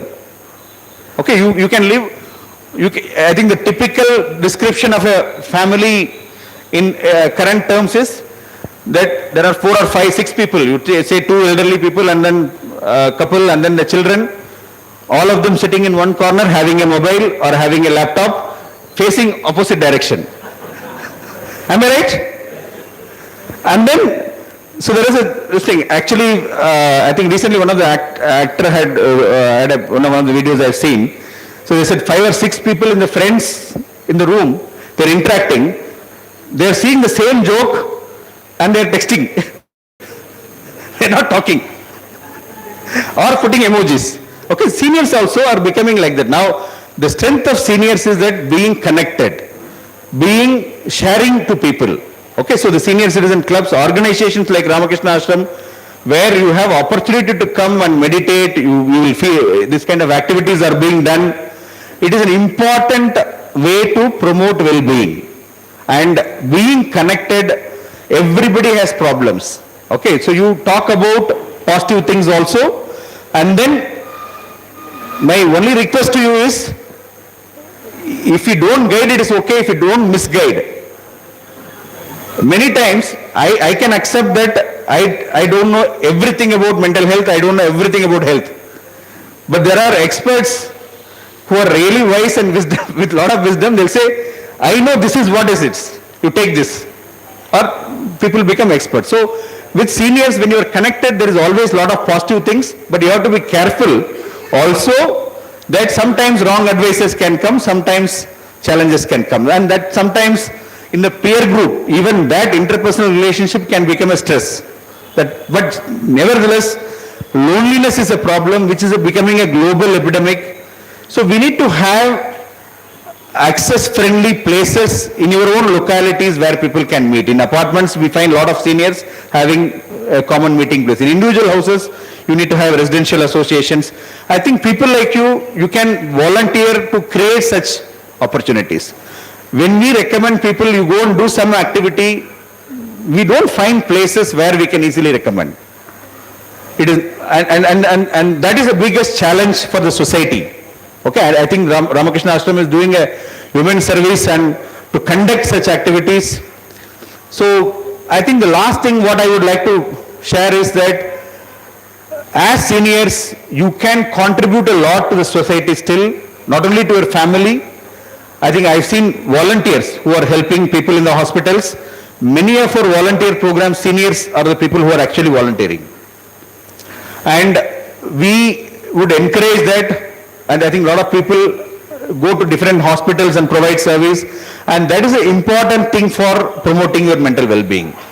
If you are able to have a purpose, if you are able to keep yourself active and not worried about, your challenges and mental health, then I think you can actually protect yourself and prevent major conditions and then do well. So sense of purpose is very important. Loneliness is something which you can address by reaching out to people and looking at ways how you can have an entertainment, how you can have what is attractive for. It can be a games for somebody, it can be spiritual for somebody. It is about you need to find your interest and your things what helps. Music is another important thing which can help. You can learn new languages, you can stimulate your brain. I think if you have to think as to what is the most important thing for your mental health, physical activity, social engagement, okay, and good sleep and proper diet. These are the most important things you need to have. And this is universal. It is not only for physical health, it is also for mental health. Across all ages, this is important. Okay. Now, there are ways you can contribute by volunteering to for even research. We do have a lot of research programs where we want healthy elderly to participate also. That is also, there are people who pledge their eyes, there are people who pledge their, even a lot of organs can be donated, organ donation post-death. So there are people who find, my father has pledged all his body to the medical college. He said that you don't need to kind of bury me or burn me, you give it to medical college. So like that, people are finding a meaning as to how you can contribute. And all our religious beliefs actually encourage doing service. I think this is a place, Vivekananda, Karma Yoga, what we call. I think that is something like how you can, and that message is something for mental well-being. I think that's the most important thing. When you have problems, don't hesitate to consult. And there is a role for medications. There is a role for psychological intervention. Psychological interventions are nowadays becoming more and more available. And minor mental health problems, you need not, and if you choose, you have, see, who has the ultimate control of what treatment you receive? The individual has to have the control. It is not your son, daughter. You have the ultimate control. You can disagree with doctor, sir. You are telling whatever is, I don't agree at all. You have all the right to disagree. Okay? And there has to be persuasion, there has to be discussion. We have an act called Mental Health Care Act. Mental Health Care Act, you can't do coercive treatments, you can't do involuntary without proper justification. Nowadays it's much, much protected. So don't hesitate to seek help or recommend help for your family members. I don't know how many of you read newspaper today. There was a very tragic incident which happened for one of the senior most police official, retired police official. Even if a person who is of such affluent nature, it's a challenge to kind of provide care in their family if somebody has a mental health problem. They had everything in their control. They had everything, they have all the access. But despite that it's a challenge, but with proper guidance, proper help, you can do. Many times it's about not reaching out, not taking help. Bangalore is the best place where we have so many activities which can help from prevention to rehabilitation. It's one of the best place for. I don't know you agree with me or not. The climate is very good compared to many other places. We still have a long way to become an age-friendly society.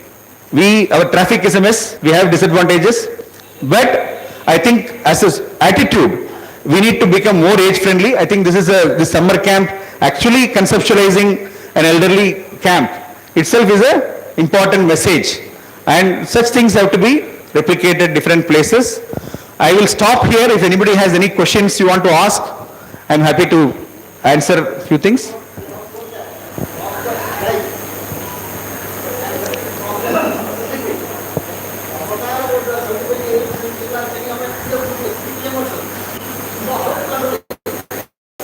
And then check the WhatsApp message. At 3 p.m. somebody has sent. Immediately reply. Sir? 3 a.m. That's what I'm saying. 3 a.m. You can still send a WhatsApp message. Okay. So now what happens in sleep? Actually, with aging, some amount of sleep reduction happens. This is a normal aging related changes there. You need to have 5 to 6 hours of refreshing sleep. This is total in a day. 5 to 6 hours. Now, the biggest yardstick is whether you feel refreshed in the day. How many hours you sleep is a secondary thing. If you feel refreshed in the day, don't worry about it. Okay? If you are feeling tired, weak, fatigued, then it is important to seek help. One of the reasons is if you are sleeping in the daytime, your night sleep will be compromised. Second thing is environment. Sleep environment, these days it becomes very difficult. Many of the people, if you ask me whether we are able to follow a very ideal schedule, I would be honest enough to accept it's very difficult to implement at my home. So I'm not a preacher. I tell that whatever I'm telling, I'm doing it. I'm not, and my appearance can definitely give you that. If I tell that I'm dieting and I'm having a very good physical activity, I'm able to do everything. I'm trying every day. I'm trying to do it, but I have to accept that it's a challenge. It's not something everybody can do it easily. If you have sleep problem, taking sleeping pill immediately is not a solution. You need to get it evaluated. And as I said, one of the problem can be sleep apnea. There is a behavioral treatment for sleep is there. Then if there is daily a problem, then medication, it can be an indicator of depression. If somebody is not sleeping well, it can be an indicator of depression or other mental health conditions also. So it's like pain. The pain can be due to a cancer, it can be due to arthritis or weakness. You have to find out as to what is the cause. Okay, nowadays we have a sleep study also. You can actually measure how much you are sleeping. And we have a lot of elderly who come and tell that they have not slept a little. I have not even slept for a minute, which is impossible. But they would say that they have not felt actually good quality sleep. The family members will say they are sleeping. So you record it, you will find it they are sleeping for 5 hours or 6 hours. So this mismatch also can happen. We have something called as actigraph. Smartwatches are there. You can measure how much you are sleeping. So it is something you need to monitor and take help. Yeah.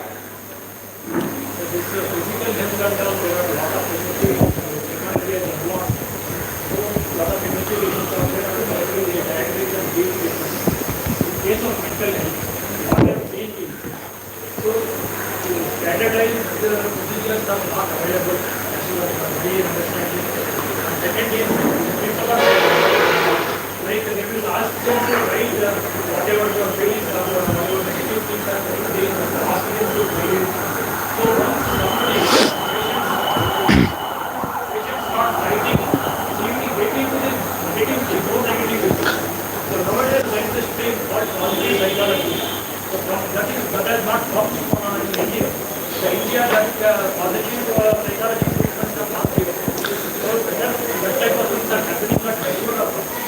Sir, Bangalore is a kind of apex institution for mental health, so everything is happening. Okay, so there are different approaches to address mental health issues. So, and sometimes we see something or we read something and we think this is the only approach. And whenever there is something, like for example, writing about their negative experiences or emotion, that's one way of approach. Because some of the people will not articulate. When you come and sit in an interview, they will not actually be comfortable sharing certain things. Some of them may be able to write in their own space and they will be able to share certain difficult things. For some, it is talking is easier. So, positive psychology as a separate discipline, there are people who are doing research in immense. Okay, it is not that we are not focusing on that. When you talk of technological advancements, we still have not reached a place where we can do one test, either a blood test or a scan, and tell that what you are thinking or what you are doing. Is it a good thing or bad thing? Is it a good thing or bad thing? Nobody wants any machine to read our mind. Okay, if some technology is invented like that, it is a boon or bane. So we don't want that. So at least there is one field where we want human interaction to happen, where we can understand the person. It has limitations. It is not something like, okay, you do a scan and you give a quantitative measure. For everything that doesn't work. I think for spirituality also that happens. It is not that you have something like a machine. So there are certain things which we use lot of investigations, we use lot of things to identify certain reasons for illness. But that doesn't mean the science has not progressed.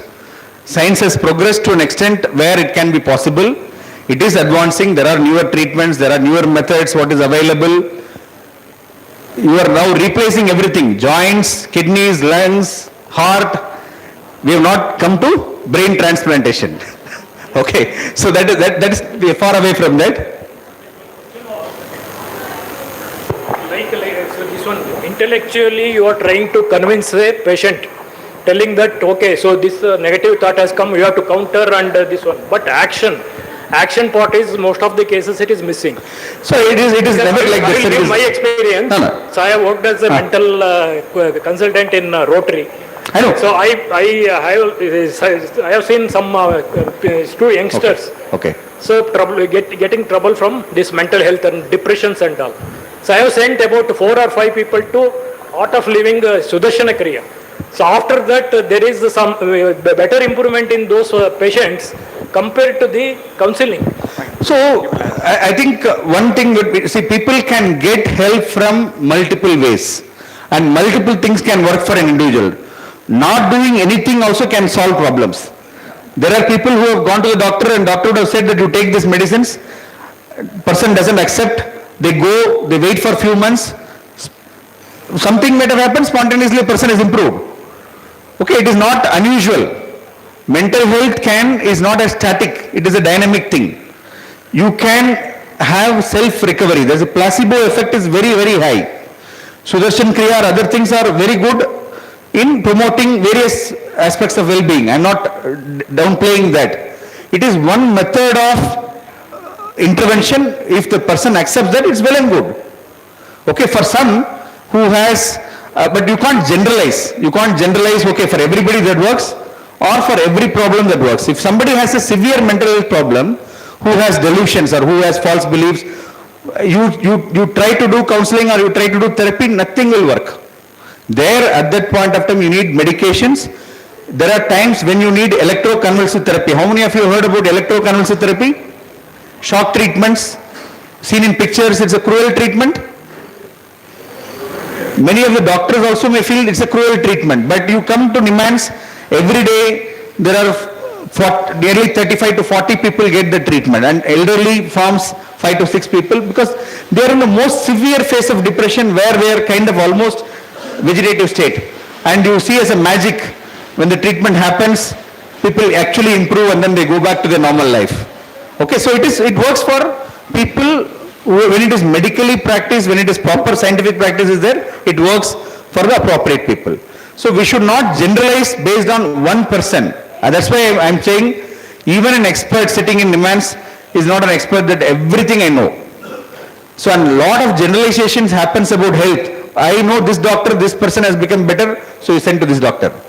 There are people from Jaipur coming to Nimans for a minor problem, they'll say it will get better only here.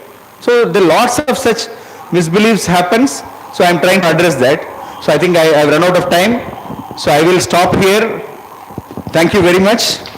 What I try to do is to kind of discuss few things about mental well-being. I think all the sessions are about mental well-being.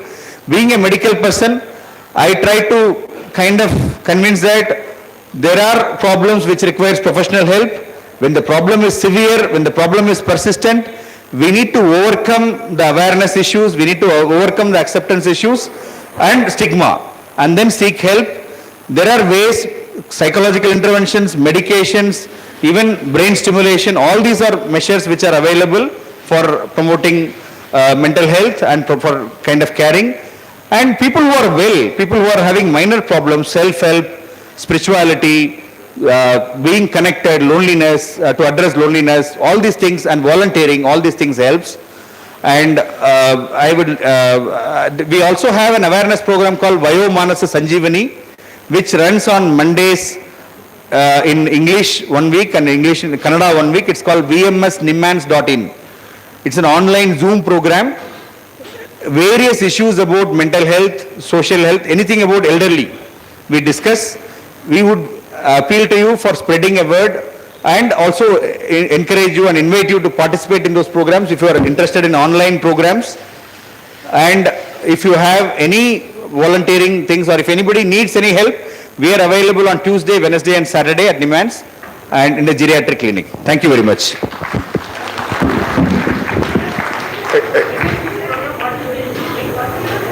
What is it? It's called Vayo Manasa Sanjeevani, vmsnimmans.in, VMS, V for victory, M for Mangalore, S for Salem, Nimhans, NIMHANS, .in, vmsnimmans.in. We also have a book called Insights for Healthy Aging, both in English and Kannada. It is available as a soft copy. You can read that there's various things about elderly we have addressed. And last thing I want to end with saying there is a helpline. How many of you know there is a mental health helpline? What is the number? 14416. 14416 is a Telemanas helpline, which is a Government of India initiative. Anybody having a thought, you have a feeling that to go and consult a doctor, it becomes challenging. You can address your queries, address your initial things. It is available in all languages. In Karnataka, you might have to speak in English or Kannada. They may be having other counselors who might speak other languages, but it's throughout India in different languages available. There is also a senior citizen helpline 1090 and 14567. 1090, or you can simply call 112 emergency helpline. There also senior citizens issue can be addressed. So I think safety is important. And if anything abuse or if any other concerns you have, any other thing, please reach out to people. Thank you. 1090 is a senior citizen helpline. 112 is an emergency helpline for anything. If you don't remember other numbers, you just call 112, they may guide you. Police helpline, it is linked to all the helplines. They will tell you, if you say mental health problem, they'll say contact this number. Okay, thank you very much.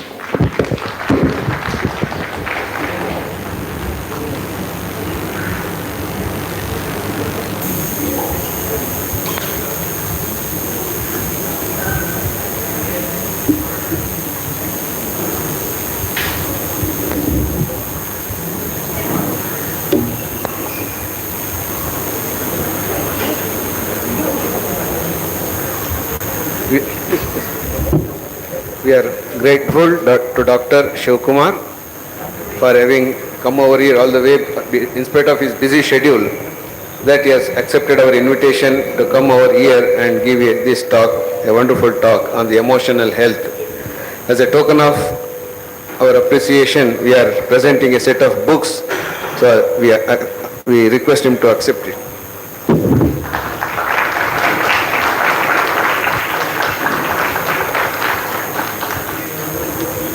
Now there will be a bhajan session by our Sharda Satsanga Kendra. there is a Sharda Satsanga Kendra that our lady devotees have formed a Sharda Satsanga Kendra number of years. It is a very active center and are rendering the services in varieties areas in making garlands for in the temple and also conducting and serving in the while serving the food. Like that, in various ways, they are very active group. Sharda Satsanga Kendra, they are conducting this bhajan session. Maybe they are singing some 1 or 2 songs or 3 songs.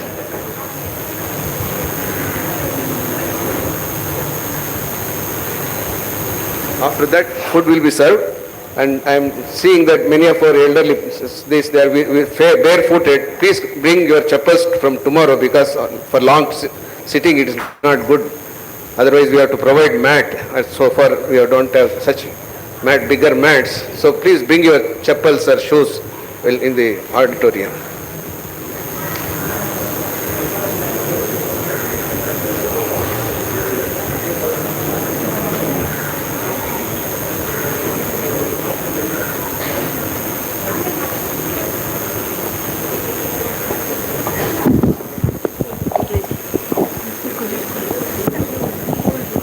वक्रतुण्ड महाकाय सूर्यकोटि समप्रभा निर्विघ्नं कुरु मे देव सर्वकार्येषु सर्वदा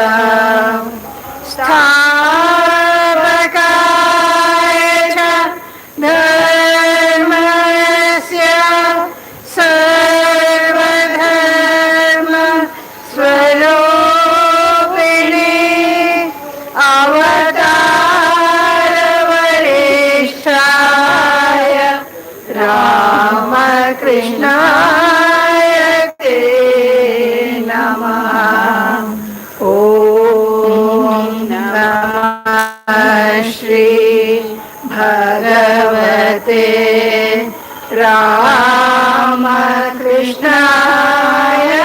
नमो नमः। ॐ नमः श्री भगवते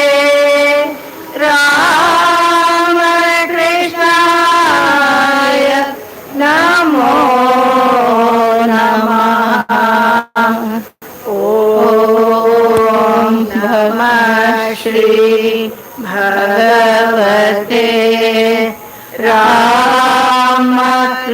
रामकृष्णाय नमो नमः। ಶ್ರೀಪತಿಯು ನಮಗೆ ಸಂಪದವಿಯಲಿ, ವಾಣಿಪತಿಯು ನಮಗೆ ದೇಹಾಯು ಕೊಡಲಿ, ಶ್ರೀಪತಿಯು ನಮಗೆ ಸಂಪದವಿಯಲಿ, ವಾಣಿಪತಿಯು ನಮಗೆ ದೀರ್ಘಾಯು ಕೊಡಲಿ, ಶ್ರೀಪತಿಯು ನಮಗೆ ಸಂಪದವಿಯಲಿ, ವರ ವಿಭುಧರನು ಪೊರೆ ವಿಷವ ಕಂಠದಲ್ಲಿಟ್ಟ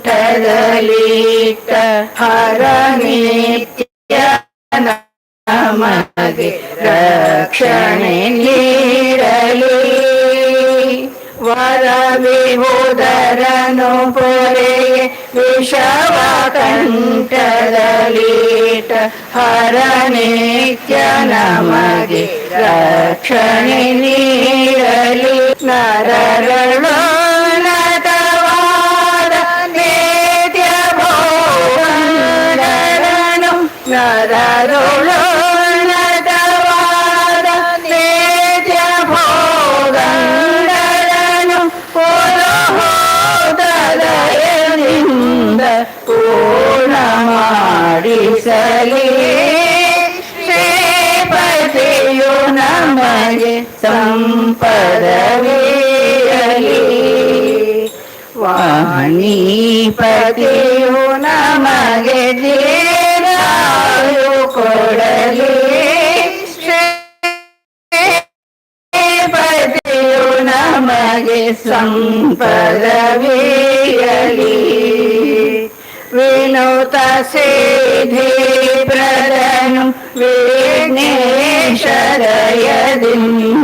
ನೆನೆದ ಕಾರ್ಯಗಳ ನೆರವೇರಿಸಲಿ ಹರಸಿ. ವಿನೂತ ಸಿದ್ಧಿ ದಿನ ದಿನ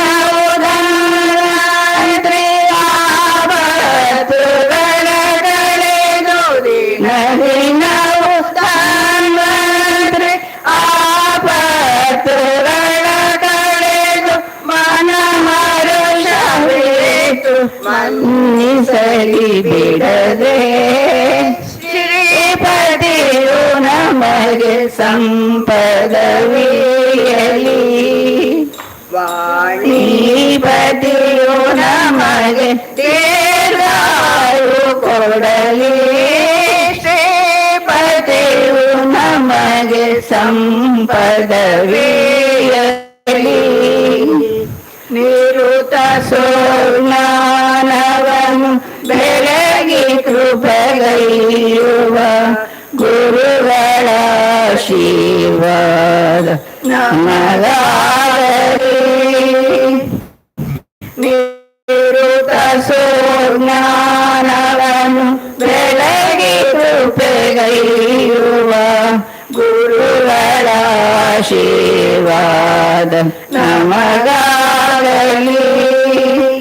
ಪುರಂದರ ವೇಟಲನ ಕರುಣದಿಂದಲಿ ಸಕಲ, ಪುರಂದರ ವೇಟಲನ ಕರುಣದಿಂದಲಿ ಸಕಲ ಸುರರೊಲುಮೆ ನಮಗೆ ಸುಸ್ಥಿರವಾಗಲಿ. ಶ್ರೀಪತಿಯು ನಮಗೆ ಸಂಪದವಿಯಲಿ.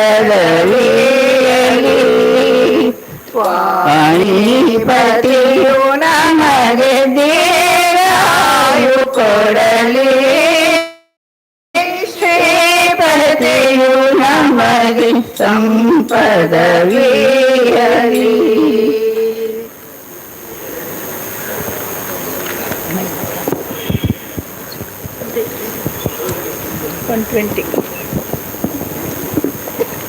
ಯಶೋ ಹೃದಯದಲ್ಲಾಯ್ दूलाय तुम्हार प्राणे ठाकुर राम कृष्ण मम एषो हृदय दूलाय तुम्हार प्राणे ठाकुर राम कृष्ण मम तुम्हें जे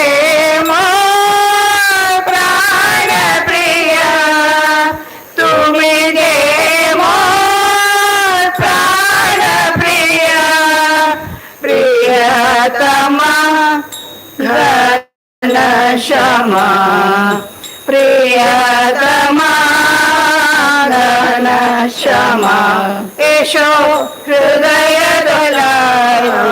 दूलाय तुम्हार प्राणे ठाकुर राम कृष्ण रेखे छे हृदय आसन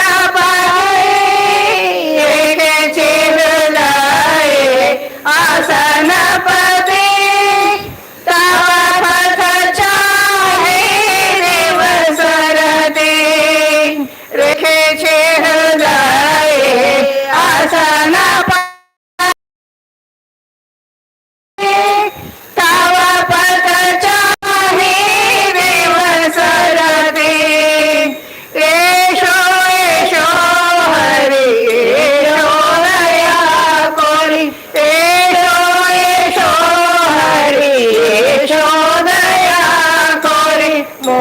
जो तो अपराध क्षमा क्षमा मोज तो अपराध क्षमा क्षमा एषो हृदय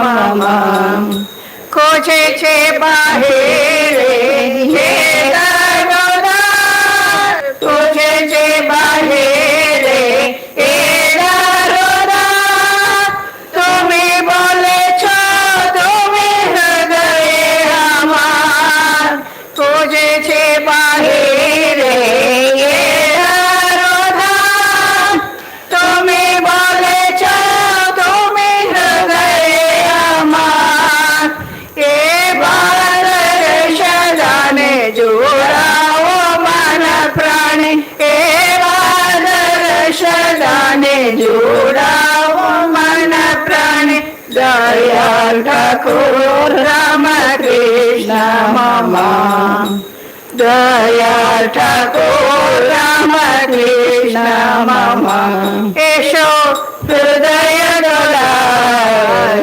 डोलाय तोमार प्राणे ठाकुर राम कृष्ण मम एषो हृदय डोलाय डोलाय तोमार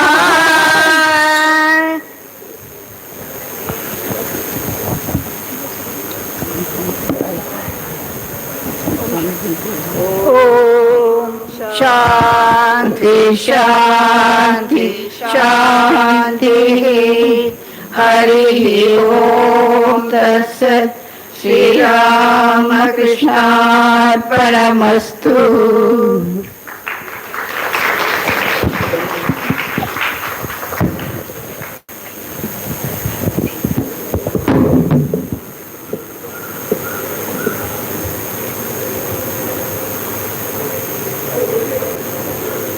On behalf of the ashrama, I thank Sharda Satsang Kendra for a melodious set of songs.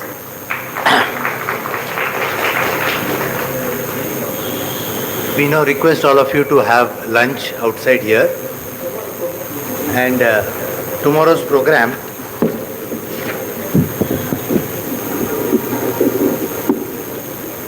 (9:30) will start with bhajans.